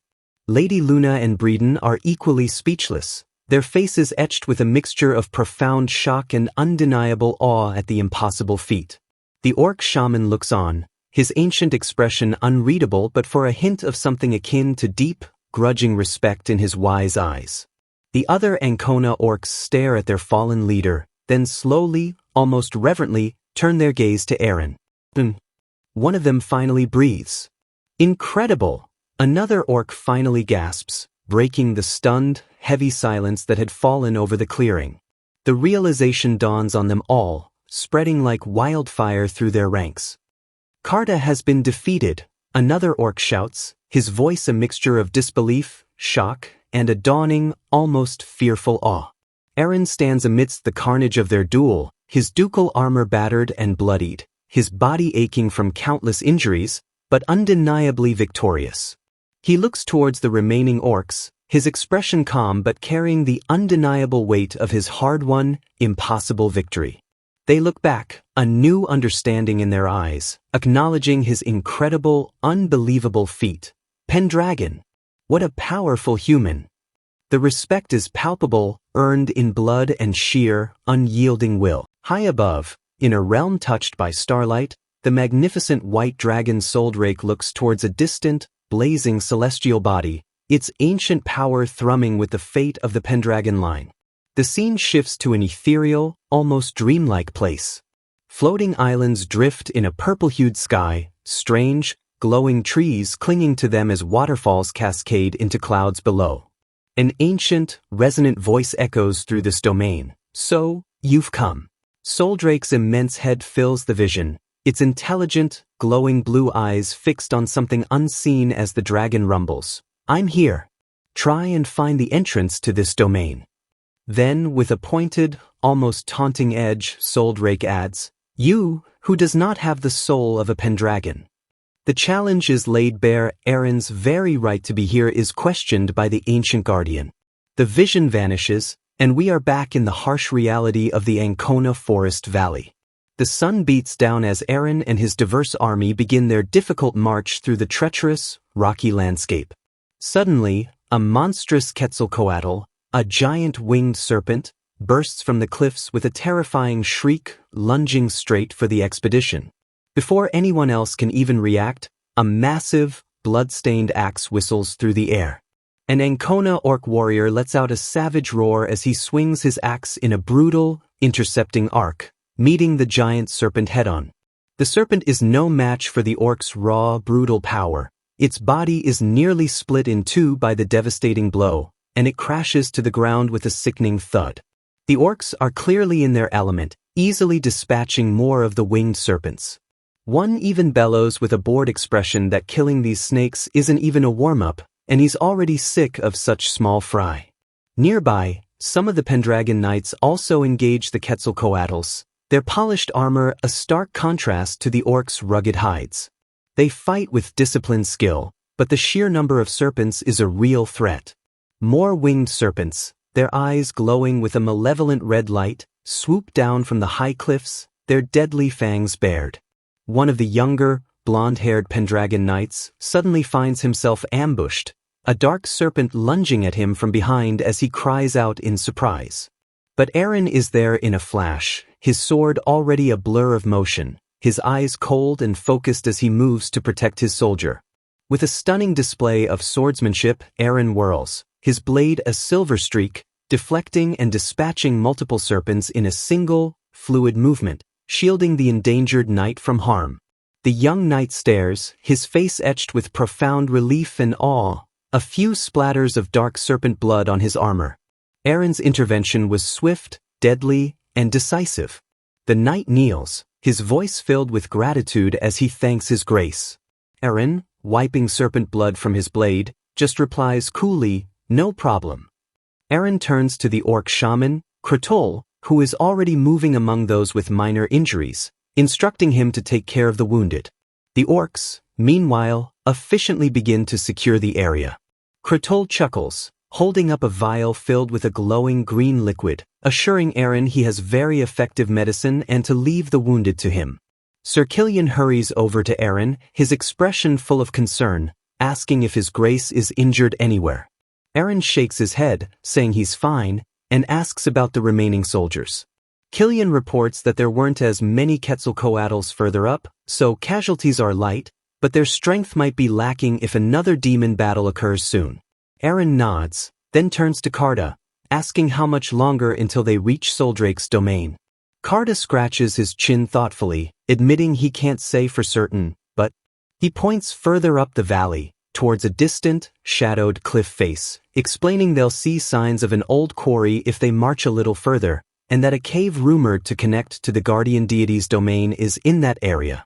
Erin asks if there's anything to be mindful of on the way. Carda shakes his head, saying this area is still orc territory and the snakes were just looking for water. Well then, we'll proceed to the quarry, Erin decides. We'll make camp there and search for the cave at sunrise. The group moves onward, deeper into the valley. Erin glances back at his troops, a confident smirk on his face, assuring them that if they run into any more trouble, he and the orcs will handle it. We're departing right away, he announces, his voice firm. Sir Killian nods, his expression serious and determined, ready to follow. Carta also nods, prepared to obey his new duke's command without question. Roger. They both reply, and the combined force moves out, beginning the climb up the rocky path leading towards the distant quarry. Night falls swiftly, and the crescent moon casts an eerie, pale glow over the rugged landscape as the expedition finally reaches the quarry. Eren dismounts, his boots crunching on the loose rock and gravel as he surveys the desolate area around them. He looks up at the towering, sheer cliffs that surround them on all sides, a thoughtful, slightly uneasy expression on his face. A cold wind whispers through the empty quarry, carrying an unnatural chill that makes the hairs on their arms stand up. Their camp is quickly established, a small collection of tents huddled close against the sheer rock face, the flickering light of torches pushing back the oppressive darkness. Orcs and humans alike begin to settle in for the night. Sir Killian, Carta, Tata, and Kazal look around, the atmosphere of this abandoned quarry undeniably unsettling and strange. Eren observes the surroundings, a slight frown creasing his brow as he remarks that it's a rather creepy place for just a quarry. He turns to Carta, asking why this quarry seems to be sealed off, its entrance unnaturally blocked. Carta thinks for a moment, explaining he's not sure of the details, but according to his elders, goblins used to mine for minerals here. However, there were stories about how all the goblins suddenly went missing at some point and simply never returned. Kazal and Tata, listening nearby, exchange nervous, wide-eyed glances. Eren looks pointedly at Kazal, saying his name. The little goblin flinches, waving his hands frantically as he insists he doesn't live in this forest and so Kazal doesn't know anything. Kazal continues his panic denial, adding that besides he's never heard of goblins actually digging for minerals themselves, as Kazal is much better at stealing than working. His attempt at bravado is comically unconvincing. Eren simply says, indeed, his mind clearly already working on the ominous implications of an entire population of goblins just vanishing. Sir Killian approaches, sensing his duke's unease, asking if something is the matter. Eren makes a decision, stating it would be best not to leave this area while it's dark, and for the orc soldiers to keep watch in pairs while the others rest. Killian nods in understanding. Eren then turns to Carta, apologizing but asking him to organize the watch rotations. Carta replies gruffly that he's got it and wishes Pendragon a good night before heading off. A lone torch crackles merrily, its flames dancing in the oppressive darkness, illuminating the small camp huddled beneath the pale moonlight. Two orc warriors sit on watch, leaning against the rough bark of nearby trees, their breathing heavy as they fight to stay awake in the quiet dark. Kazal, however, sleeps soundly, nestled comfortably against Tata's warm feathers on a simple mat, finding some peace even in this dangerous, unsettling place. The Pendragon camp is quiet, the tents glowing faintly from within, the sharp crescent moon hanging high above the sheer, silent cliffs. One of the blonde Pendragon knights sits on watch just outside Eren's tent, his sword resting across his lap, his gaze constantly sweeping the dark perimeter. Suddenly, a faint rustling sound cuts through the night silence, and he turns his head sharply, instantly alert. He peers out into the inky darkness beyond the flickering torchlight, his eyes narrowed, trying to pierce the deep shadows, wondering what it could be. What was that noise? He mutters to himself, rising cautiously to his feet and moving to investigate, his hand instinctively going to the hilt of his sword. As he steps away from the relative safety of the firelight, a massive, shadowy scythe, glowing with an eerie purple energy, sweeps out from the darkness. The knight reacts instantly, bringing his spear up to block with a clang. But the force behind the blow is overwhelming. The knight gasps as dark, corrupting energy envelopes him, his face contorting in agony as his life is brutally drained away. "Why He chokes out, collapsing limply to the ground, his weapon clattering uselessly beside him. The attack was swift, silent, and utterly lethal. From the darkness where the knight fell, a chilling voice seems to whisper towards the camp, "Your Grace." Inside his tent, Eren sits bolt upright, his eyes snapping open. He senses that something is terribly, deeply wrong. Shit. Something's not right, he thinks, his hand immediately reaching for his sword as Carta's earlier words echo in his mind. Why did the goblins here disappear simultaneously? A grim, chilling realization dawns on him. No. Perhaps it wasn't that they disappeared, he thinks, but more likely that they were made to disappear. His eyes narrow as he stares out into the suffocating darkness. But by whom? High on a cliff overlooking the unsuspecting camp, a lone, cloaked figure stands, radiating an aura of immense and ancient dark power. The figure slowly lowers its hood, revealing the terrifying, skeletal visage of a lich, its empty eye sockets glowing with a malevolent purple light, a powerful, pulsating orb atop its gnarled staff. Skeletal hands, wreathed in the same purple energy, begin to rise from the very ground around it. The skeletal hands surge forward, a silent, horrifying tide, swarming down from the high cliffs towards the vulnerable Pendragon camp. The night is about to be shattered by unimaginable terror. Eren stares into the darkness, a chilling thought forming. The goblins didn't just vanish, something made them disappear.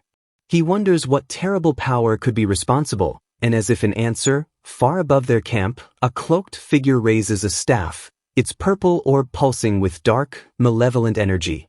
A menacing purple glow flares from the staff, accompanied by an eerie, whispering sound that drifts through the night. Down at the camp, the very ground beneath the tents begins to churn, and skeletal hands, wreathed in that same purple energy, claw their way up from the earth as more of those strange sounds echo. The dark energy twists and solidifies, forming monstrous shadow beasts with jagged spikes and glowing red eyes, while skeletons, some with the telltale horns of goblins, shamble forward, their empty gazes fixed on the camp. More shadow beasts, like giant demonic wolves, materialize from the darkness, their red eyes burning with malice, an army of skeletons standing ready behind them, a terrifying wave of the lich's power.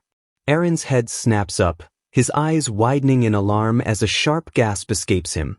He feels the sudden, overwhelming surge of demonic presence.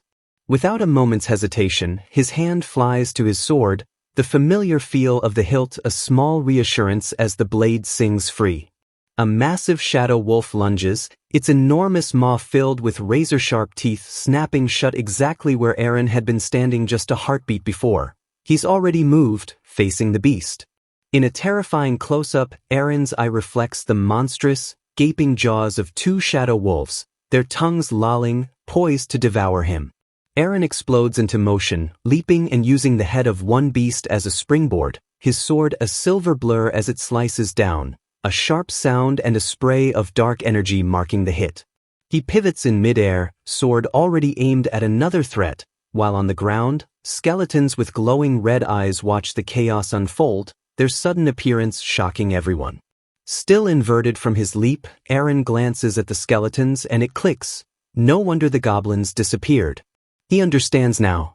He lands and immediately swings his sword in a wide, powerful arc, a crescent of white energy slamming into a charging shadow wolf, which lets out a startled yelp. The shadow wolves recoil, one howling in pain, the other snarling viciously, the air filled with their guttural growls. The commotion rips through the camp. Killian jolts awake in his tent, while outside, other knights and orcs scramble from their sleep, alerted by monstrous roars and the sounds of battle. Men burst from their tents, weapons already in hand, shouting in alarm and confusion, as orcs armed with clubs and axes join them, equally bewildered by the sudden chaos. Killian stumbles out, his eyes wide with disbelief, a stunned sound escaping him as he tries to comprehend the nightmare unfolding before him. From where they stand, they see Eren, a solitary figure in his gleaming armor, standing defiantly atop the bodies of slain shadow beasts, his sword held ready against the swirling dark energies. Eren turns, his expression grim and utterly focused, his blonde ponytail whipping behind him, as one of his men calls out his name in shock and recognition amidst the carnage. With a powerful downward thrust, Eren plunges his sword deep into the head of another shadow beast, a violent impact and a burst of light marking the fatal blow. He wrenches his sword free and lands gracefully as the massive beast collapses behind him, its dark form already dissipating, while another wounded creature snarls nearby. Eren stands his ground, facing a seemingly endless horde of shadow beasts and skeletons that stretch out before him under the dark, starry sky, the sheer number of enemies truly daunting. Killian and Karda, followed by other knights and orcs, rush towards him, their weapons ready, Killian shouting Eren's title with concern clear on his face as they see him surrounded. Eren turns to face them, Karda and Killian now flanking him, and calmly asks for a report on the situation, ever the commander. Killian looks back towards the ridge where the skeletal army is pouring from, his expression still one of shock and confusion, an almost silent gasp escaping him. They all stare at the ridge as countless skeletons, many with the distinct horns of goblins, advance upon them, and Eren confirms their fears. These are the goblins from the mines.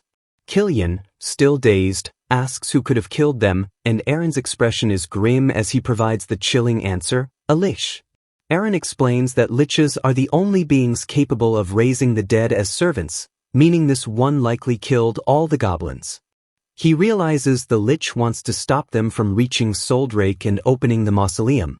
Karda and Killian stare in stunned silence, the terrible gravity of facing a lich finally sinking in. An overhead view confirms their dire situation. The camp is completely surrounded by a writhing mass of shadow beasts, serpents, and the relentless skeletal army. Eren grimly states they're surrounded and have no choice but to fight. Close-ups of menacing shadow wolves and twin-headed shadow serpents highlight the immediate danger, as Eren explains these creatures won't disappear until they find and deal with the lich itself. Eren stands resolute before his allies, declaring he will find the lich's real body and deal with it, while they must buy him time. Come! Eren roars, and his forces charge forward, crashing into the onslaught of skeletons and shadow serpents that rise from the earth with guttural hisses. Karda and another powerful orc lead the charge, their muscular forms a blur of brutal motion as they throw themselves into the thick of the fight. With mighty swings of their weapons, the orcs cleave through ranks of skeletons, arcs of blue energy erupting with each devastating blow, sending shattered bones flying as the sounds of combat fill the night. Killian fights fiercely, thinking to himself that their enemies have brought overwhelming numbers to stop them from restoring Pendragon's glory, but he won't let them succeed. He unleashes a powerful sword strike, a wave of pure energy tearing through more skeletons as he silently vows, "I won't let them," determination burning in his eyes. A brief image of the previous, gentler Eren flashes by, a stark contrast to the warrior he is now. Killian reflects on how much his grace has changed, like a completely different person, and wonders if perhaps Eren can achieve what his predecessors could not. A fierce grin spreads across Killian's face as he fights, his conviction solid. The current young master is far better, his loyalty and admiration shining through. His thoughts drift to a powerful image of Eren, regal and strong, riding atop the magnificent white dragon Soldrake. He believes that if anyone can control the dragon and open the mausoleum, restoring their past glory, it's Eren. Killian faces down a monstrous shadow wolf, his resolve unwavering, declaring in his mind that the time of their downfall is over. The Pendragons will definitely rise again. The shadow wolf snarls, its red eyes glowing menacingly. Killian, a bead of sweat on his brow, feels a powerful surge of pride welling up inside him. That's right, he thinks, we are the prideful white dragon cavalry, he mentally roars, his sword flashing in a brilliant arc as it slices clean through the beast. The severed head of the shadow wolf flies through the air, dark energy trailing behind it, a clear testament to Killian's renewed strength and conviction. It crashes into a distant rock face with a loud thud, startling a nearby group of spear-wielding skeletons as Killian stands, catching his breath. But the respite is tragically short-lived. A larger, even more menacing shadow beast, its body a mass of black spikes and dark energy, lunges from the rocks, maw wide, while three skeletons simultaneously take aim with their spears. The spears fly with deadly accuracy, cutting through the air with a sharp whistle aimed directly at Eren. Eren, currently locked in combat with a giant, two-headed shadow serpent, senses the incoming attack from behind just moments before the spears can connect. Eren turns, his expression hardening. Just as I thought, he realizes. They're aiming for my life. I don't have any time to find the lich like this. His armored hands tighten on his sword hilt, a subtle clink of metal echoing as he prepares for the renewed onslaught.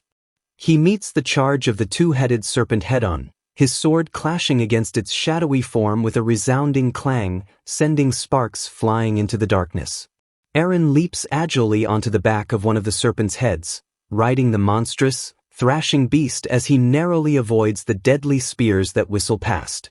The serpent crashes heavily to the ground, its head pierced through by his sword, its demise marked by a loud thud and a spray of dark energy as Eren lands beside it, already looking for the next foe. Eren looks up at the chaotic night sky, his mind racing.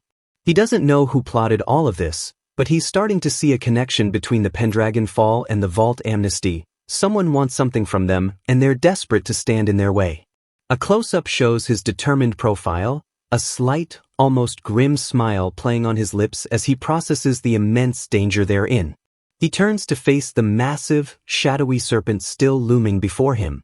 "Fine," he declares with cold resolve, almost as if speaking to the lich itself. "I will help you then," his tone daring them to try and stop him. An image of the Pendragon banner, with its proud white dragon, overlays his determined stance. He thinks, "I will restore the ambitions of this house, against your will. So go ahead, try to disrupt us anytime you want." Eren faces the monstrous, red-eyed serpent, his sword held steady, the air crackling with raw tension and the promise of imminent, brutal battle. A close-up shows his gauntlet hands gripping his sword tightly, the polished metal reflecting the chaotic, purple-tinged sky above. Energy surges around him as he declares with fierce conviction, "I will regain the glory of the Vault household with my own hands." The menacing shadows of two massive serpents frame him, emphasizing his defiant, personal stand. He stands amidst the dissipating bodies of the shadow beasts he's already slain, his sword resting on his shoulder, but the battle is clearly far from over. Looking out over the chaotic battlefield, he sees his men still locked in desperate combat with a seemingly endless tide of skeletons. "We've dealt with so many," he observes, a hint of weariness in his voice. His expression is serious, almost strained. Even though they're just goblin skeletons, their sheer numbers are overwhelming, and they can't hold out for long. And then, there's still the lich itself to deal with. Suddenly, a massive, shadowy clawed hand, wreathed in dark purple energy, descends rapidly towards him. Eren looks up, his eyes widening as he braces for the impact, swinging his glowing sword in a swift, desperate arc. "So, liches, these are sorcerers who've twisted their own souls with forbidden magic, chasing a sick kind of immortality. Because they've broken nature's laws, the Empire and its mages hunt them down relentlessly, always ordering their execution on sight, surrendered or not. Because these beings will do anything to win. And because of that, there were always heavy casualties when dealing with them. And the main, terrifying reason for that was the sudden, bewildered cries of men dying before they even knew what hit them. A blinding flash of purple energy erupts as the shadow strikes, a violent, sickening sound cutting through the night, the nearby night watching in frozen horror. The scarred soldier's eyes widen in shock and pain, dark tendrils like shadowy claws piercing his neck, a silent question in his eyes as his life is snuffed out.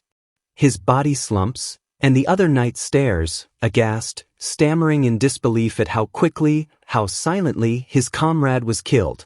Two bodies now lie in what seems to be the lich's desolate hall.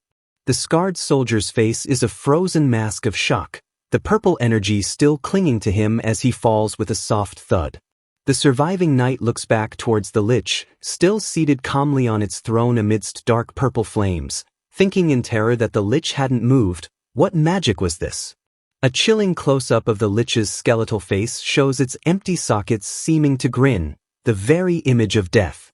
The terrified knight lets out a choked sound as the horrifying truth begins to dawn on him. "Ray. W.I." he screams in his mind, "they actually exist." He turns to run, raw panic on his face, desperate not to die, while the lich watches impassively. The lich calmly raises a skeletal hand, a dark, string-like energy extending from its fingertip, like a puppet master of death.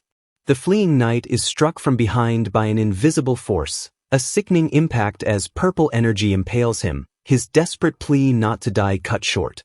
His head explodes in a shower of blackness as he collapses, another victim of the unseen horror, while the first knight watches, paralyzed by terror. The knight thinks, I thought they were just legends, but those chills. It's definitely here, feeling the unnatural cold, the terrifying presence of the wraith. He stares at the lich on its throne, finally understanding, wraiths, the lich's strongest, unseen servants. The wraith, an invisible spirit, moves like a phantom through the battlefield, a true god of death, its scythe a blur of dark energy, unseen by human eyes. The knight sweats, his eyes wide with fear, a silent gasp escaping him as he senses the deadly presence closing in. The unseen wraith swings its massive, spectral scythe, and Eren, back on the main battlefield, senses the attack aimed directly at him. If that scythe connects, it means death. Eren's eyes narrow, a flicker of grim understanding within them. He's fighting an enemy he can't even see. He reacts instantly, swinging his own sword in a desperate defensive arc, the clash of his blade against the invisible scythe sending out a shockwave of purple and white energy. His sword glows with a faint blue light, the gem on its hilt pulsing as it meets the unseen, powerful force. A massive explosion of light erupts from the point of impact, a violent boom as Eren somehow manages to parry the wraith's attack. The spectral form of the wraith's scythe flickers for a split second, its jagged, tooth-like edge visible in the blast before vanishing back into nothingness. Eren stands alone for a moment, the ground around him scorched by the impact, looking around frantically for his invisible foe. He looks confused, a bead of sweat trickling down his temple as he murmurs, "What?" trying to pinpoint the enemy that just attacked him. He glances at his sword, still faintly glowing, wondering if his blade has some hidden property he never knew about. His thoughts are shattered by shouts from the battlefield. "Get it together," one of his men yells as soldiers around them begin to inexplicably collapse, one by one. Killian rushes to a fallen comrade, shouting in alarm to Eren that their soldiers are suddenly collapsing, then yells out in horror as he sees a spectral scythe, dripping dark energy, hovering ominously. Eren turns, his expression grim, a soft gasp escaping him as he understands the terrible truth. The wraiths are reaping souls. His gauntlet hand clenches, blue energy faintly glowing around his fingers. He has to do something now. Just as a wraith is about to strike down another soldier, Eren lunges, pushing the man aside and taking the spectral blow himself. The scythe phases through his arm, but the force is still immense. The saved soldier looks up, terrified, stammering, What is it?" While Eren grits his teeth, the strain clear on his face. Eren curses under his breath. This is incredibly bad. Wraiths have such an unusual presence that those who've never faced one won't understand. They kill you before you even realize they're there. Eren stands firm, surrounded by an aura of faint energy, knowing these things won't disappear unless the lich is dealt with, and there isn't just one of them. He grips his sword tightly. If he leaves, all his soldiers will die without being able to do a thing. He can't abandon them. But the dilemma is clear. If he doesn't deal with the lich himself, they'll be overwhelmed by sheer numbers, as images of his men falling to arrows and spears flash through his mind. Even his familiars are struggling. Tada the harpy screeches in fear, perched on Cazal's head as a skeleton reaches for them. Their night vision is good, but they can't search for the lich like this. Eren's face is set with fierce determination. This isn't like his old demon core. He can't just leave them. There has to be a way. Suddenly, a new energy signature flares. Kratol, the orc shaman, raises his ancient, gnarled staff, its tip glowing with a vibrant green light, a soft pinging sound echoing. Kratol slams the butt of his staff into the ground, and a shockwave of green energy spreads outwards from his bare feet, a powerful thump resonating through the earth. The green energy expands rapidly, covering the entire battlefield in a luminous circle, momentarily pushing back the oppressive darkness. Kratol lets out a deep, guttural laugh of satisfaction. He places a heavy hand on Eren's shoulder. "Now it's my turn, Pendragon boy," the orc shaman declares, his voice filled with ancient, surprising power. Eren looks up at the shaman, genuinely surprised by this sudden intervention and the sheer power now radiating from the old orc. Kratol stands beside Eren, a towering, imposing figure, offering his strength if Eren is having trouble, telling him to behold the magic of the great god of the earth. The green gem on Kratol's staff flares with intense light, the shining sound growing louder and more powerful. Massive tendrils of green root-like energy erupt from the ground with a series of powerful thuds, surging upwards like colossal awakened serpents, leaving Eren watching in awe.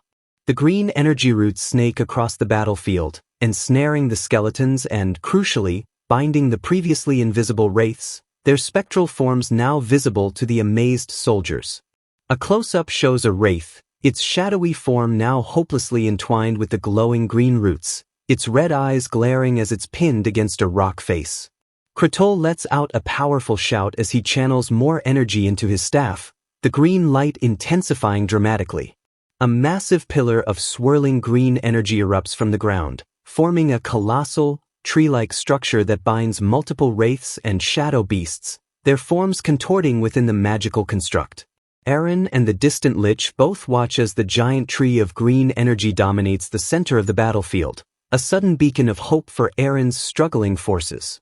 Eren turns to Kratol, a mix of gratitude and surprise on his face, saying slightly exasperatedly that if he could use magic like this, he should have done it sooner. Kratol, looking tired, replies that a spell this big requires a lot of preparation and is really tiring.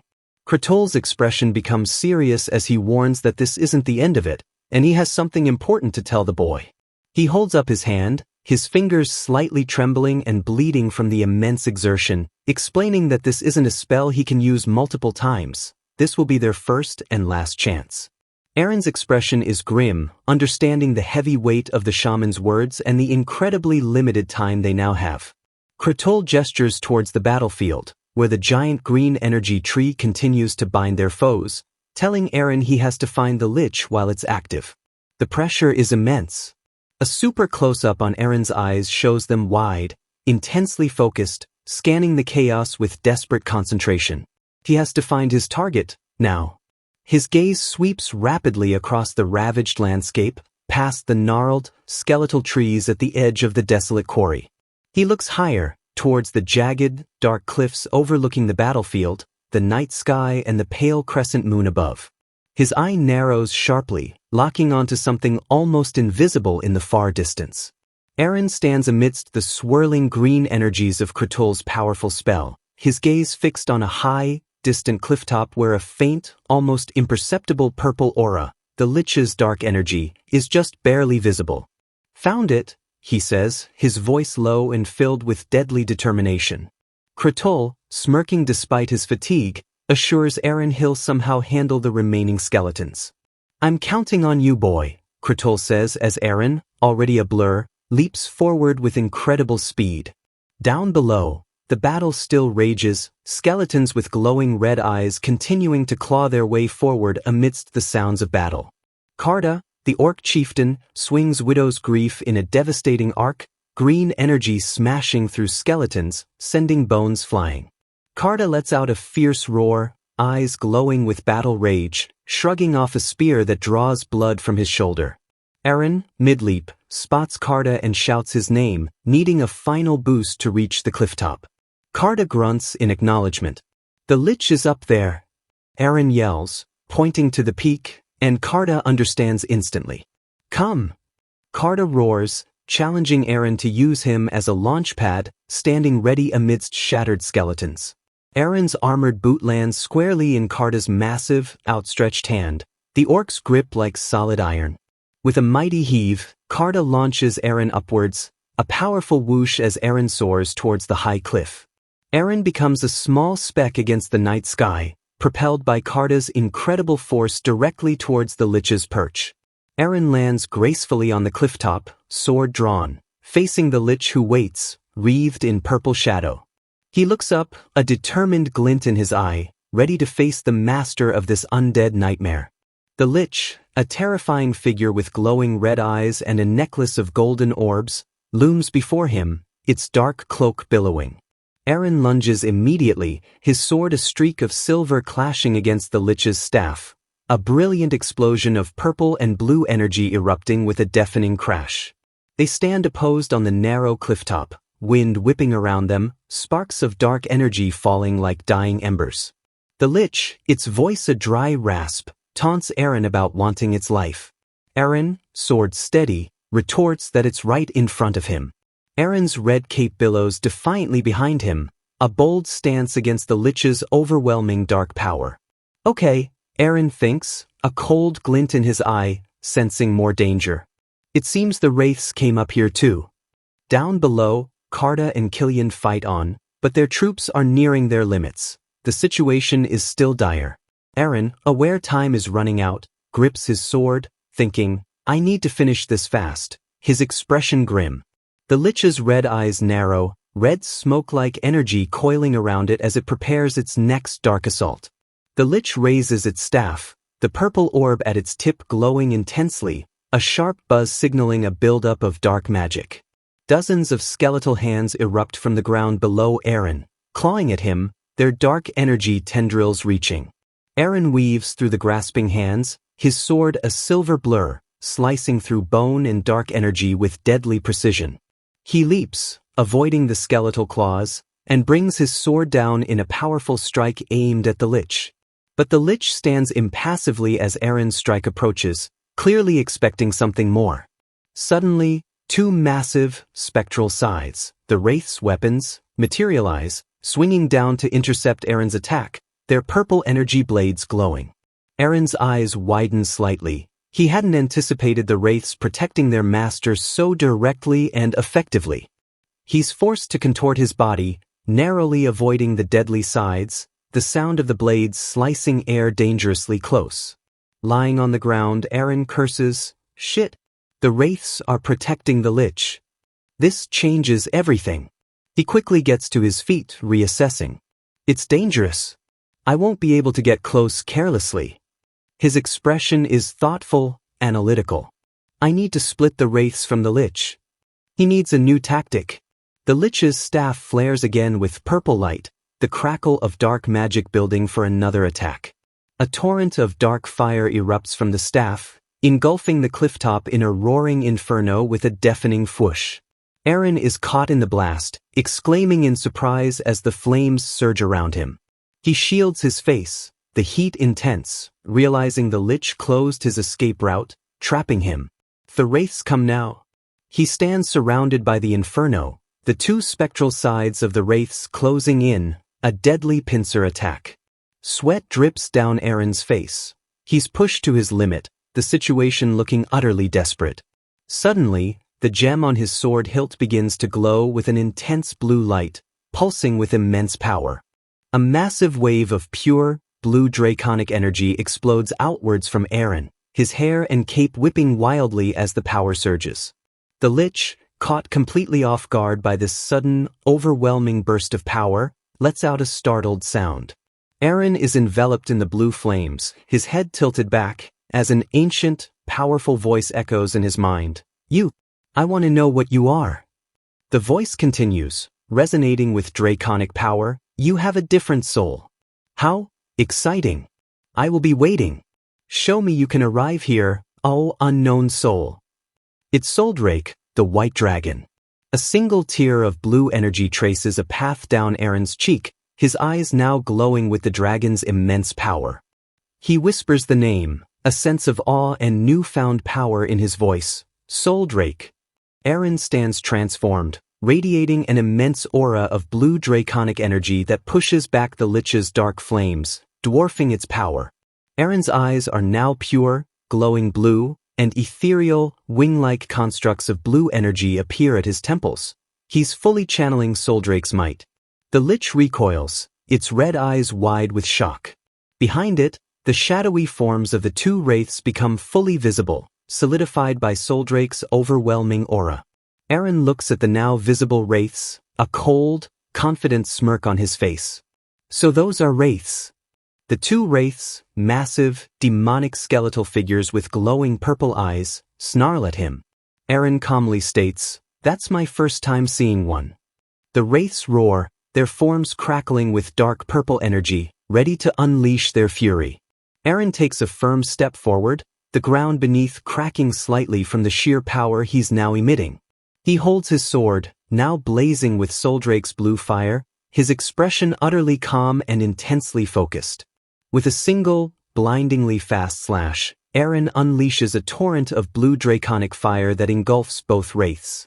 The wraiths are instantly incinerated, their forms dissolving into nothingness within the overwhelming blue flames, their dark energy snuffed out. The Lich watches in stunned silence as its most powerful servants are effortlessly destroyed by the pillar of blue fire. Eren's gauntlet hand, still wreathed in blue flames, is steady, his control absolute. He stands tall, the blue draconic energy swirling around him like a cloak, his power immense and undeniable. Eren now faces the Lich alone, the remnants of Soldrake's blue fire still burning brightly behind him. The power dynamic has completely, utterly shifted. He raises his sword, its tip aimed directly at the Lich's hooded face, the blade a blur of deadly speed and light. Looking down at the Lich, his eyes blazing with Soldrake's power, Eren declares with absolute certainty, "It's over for you, Lich."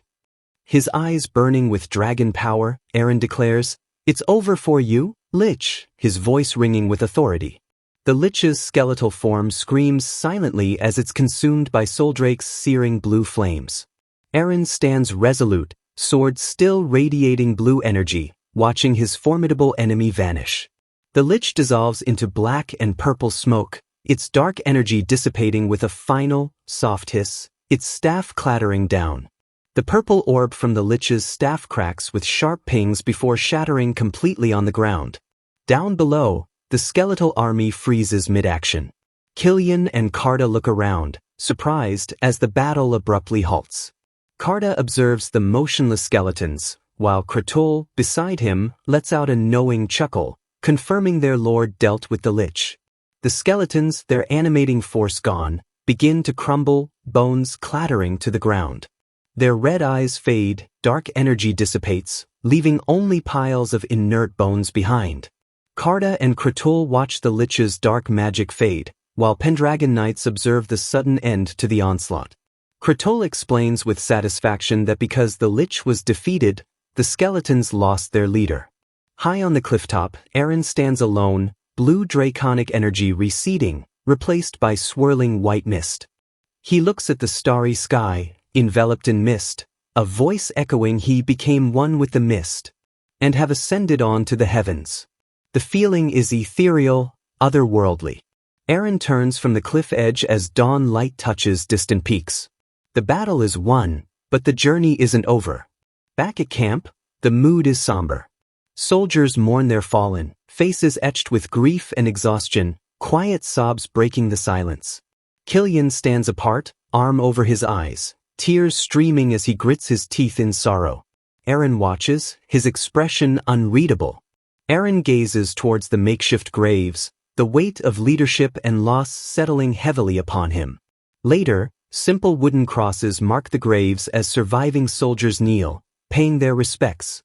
Night falls again over the quieted camp, fires burning low, a weary peace settling over the survivors.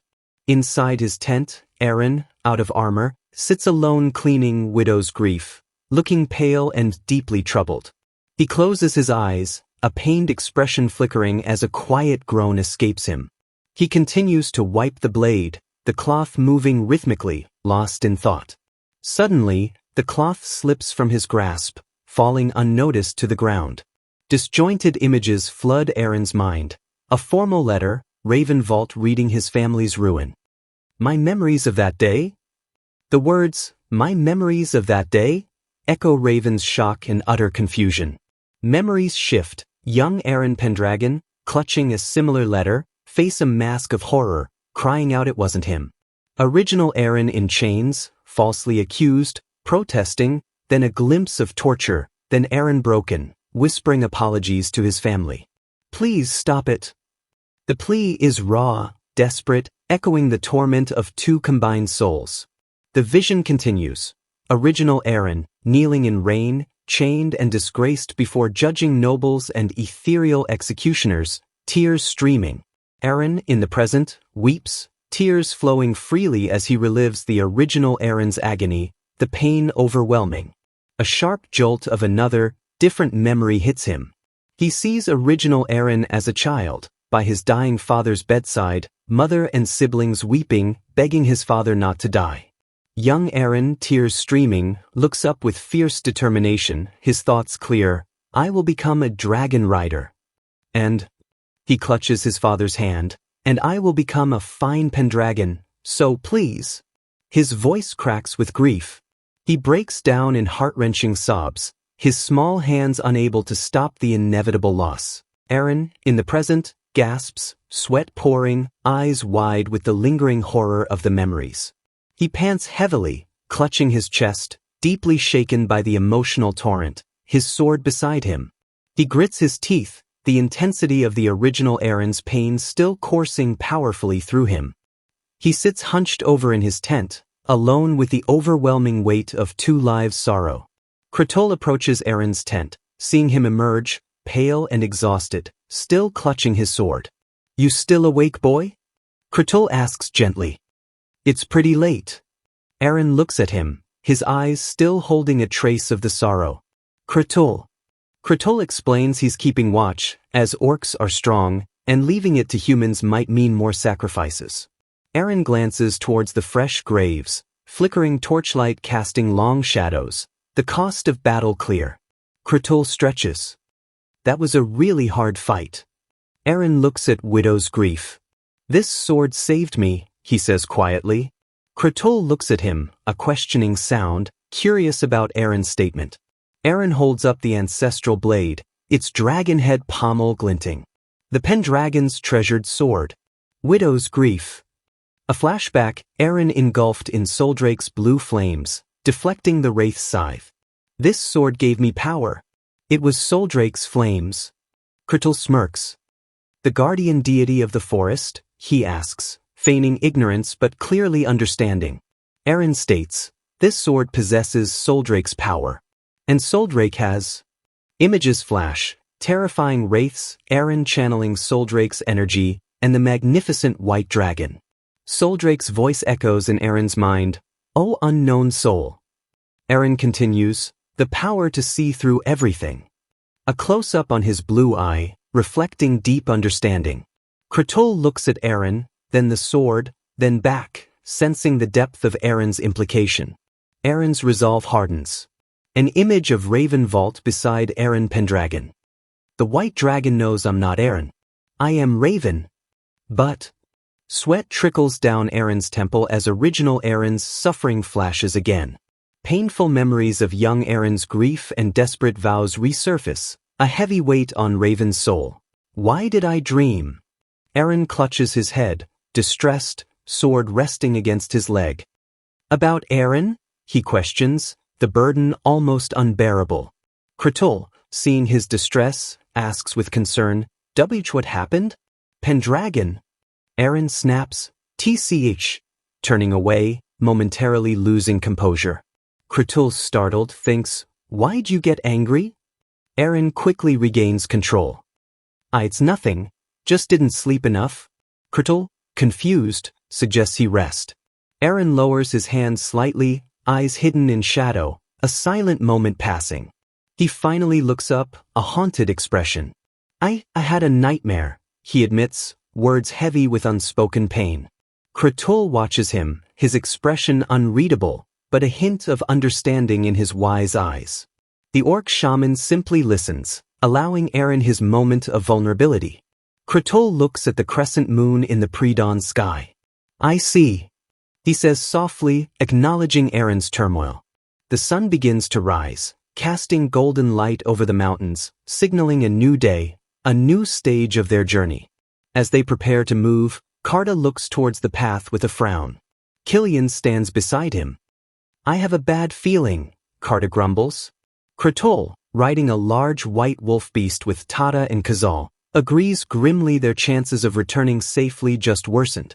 They arrive before a dark, ominous cave entrance, intense blue, misty energy emanating with a low rumble, Soldrake's domain. Killian observes the eerie entrance with Eren. A demon's senses are stronger. For them to feel something, it must mean something's here. I'm afraid it's... Eren finishes his thought, resolute, the mausoleum. This is their destination. The haunting image of original Eren, chained and judged, flashes again. Raven understands the weight of the Pendragon name. Eren clenches his jaw, determination hardening his features. This is more than restoring a house, it's rectifying past wrongs. He thinks of Soldrake waiting. Soldrake must be waiting for Eren. However, I need the dragon's strength for my revenge. So, I have to make the dragon listen to me. His resolve is absolute. It's not about being Eren, it's about being strong enough for Soldrake to acknowledge him, Raven. Eren stands tall, widow's grief, ready, morning sun glinting off his armor, prepared for whatever lies within. A dark, indistinct memory surfaces, a missing piece of the puzzle. Something happened to it on that battlefield. Raven's mind connects fragments of the past, a forgotten truth. He recalls Raven Vault on a desolate battlefield, witnessing a dying Soldrake, its white scales stained by dark corruption. The link, the reason. He looks at the gem on his sword. And then, a memory, him as Raven, waking up in Eren Pendragon's body. Somehow I was reborn as Eren. He touches the sword to his forehead, a symbolic, almost reverent gesture. The sword's tip rests against the turquoise gem on its crossguard, a conduit of ancient power and memory. His eyes snap open, filled with fierce conviction. The white dragon must know something about it. He must confront Soldrake and learn the truth. Eren stands before his assembled forces, his voice ringing out with undeniable command. Troops, get ready. The order is given. The final, most crucial trial is about to begin. An orc's hand grips a burning torch, its flame pushing back the oppressive darkness of the cave entrance. The expedition moves deeper. Eren leads, Karta beside him with a torch, Kratol with his staff, and knights following, their armor glinting in the ethereal glow of massive blue and white crystals lining the passage. Karta, the orc chieftain, sniffs the air, his powerful senses taking in the cavern's deep, damp scents. Kratol, the shaman, also tests the air, his head tilted, a faint glint in his eye suggesting his own heightened awareness. Karta points ahead with his torch. It's here, he announces, his voice echoing as Eren and Kratol look on. Eren smiles slightly at Killian, who remarks on the orc's ability. Eren agrees, explaining their senses can detect atmospheric flow and find water, essential in this situation. Kratol takes a step forward, his bare foot padding softly on the cavern's stone floor. The three, Karta, Kratol, and Eren, walk side by side, deeper into the crystal-lit passage, sparkling motes of light dancing in the air. Suddenly, Kratol stops. Eren turns. What happened, Kratol? The shaman's voice is low. I felt something. Streaks of blue, water-like energy drift through the air, visible even to Eren and Killian now. Kratol's eyes widen slightly in surprise. That is... Eren and Killian both look startled, their hair slightly ruffled as if by an unseen, cool breeze. Two ethereal, bird-like creatures made of swirling blue and purple water, with crystalline crowns, materialize. A spirit, Kratol murmurs. More of these beautiful, glowing water spirits appear, gliding around the expedition. Spirits! Killian exclaims, the knights behind him watching in awe and apprehension. The group stops before a massive, cascading waterfall of pure, glowing water, the source of these spirits, its roar filling the cavern. Kratol points. Water spirits near that place. Eren asks if they're dangerous. Kratol shakes his head, explaining this cave has barely any life force and shouldn't have spirits like these, as it's outside the Earth God's protection. He looks puzzled. Eren considers this, a thoughtful expression on his face, a silent moment of contemplation. Kratol wonders if they can't get out. Karta points to stairs behind the waterfall, suggesting it's an exit, noting wind coming from there. Eren's eyes narrow, his gaze fixed on the cascading water, sensing something more, something hidden. The waterfall shimmers, and behind its curtain, a faint, shield-like object glows with an inner light. Eren points with widow's grief. There's something glowing in the middle, looks like a plate. Kratul looks startled. Suddenly, the water at the base of the falls churns, coalescing into a large, amorphous shape. A massive wave of water rises, taking distinct form, towering over Eren, Karta, and Kratul, the sound of rushing water intensifying. Karta stares up at the watery behemoth, eyes wide. "The hell?" he exclaims. Killian looks equally stunned. Eren looks up, surprised but ready, assessing this new, formidable threat. The water forms into a colossal turtle, its body made entirely of churning, glowing blue water. Kratul looks up at the massive water spirit, a grim understanding dawning on his face. "It's here." "The water spirit," he clarifies as the giant turtle looms, clearly a powerful guardian. Eren exclaims, "A tea turtle? Made of water?" Karta, beside him, looks equally shocked by the creature's bizarre form.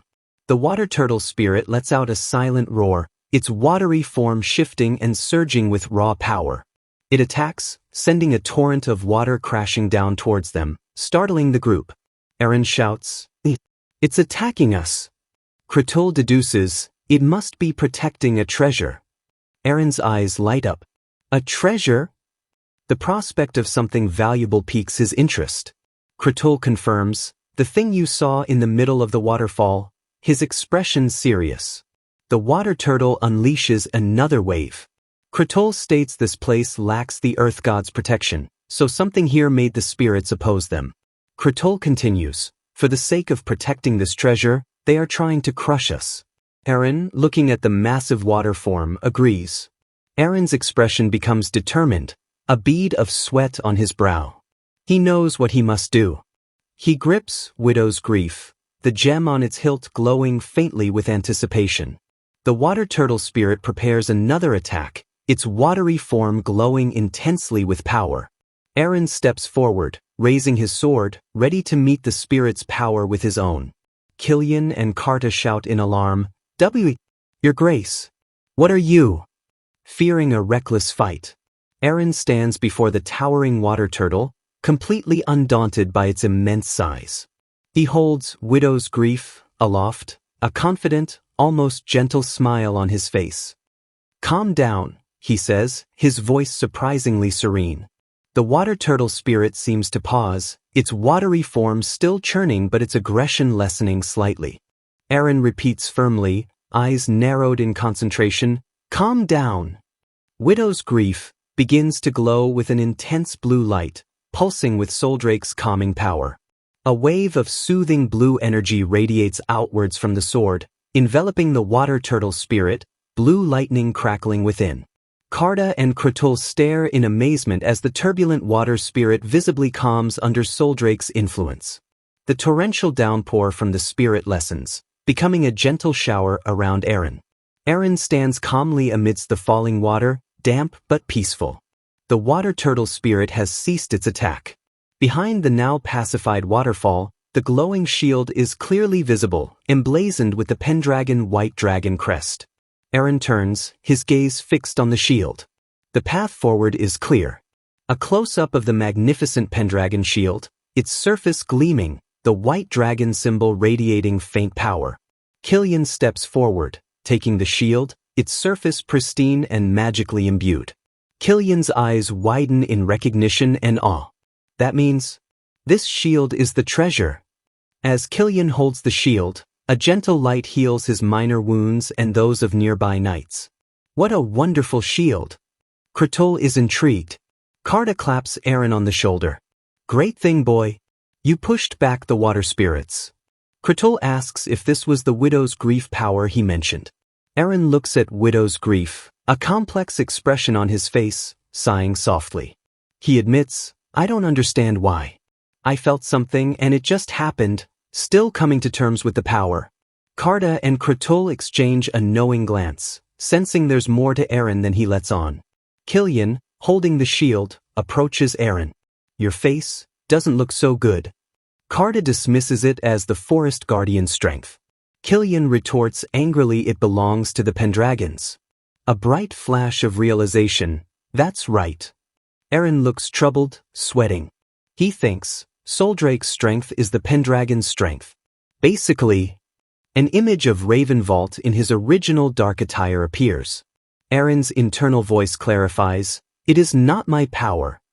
The memory of young Eren weeping at his father's bedside floods back, begging him not to die. Young Eren clutches his dying father's hand. I will become a proper Pendragon, so please.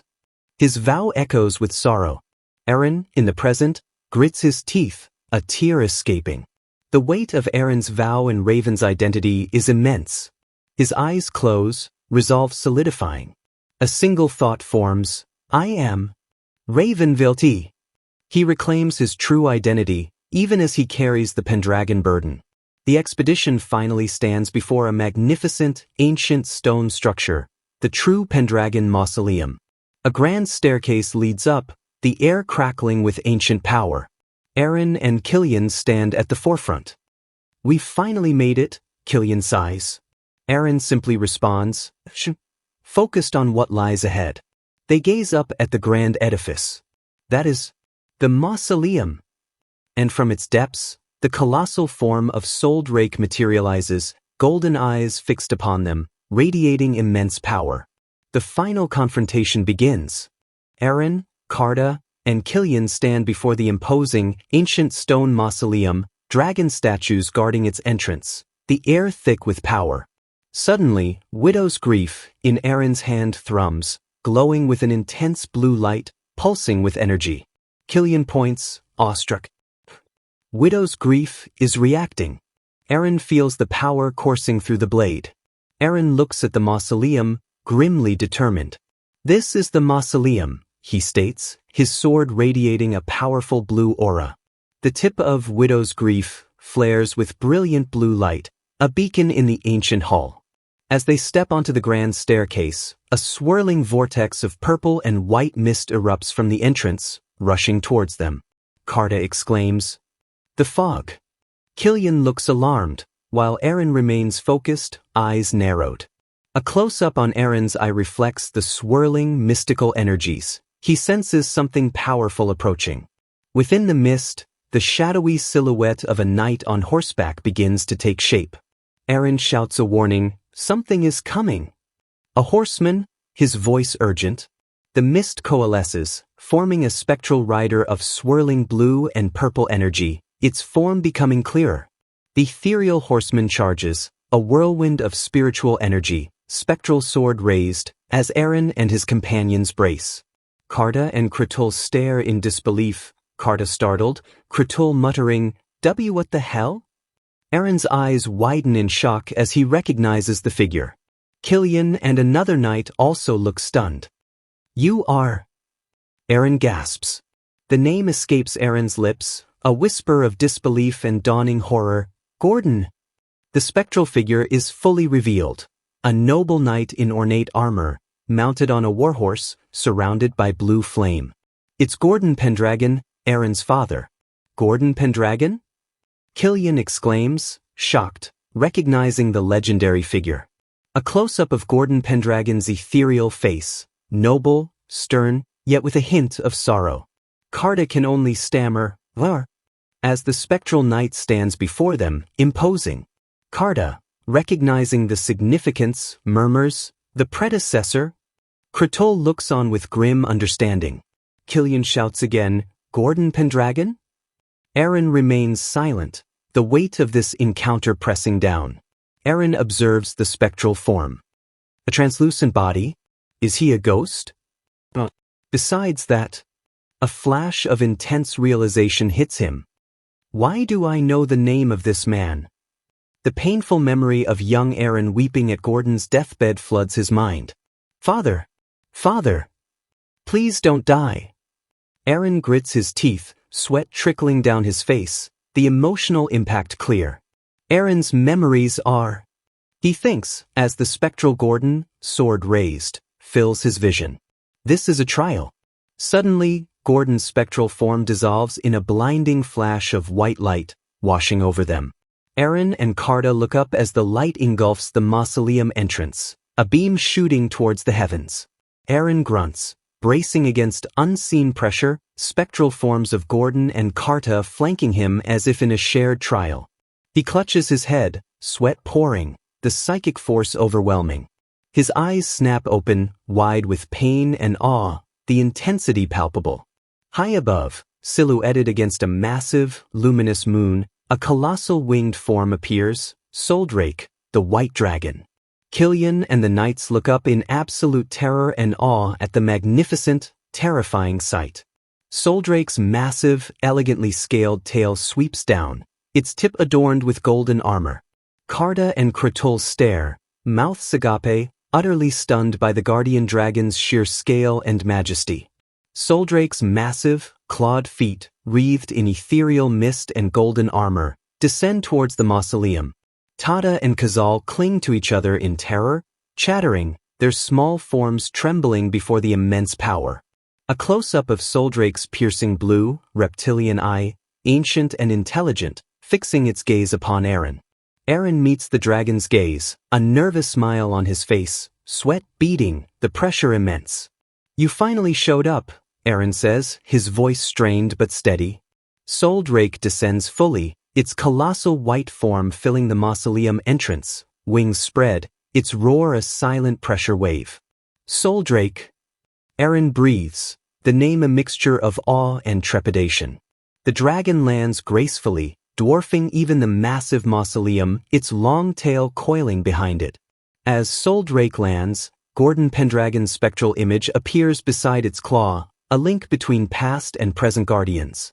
The spectral knight kneels before the mighty dragon in fealty, then fades as Eren and the others watch. Killian, face filled with pure awe, whispers, "How beautiful!" The sight is overwhelming. Carta and Kratul are equally mesmerized. "The guardian deity," Carta murmurs, his usual bluster gone. Eren looks up at the magnificent dragon, sweat trickling, the intensity almost unbearable.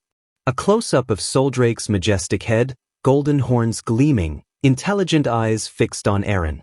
Soldrake's voice, ancient and powerful, echoes in Eren's mind. "You? Who are you?" The question is not simple. Eren looks visibly shaken, the dragon's psychic probe unsettling him deeply. He stumbles back as Gordon Pendragon's spectral form reappears beside him, part of the dragon's questioning. Gordon's ethereal form is calm, yet his presence adds to Soldrake's scrutiny. Killian and Carta look on, confused. "Lord Gordon just spoke?" Killian stammers. Carta adds, "No way. Isn't he a ghost?" Eren thinks, "It's just like back then." Cold sweat breaks out on his face. He remembers first meeting Eren Pendragon at Lopton Prairie. Who? The memory is vivid, unsettling. This voice right now is just like then. He looks at Spectral Gordon. Basically, his eyes widen with a terrible realization. The being that spoke then and is speaking now were neither Eren nor Gordon but Spectral Gordon's face is impassive. Soldrake. The dragon itself was speaking through them all along. Eren stands before the colossal dragon, understanding dawning. "He was talking to me." Soldrake's voice echoes again, a direct challenge. "You? Who are you?" Killian and Carta look up at Eren, bewildered by this silent, intense exchange, questioning what's happening. Eren, under Soldrake's immense pressure, shouts with desperate conviction, "I am Eren Pendragon."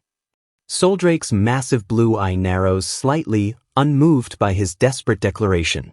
The dragon leans its colossal head towards Eren, its presence utterly overwhelming. Killian gasps, Your Grace." Soldrake speaks again, cold certainty in Eren's mind. "You are not Eren Pendragon. Don't think you can deceive my eyes." Eren is speechless. The dragon's gaze intensifies, its pupil dilating. "I will ask you one more time. Who are you?" The question reverberates through Eren's very soul, demanding absolute truth. Eren flinches, a sharp intake of breath as the psychic pressure mounts unbearably. Agonizing memories assault him. Raven vaults past, judgment, betrayal, the fall of his house. More memories. Raven fighting desperately, fatally wounded, the pain, the despair, the injustice. Eren screams, face contorted in agony, tears streaming, sweat pouring, the combined weight of 2 lives tearing him apart. He stumbles, clutching his head, letting out a raw, agonized, "Eh." Killian and Carta cry out, "Why your grace?" helpless. Eren collapses to his knees, head throbbing violently. "My head feels like it is breaking apart," he screams internally. "Boo! The hell!" Soldrake looms over him, power immense. Eren, on the ground, surrounded by the dragon's presence, lets out another choked scream, grappling with the shattering question, "Am I?" Eren's on the ground, face contorted in agony, letting out choked groans as Soldrake looms, the psychic pressure immense. Killian shouts, "Why your grace?" Carta roars, "Lord Pendragon." They watch, helpless, as their leader writhes. A close-up on Soldrake's massive, brilliant blue eye, ancient, piercing, looking straight into Eren's soul.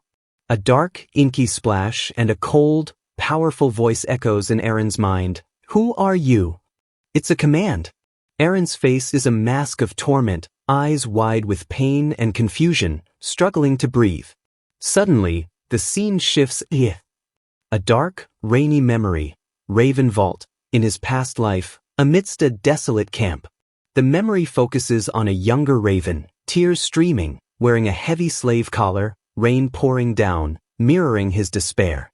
Another scene, Raven, collared, kneeling, a stern man grabbing his hair, cruel figures by, a building burning. A life of torment. Back in the present, Eren's eye is wide with terror. My bad memories are flowing non-stop. He's reliving Raven Vault's worst moments. Painful memories continue. Raven, a prisoner, chained, looking at a sneering, horned captor, screaming in his mind, "I don't want to see them again." A ghostly, tusked orc warrior looms over Raven, weapon raised. The fear is palpable. Then, Raven looking at a figure in resplendent armor before a white dragon. Theron, imposter he once protected. Raven's bloodied, beaten face fills the frame. Just because the dragon is showing them to me. He can't escape. Another brutal memory, the horned captor gripping Raven's face, sneering. Relentless degradation. Soldrake's eye again, unblinking, its pupil a sharp slit. The dragon isn't letting up. Soldrake leans closer, a powerful whoosh, its voice booming again. "Say it. Who are you?" Eren clutches his head, sweat and tears mixing. "I am." His eye reflects a tiny, distant light. The memories shift. Not Raven's past. 2 figures, blonde hair, unsettlingly wide smiles, look down. What are those memories? The woman from the memory, smiling strangely. Eren recognizes her, the Duke's spouse. Helene Pendragon, Eren's mother. Then the man, also smiling that strange, wide smile. And Gordon Pendragon, Eren's father. Helene holding a baby, Gordon looking on. Eren's mind races, then this baby. A close-up of the baby's laughing face. A horrifying realization, it's me. But not his memories as Raven. He tries to deny it. But it's not. Another memory, young, blonde Eren, laughing, chased by his father, Gordon. More of original Eren's childhood, Eren with family, looking at a book, those unnerving smiles. Eren's mind shouts, it's E. A somber bedroom. Gordon Pendragon dying. Younger, long-haired Eren and his sister plead, "Father, father, please don't die." Close-up of Gordon's face, weak and pale, reaching for his son. Gordon's eyes close, life fading. Young Eren weeps over his father's body, family watching in sorrow. The original Eren's grief floods Raven. Raven, in the psychic storm, realizes, that's right. These are the memories of the boy whose body he inhabits. A profile shot of the young, grieving Eren, his sorrow etched on his face. A memory, young Eren, holding a paintbrush, looking at a painting of his father as a dragon rider. Young Eren sits alone, diligently painting his heroic father. A picture of longing and aspiration. The back of young Aaron's head, then a stark realization in Raven's mind. It's E. The mental strain is unbearable. He coughs up blood. A dark, jagged shape leaps from the ground, a visual of the psychic assault, or a fractured identity. In the mausoleum, Killian, Kritul, Karda, and Tata look on in horror. Killian cries, "Your Grace." Karda yells, "Lord Pendragon." Soldrake looms, blue energy crackling. Its voice cuts through, "Say your name." Aaron lies on the ground, blood pooling, eyes barely open, whispering, "I am." His voice is faint, broken. "Raven." A shot from behind Aaron. He has identified himself as Raven Vault. But the memories aren't done. A new image, a young maid, face shadowed, looking down. A surprised voice, "What?" The maid's face, clear now, eyes wide with shock and fear. "Why, Your Grace?" she exclaims. Aaron's mind struggles to place her. "Lindsay?" A flash of confusion. More faces from Aaron Pendragon's past. 2 young girls, his sisters. He thinks, Aaron and Mia? And there's more coming. And there is also a deeply emotional memory. Young Aaron, in knightly attire, tearfully embracing his father, Gordon. Present Aaron, in visions, interacts with a memory of Lindsay, her face full of concern. He tries to push these foreign emotions away. No. These aren't his feelings, not Raven Vault's. Now, different faces, Tata and Kazal, his familiars, looking terrified. People he knows. He realizes, they are. A dynamic memory, Aaron, as Raven, in Pendragon armor, attacking a giant orc. A memory of his battles. Another vivid memory, Aaron leading his knights, Pendragon banner high, charging into battle. A clear thought cuts through, my memories. These are undeniably his own experiences. A swirl of green energy, perhaps Kritul's magic, or the Ancona forest's wildness. A memory of Karda, the orc chieftain, looking determined and loyal. Panoramic memory, Aaron leading his diverse forces through icy lands. Bonds he has forged, leadership he has shown. Back in the present, Aaron is down, bleeding. Killian shouts, Your Grace. Karda bellows, Get a hold, Pendragon. Killian, with another knight, declares fiercely, Let's protect our lord. Even if we have to put our lives on the line. Karda moves, but Kritul grabs his arm. Karda! Going against the guardian deity? Karda, face set, replies, No choice. He is my comrade. He will die. Aaron gasps sharply. Blood trickles from his eye, testament to the strain. His gauntlet hand clenches. A flicker of understanding, of resolve, ignites. That's right. He pushes himself up, blood and sweat dripping. I am. He's fighting back. Soldrake watches, its bright blue eye fixed on him, waiting for his answer. Aaron plunges Widow's grief into the ground before him. He uses the sword to pull himself up. Light emanates as Soldrake speaks. The rightful heir, Aaron screams his answer, Aaron Pendragon. Blood flies. A close-up of Soldrake's eye. A subtle shift, perhaps acknowledgement. Aaron stands panting, battered, exhausted, but standing. He has claimed the name Aaron Pendragon. Suddenly, Gordon Pendragon's spectral figure materializes from the sword, wreathed in blue flames. Gordon's spirit looks at Aaron and smiles gently, approvingly. Gordon's spirit fades, leaving Aaron alone before Soldrake. Its disappearance is swift. Aaron, clutching Widow's grief, looks up. Gordon Pendragon has appeared. The first trial is over. Soldrake rears its head, massive form filling the cavern, energy gathering. Good. A deafening, earth-shattering roar as Soldrake unleashes pure draconic power. The blast radiates outwards, a colossal shockwave of purple energy, sending Aaron's men flying. Killian, Karda, and Kritul are thrown back, tumbling. Karda shouts, What? Soldrake lands heavily, shaking the mausoleum's foundations. Smoke and debris fly. But Eren stands his ground, facing the colossal dragon, sword in hand, unyielding. Soldrake's voice, no longer harsh but resonant, fills the chamber. Our pledge is complete, Eren Pendragon. The dragon continues, and Ravenvilti. Eren looks up, blood on his face, eyes clear. Soldrake has acknowledged both his identities. Soldrake finishes, as someone who will succeed the Pendragons. The pact is forged, not just with Eren, but with the complex soul now bearing that name. His allies rush towards him.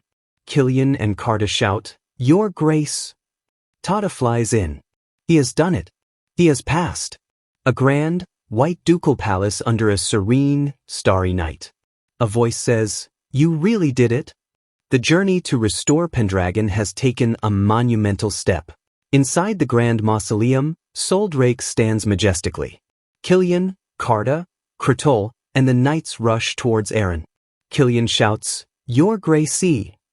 Karta bellows, "Pendragon boy!" The immediate danger is over. Eren's on one knee, widow's grief beside him. Exhausted, he tells them, "I'm fine. Don't worry." Killian notices something on the ground, exclaiming. Eren looks up, blood on his chin, eyes clear. The pledge is complete. I have been chosen by Soldrake. A small smile. He did it. The knights and orcs' expressions shift from shock to dawning comprehension, then utter joy. Pure elation. Killian and a young knight cheer wildly. Karta and Kratol share satisfied looks. Electric victory. Killian, fist pumping, shouts, "Eren got chosen." With Soldrake behind, he adds, "The Pendragon's future is secure." Kratol thoughtfully says Eren will now be with the guardian deity, a big achievement. Karta grins. He's the only one who can beat us. Absolute respect. Soldrake suddenly lifts its massive head, a subtle whoosh. The dragon senses something. Eren, puzzled by the dragon's shift, looks slightly confused. Eren turns to the dragon. "What happened, Soldrake?" Soldrake's voice, clear in Eren's mind, "A guest has come." Eren looks up, surprised. A guest? Unease creeps in. Anticipation hangs thick. Above the mausoleum, against a luminous moon, dark-winged silhouettes approach. Eren thinks, birds? Closer now, his eyes widen in disbelief. No, it's not. Killian, Kratol, and Karta look up, faces reflecting pure shock. Karta exclaims, "What?" Killian stammers, "In no way." Silhouettes resolve. Massive dragons, gold, green, purple, blue, and a menacing dark one. A knight shouts, "Dee!" The cry echoes, "Dragons are here!" Panic sets in. Soldrake and Eren stand firm as at least 6 dragons circle above, powerful wing beats stirring the air. Eren stares, a mix of awe and apprehension. "I can't believe it. There are." He counts, mind racing, 6 dragons. Close-ups of fearsome dragon heads, green, blue, bronze, red, and a massive dark one with purple eyes. The 6 dragons land, dwarfing Soldrake and Eren's party. Overwhelming size and presence. The ground trembles. Tada and Khazal are terrified, clinging together, whimpering as an enormous green dragon glares. Eren looks up, sweat trickling. The situation has escalated beyond imagination. A deep voice echoes, addressing Soldrake. "Is this the Queen's new contractor?" Eren flinches. Soldrake turns its head slightly, acknowledging the speaker. Eren's surprised. The speaker is the imposing dark dragon, Amelheart, purple eyes fixed on Eren. Soldrake replies calmly but firmly, "That's right, Amelheart." Soldrake addresses the dragons, "I have not called you. Why are you here? My pledge with Pendragon has nothing to do with you." An intrusion. The green dragon beside Amelheart rumbles, "Not this time." Soldrake's piercing blue eye narrows slightly, unimpressed. The green dragon continues, addressing Soldrake by another name, Urigurian. "We've come because we're supposed to. Don't you know why?" Soldrake's golden head lifts. "Do you have the right to question me?" Authority palpable. The green dragon and Amelheart exchange a glance. Tense silence. Amelheart speaks again. However, Queen, I felt something else on this human besides your aura. Amelheart elaborates. The auras of both the demon god and the dragon god are on this human. Eren hardens. Demon god? Dragon god? Ominous. Soldrake reacts instantly, lashing out with a sharp, powerful movement. Pure force erupts from Soldrake, pushing the other dragons back. Soldrake is not pleased. The visiting dragons recoil from Soldrake's display of power. Soldrake hovers protectively before Eren, facing down Amelheart, men littering the ground. Soldrake's voice booms, "Unwelcome guests, leave my territory now." And then, a stunning declaration, "I order you as the Dragon King." Eren looks at Soldrake, a slight, disbelieving smirk. Dragon King? Full of surprises. His blue eye widens, processing this new title. Soldrake stands firm. Eren's mind echoes, Dragon? King? Amelheart and the bronze dragon look momentarily taken aback, perhaps nervous. Amelheart's wing twitches, reluctant submission. Other dragons show signs of retreating, wings rustling. They recognize Soldrake's authority. Amelheart speaks, grudging but accepting, "We will back down today." However, the dark dragon looks at Eren, purple eyes glinting. "If, someday, this human goes back to our land, everything will be clear." A cryptic warning. Eren meets its gaze. With powerful wing beats, Amelheart begins to ascend. The dark dragon and others take to the sky, leaving Soldrake and Eren's party. The 6 dragons become silhouettes, flying away, leaving unanswered questions. Carda and Kratul pick themselves up, bewildered. Carda mutters, "What just happened, Ned?" Kratul explains dragon voices are only heard by those they address. They heard Gordon before but not this. Eren touches his chin. Was I the only one? But Soldrake's voice really did stop. He files this. Leaving that aside. His mind races. 6 dragons. Dragon god? Demon god? Shit. So many things I don't know. He looks utterly drained, the weight of these revelations immense. So many mysteries. He looks at Soldrake, now Dragon King. Perhaps, does she know everything? Soldrake, who's called the Dragon King. His thoughts turn inward, Raven vault before Eren Pendragon. Why I've come back to life as Eren. Blue eye narrows. He turns to the massive dragon. Soldrake, he calls out. Looking up, Eren says, I have something I want to ask. Then adds bluntly, can you lower your head please? My neck is getting tired. Soldrake looks down, perhaps a hint of amusement in its ancient eyes. Soldrake's voice in his mind, if that's IT, there's a better way. Blue light envelopes Soldrake's head. Eren and Kratul watch, intrigued, as sharp sounds fill the air. Light intensifies, Soldrake's form shimmers, surrounded by blue flames and sparkles. A profound transformation. Killian and Eren stare in shock. Killian stammers.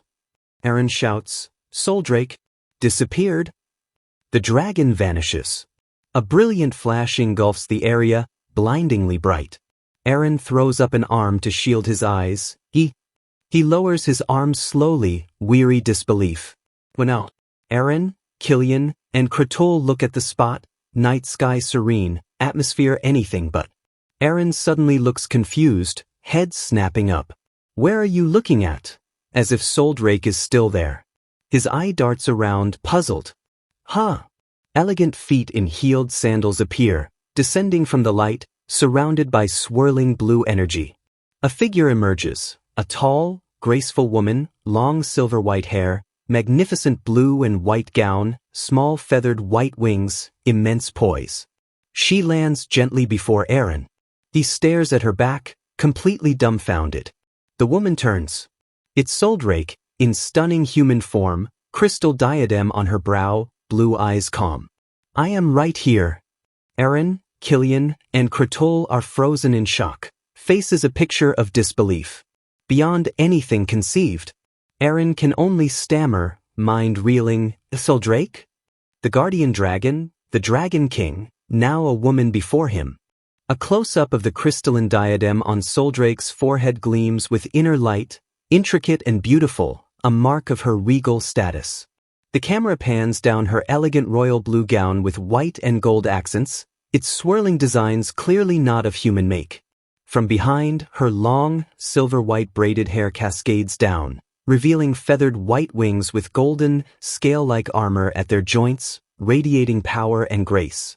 Soldrake stands in her full human glory, calm and composed, a stark contrast to the awe and confusion around her, shining motes of light drifting in the air. She looks at Eren, her blue eyes meeting his, her voice, though feminine, still carrying the ancient resonance of the dragon. "You said you had something to say. Then, let's continue." Eren, Killian, and Kratul are frozen, faces a hilarious mask of shock and disbelief, Killian's jaw practically on the floor. Eren finally stammers, Soldrake, unable to reconcile the massive beast with the woman before him. The scene shifts, horse hooves echoing as the party begins to move out from the mausoleum.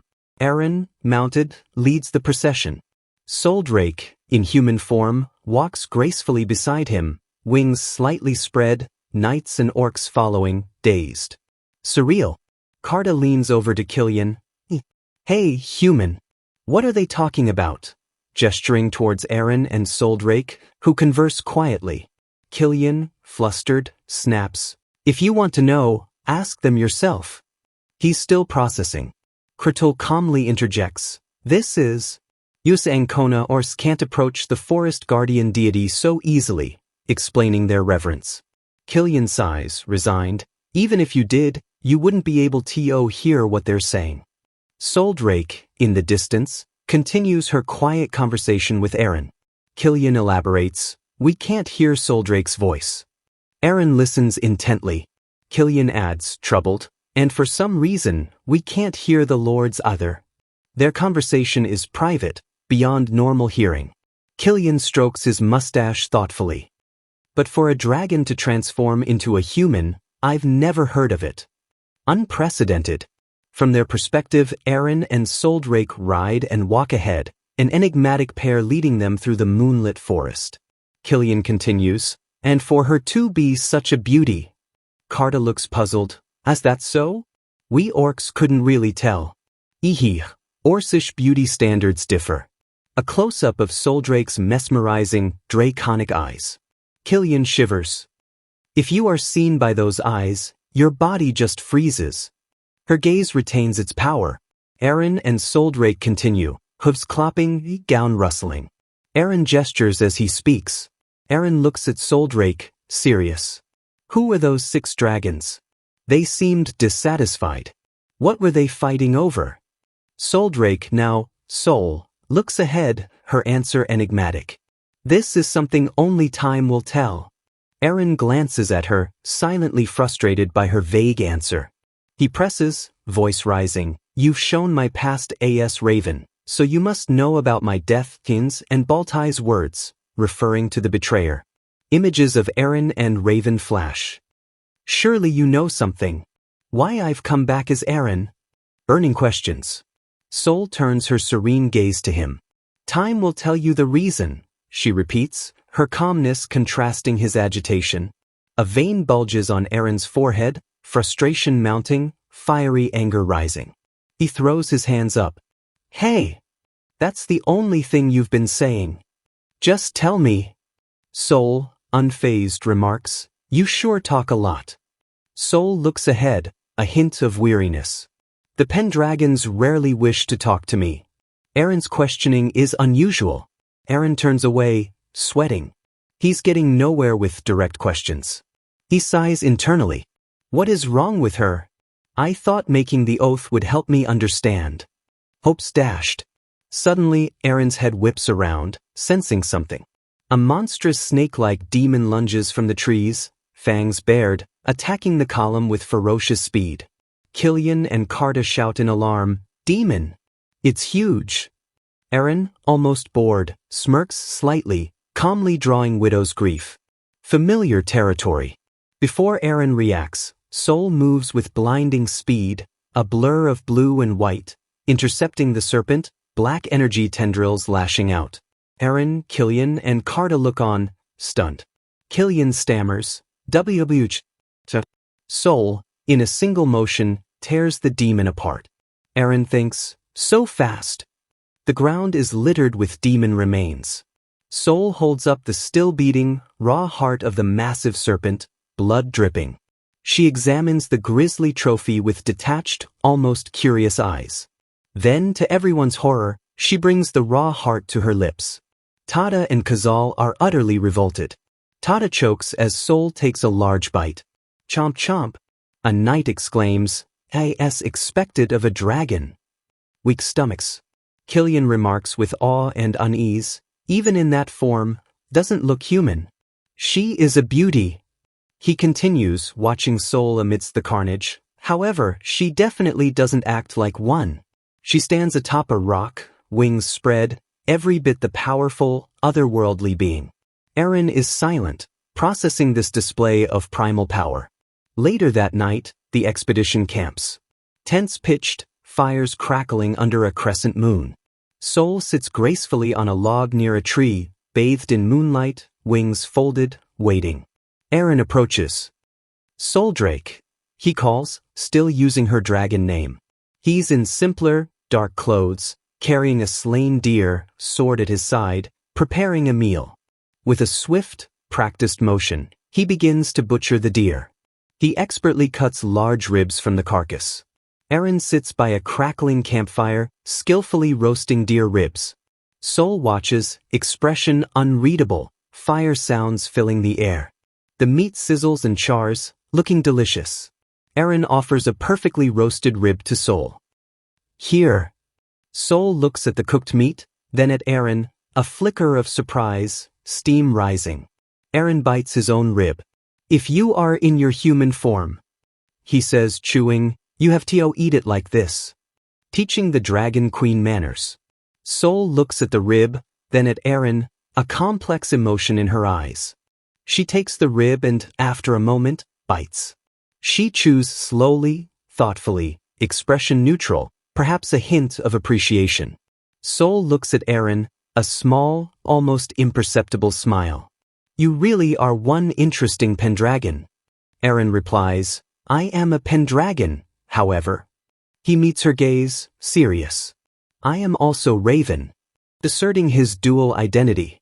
Soul considers his words. Soul's expression remains thoughtful, looking at this unique human, both Pendragon and Raven.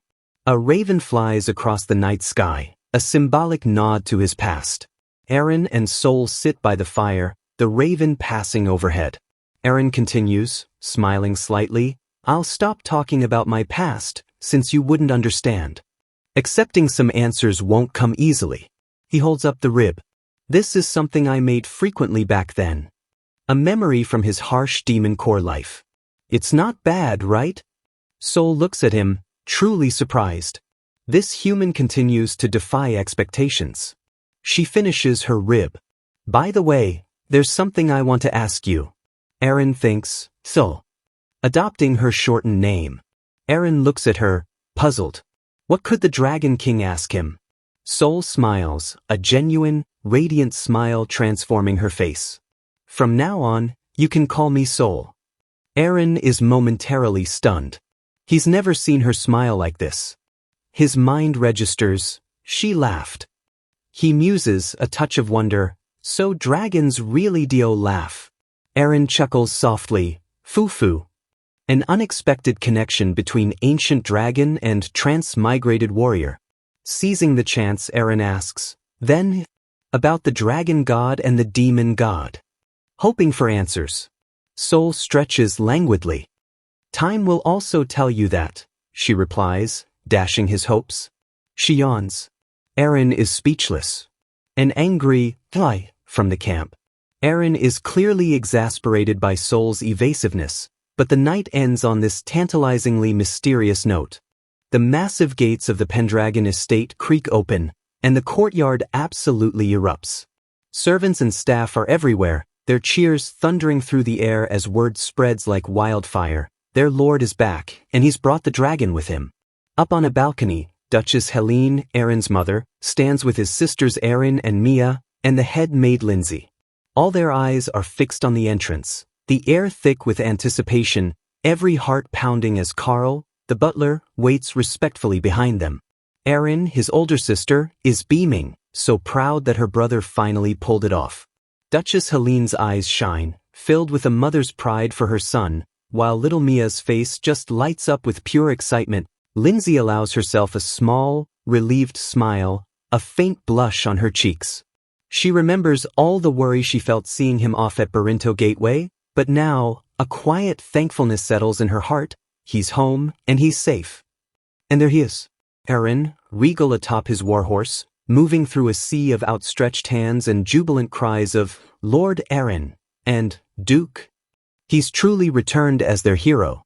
The entire procession sweeps into the duchy grounds. Erin rides at the head, the mysterious soul walking with an uncanny grace by his side. Behind them march knights bearing Pendragon banners, followed by Karda, Kratul, and the other orcs, and even Tada the harpy, carrying Kazal the goblin on her back. The steady rhythm of hooves accompanies this strange, imposing parade. Back on the balcony, the joy on Erin, Mia, and Lindsay's faces quickly melts into pure confusion. Lindsay can't help but whisper, wondering just who these bizarre companions are with Erin. Down below, Kazal the goblin, still perched on Tada's back, waves energetically at the crowd, chirping out his name and marveling at all the people, while Tada seems a bit less thrilled by all the sudden attention. The orc chieftain Karda lets out a booming laugh, clearly enjoying the lively welcome as he and the hooded Kratul take in the scene. Their very presence is enough to make everyone stare and whisper. Beside Erin's horse, Sol seems to almost float, her white wings slightly unfurled. She's an ethereal, commanding figure, drawing every single eye, while Knight Killian rides close by, ever vigilant. Carl, the usually unflappable butler, is visibly stunned, stammering about goblins, harpies, and orcs, questioning why actual demons are here. He's especially bewildered by the winged woman, and Duchess Helene beside him looks just as shocked and utterly confused. The Duchess can only stare at Sol, her eyes wide with disbelief, struggling to form words to describe the woman before her. Erin, sensing the rising tide of confusion in the courtyard, raises a hand, his voice cutting cleanly through the noise, calling for everyone's attention. He looks out over his people, his expression confident, almost kingly, the sunlight glinting off his blonde hair, every inch the returning duke. Hoisting Widow's grief high above his head, with Sol now floating majestically beside him, her wings spread wide, Erin's voice rings out. The Pendragons have won. Today, the dragon will once again be with us. His words send a jolt of pure electricity through the crowd. But up on the balcony, Duchess Helene, Erin, Mia, and Lindsay exchange puzzled glances. They're still not quite grasping what he means by the dragon being with them, especially when all they see is this winged woman. Then, in an instant, Sol is engulfed in a blinding flash of blue light. Her crystalline diadem pulses with an intense energy, and arcs of power crackle around her as she begins to transform right before their eyes. A colossal pillar of blue flame erupts skyward from where Sol just stood. As the brilliant light begins to fade, Erin, Mia, and Lindsay stare upwards, their faces etched with pure, unadulterated amazement. And from the heart of the dying flames emerges the magnificent, colossal head of a dragon, Soldrake, in her true, terrifyingly beautiful form. Soldrake unfurls her vast, magnificent wings, her immense white body seeming to fill the entire courtyard as she lets out a deafening roar that shakes the very stones. Her power and majesty are overwhelming, a truly breathtaking sight. Soldrake circles gracefully above the Pendragon castle, a living, breathing symbol of their family's renewed power and ancient protection. Down below, Erin looks up at her, a proud smile on his face, then turns to the ecstatic crowd and declares, "Let's have a feast." As night falls, fireworks burst in vibrant explosions of color above Pendragon Castle. Inside the castle, the great hall buzzes with excited energy. Nobles in their finest clothes are dining and conversing, tables groaning under the weight of food, like two older lords deeply engrossed in wine and stories. Elegant music from a grand piano drifts through the hall, weaving through the laughter and chatter, adding to the festive, opulent air. Nearby, a musician with a lute captivates a group of elegantly dressed ladies, their faces alight with enjoyment as they listen. Erin, looking absolutely radiant in her blue gown, marvels to Lindsay about the sheer scale of the festival, admitting she's never experienced anything quite like it. Lindsay smiles, explaining gently that it's all to celebrate her brother's incredible achievement, the renewed pact with the White Dragon. Across the hall, two noblemen raise their glasses in a toast, one remarking with clear awe how lords from neighboring lands and even powerful, influential merchants have all come to witness this. It's abundantly clear the Pendragon name once again commands immense respect. Lindsay scans the bustling room, a slight frown creasing her brow as she wonders where on earth Erin has disappeared to amidst all this revelry.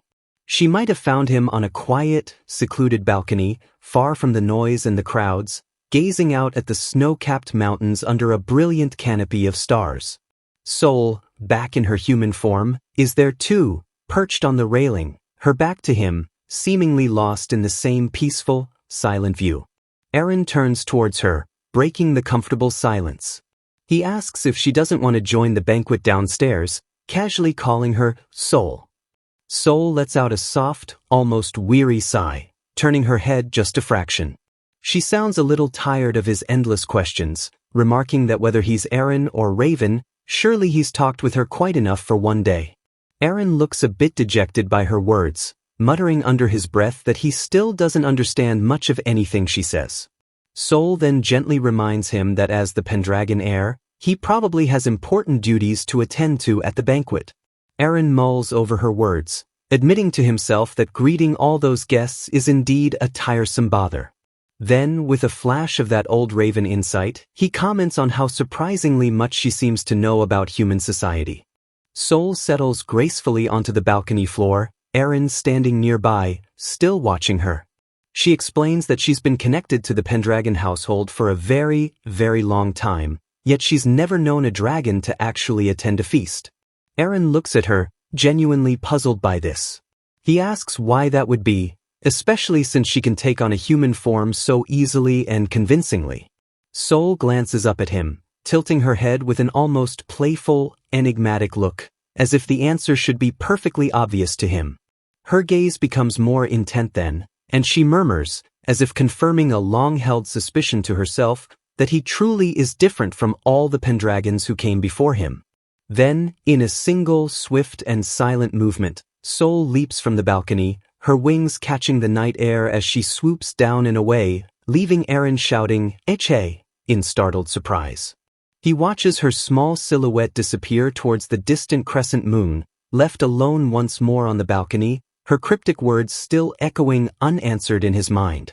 Sometime later, Erin finds himself standing alone in a vast, empty hall, pale moonlight streaming through the tall, arched windows.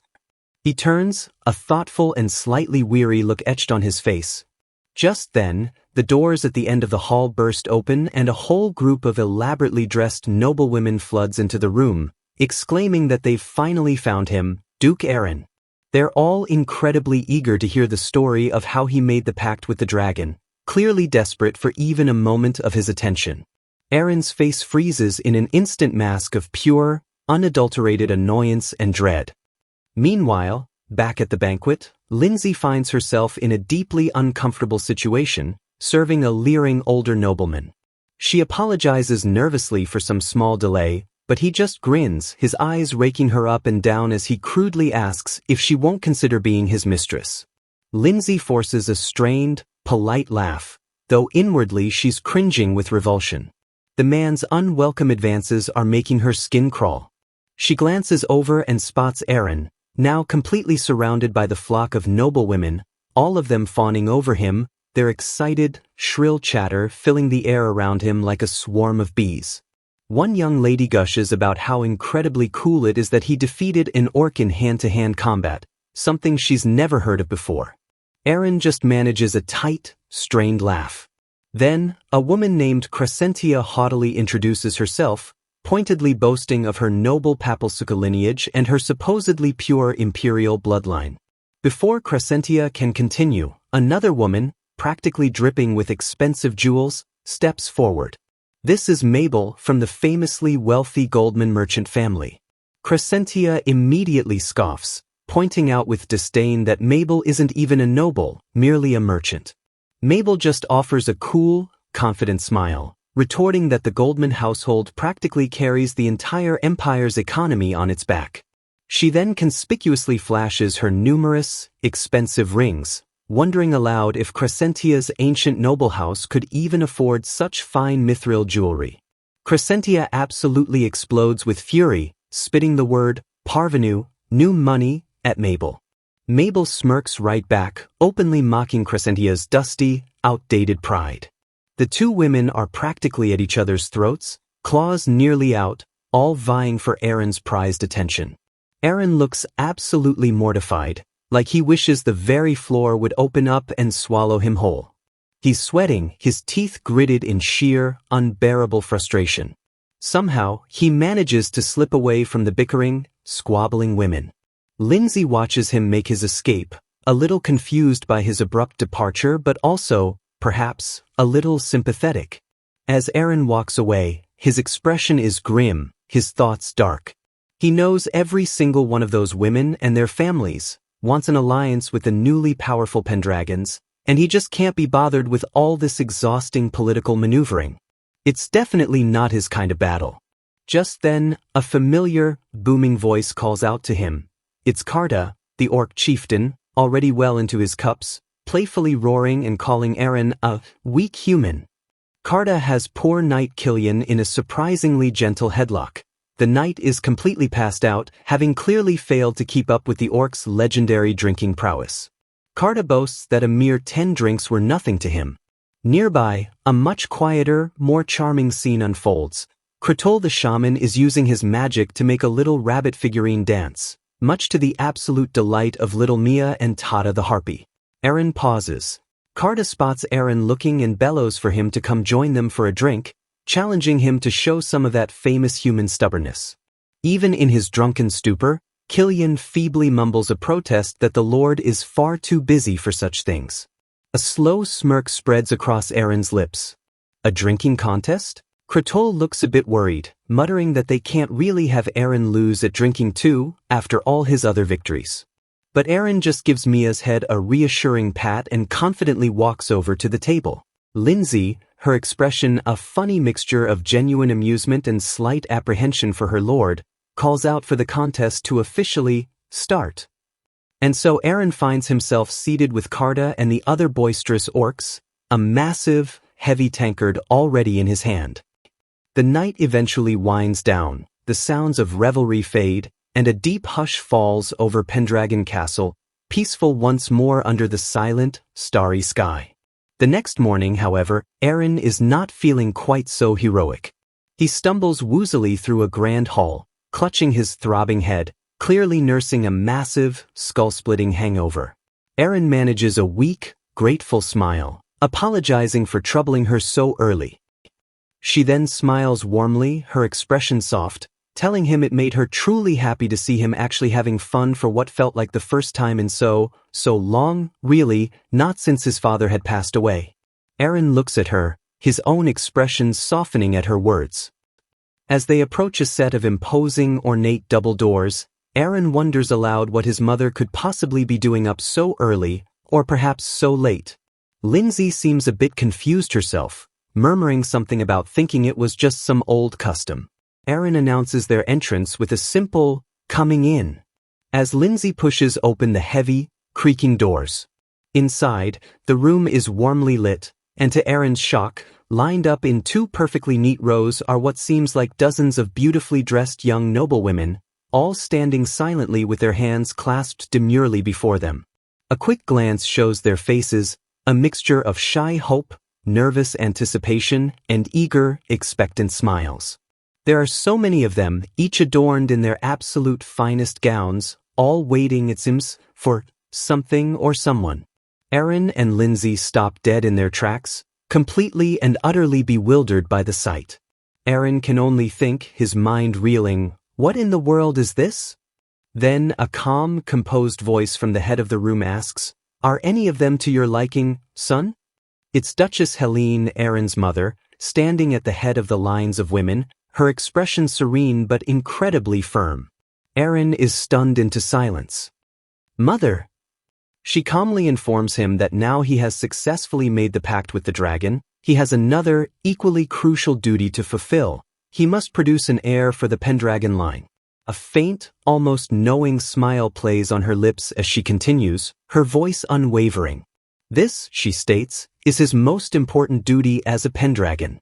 And then comes the absolute bombshell. Now choose.